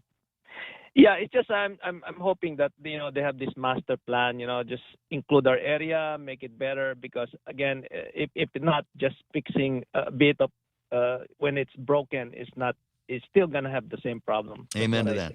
Hey, you take care of yourself, Chris. I'm going to run. I got the other Chris on the line. Thank you for your public service. Anytime. So, Chris Duenas, something to work on, maybe an oversight and find out, what it is that it's going to take, because there are still some areas in some villages that are not getting the kind of quality service that they need from the utilities. Hoffa, what's going on? Sounds good, Ray. You were describing me earlier, so I had to call you. This I'm the unwashed masses, unvaxxed COVID survivor. But did you catch Pags this morning? Talking about this with one of the docs. I was halfway in and halfway out. I was busy prepping for the show. But yeah, I heard that he had a doctor, Joe Pags. He'll be on a little bit later on today. I think they're going to rebroadcast that show between here and Tall Tales. So be listening for Joe Pags. An interesting conversation. And he's developed the conversation as we all have over the last couple of years with the teeming number of what about this, what about that, and deafening, roaring, thundering silence on those whatabouts from the administration. Yeah, so basically the doc indicated today that only basically in England and in Israel are they actually doing and giving out solid data on COVID on those who are, as far as they're concerned, inoculated and basically safe as COVID survivors, even safer than the vaccinated. And it's interesting from what the doc's perspective was, and the study shows is basically what happens is, first of all, the immunity doesn't wane like the vaccination. The second is basically it just establishes a marker in your bloodstream that says the next time that even a variant or whatever else comes in, it already identifies it, jumps up. You may feel that a little rough for a couple of days, like when you get a cold and the way you build up that same immunity.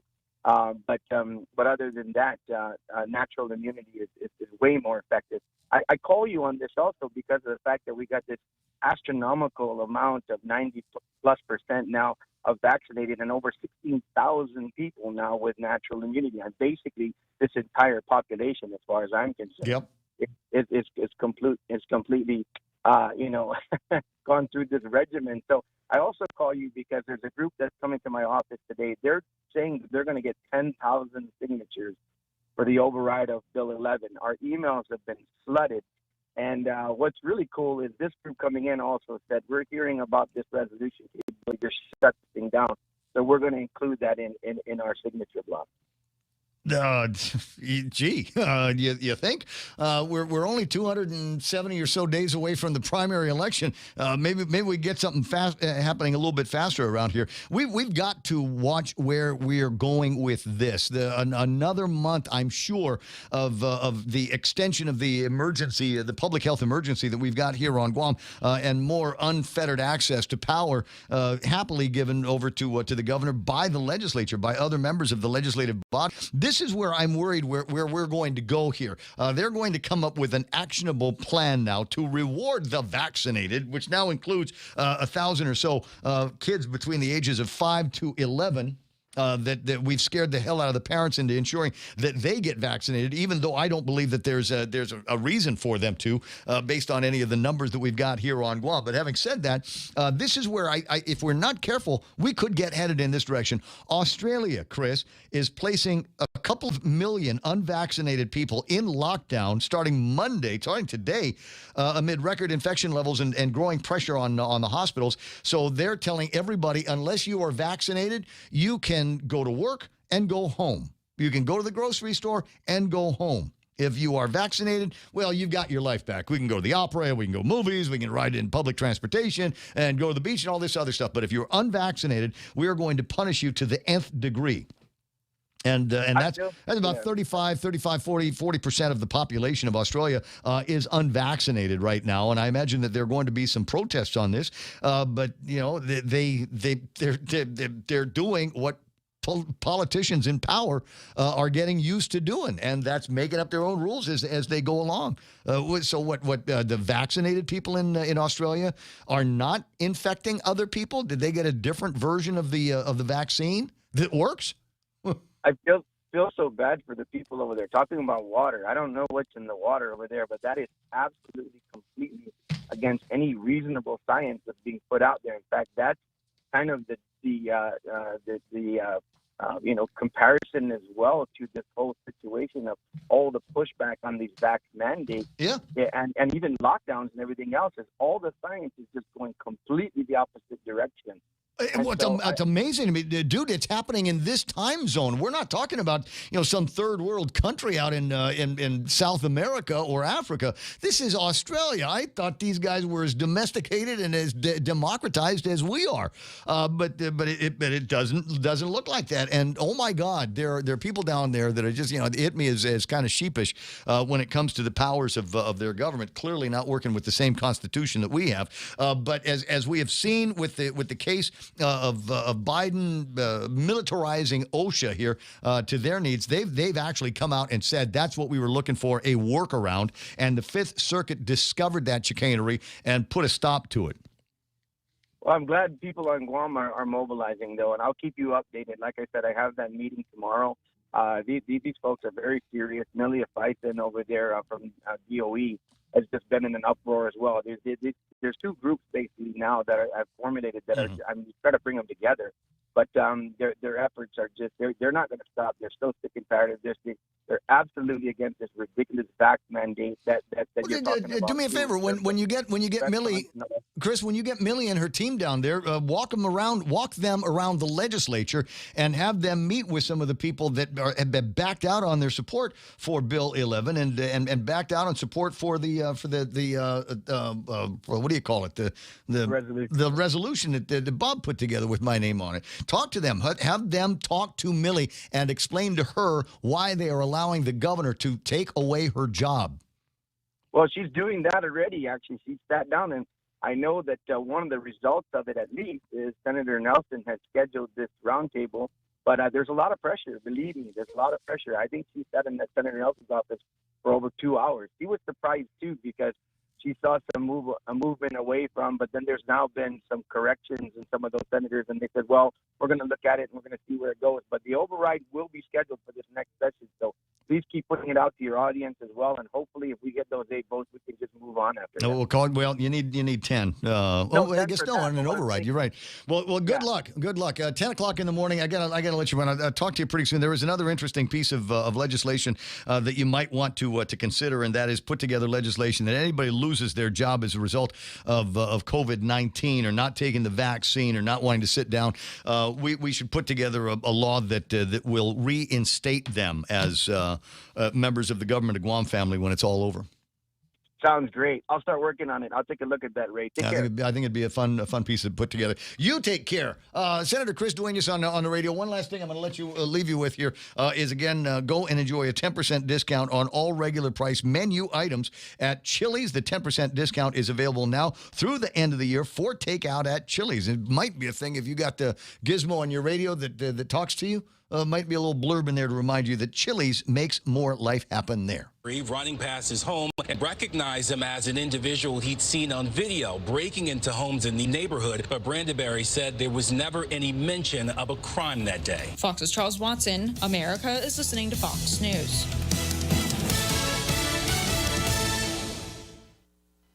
Get all of your favorite Fox News podcasts ad-free on Apple Podcasts with Fox News Podcasts Plus. From Trey Gowdy, the Fox News Rundown, Will Kane, Brian Kilmeade, and so much more. Go to foxnewspodcasts.com for all the details.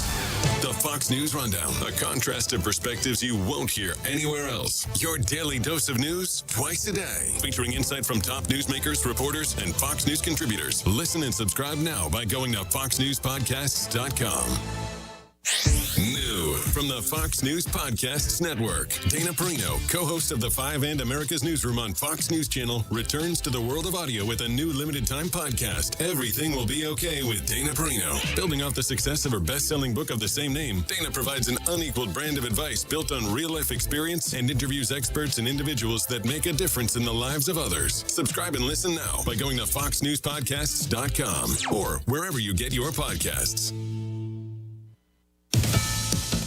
More and more families are being captured along the southern border, trying to enter the country. Fox's Bill Malusian reports. Once again, it was another very active night out here in La Jolla with masses of migrants crossing over. A group of between 200 and 300 migrants crossed illegally here. Masses of families. There was a little bit of a lull. Now it's starting up again. And most of these families have different color wristbands on when they cross, which means they were pushed across by the cartels at a certain location at a certain time. There was one unaccompanied minor boy, a 5-year-old from Guatemala, who made this journey completely alone. Border agents told us this little boy's parents are already here in the United States, but this sort of thing happens all the time. Just in fiscal year 2021, there were 147,000 unaccompanied minors who made this journey alone, crossing here into the United States. That's up 5 times what it was in 2020. And this as there's another border crisis happening on the other side of the globe. Thousands of people remain on the border between Belarus and Poland. The situation does continue to deteriorate as people are attempting to cross. One group of 50 was successful, but they were quickly apprehended by Polish forces. Clashes have broken out, and whenever a small amount of aid is delivered, the workers are stormed by masses of people. EU foreign ministers are looking to increase sanctions on Belarus and officials in Minsk that are suspected of organizing the flights and transportation to get these migrants to Poland's border. This is seen by European officials in neighboring Poland, Lithuania, and Latvia as a direct response from Belarusian President Alexander Lukashenko for sanctions imposed on his country after a disputed election last year. The Russians are key allies of Belarus, but President Vladimir Putin says his country has nothing to do with the developing migrant crisis. Fox's Trey Yingst. And nearly 2 years after the onset of the coronavirus pandemic, Carnival Cruise Lines is restarting operations in Mobile, Alabama. Carnival said Thursday that all 22 of its U.S.-based ships will be back in operation by March 2022. I'm Marie Corsetti, and this is Fox News.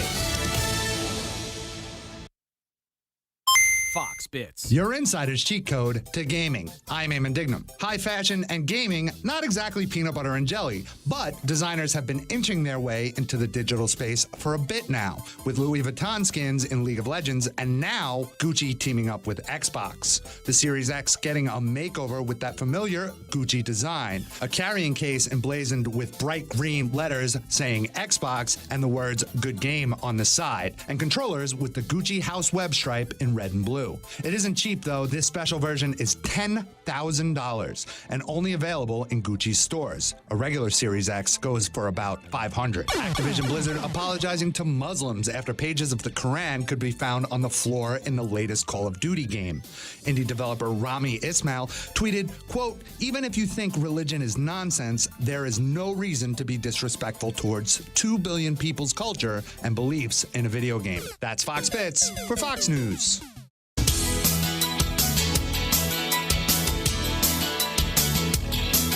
Welcome to the Talk Radio Countdown Show with Doug Steffen, counting down what America's talking about. The Talk Radio Countdown. All right, there it is, the familiar weekly music heralding the beginning of the Talk Radio Countdown Show, the official overview what's going on in the world of News Talk Radio. Michael Harrison is here. He's the major domo, the big guru, the guy at Talkers Magazine. So he's got the list. Well, he's got two lists, 1 and 2.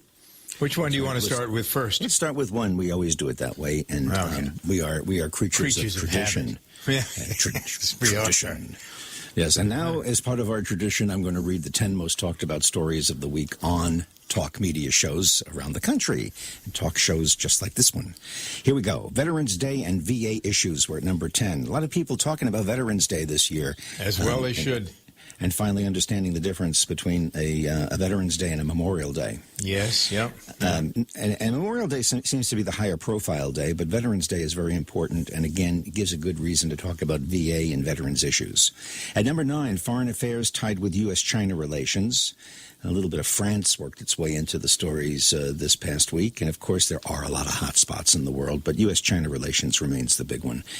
The terrible tragedy in Houston, number 8, the Astroworld tragedy, and more information breaking on the Rust case. That's the one with Alec Baldwin. At number 7, we have a tie between two major issues every week, race relations and immigration. At number 6, the Kyle Rittenhouse trial kicked off in Kenosha, Wisconsin. Very complicated, highly politically charged legal affair. Climate change is at number 5 as that COP26 conference came to a conclusion this week, leaving a lot of questions unanswered and a lot of heat on the Biden administration. At number 4, Trump and GOP politics. That's now a category unto itself. Number 3, the January 6th investigation tied with the relationship between social media and journalism. It affects almost every story now. And at number 2, we have COVID-19 vaccines, masks, mandates, and the Aaron Rodgers controversy and school board controversy. So COVID-19 is really a big political issue, more so than a health issue at this point. It's a political issue, although it should be a health issue.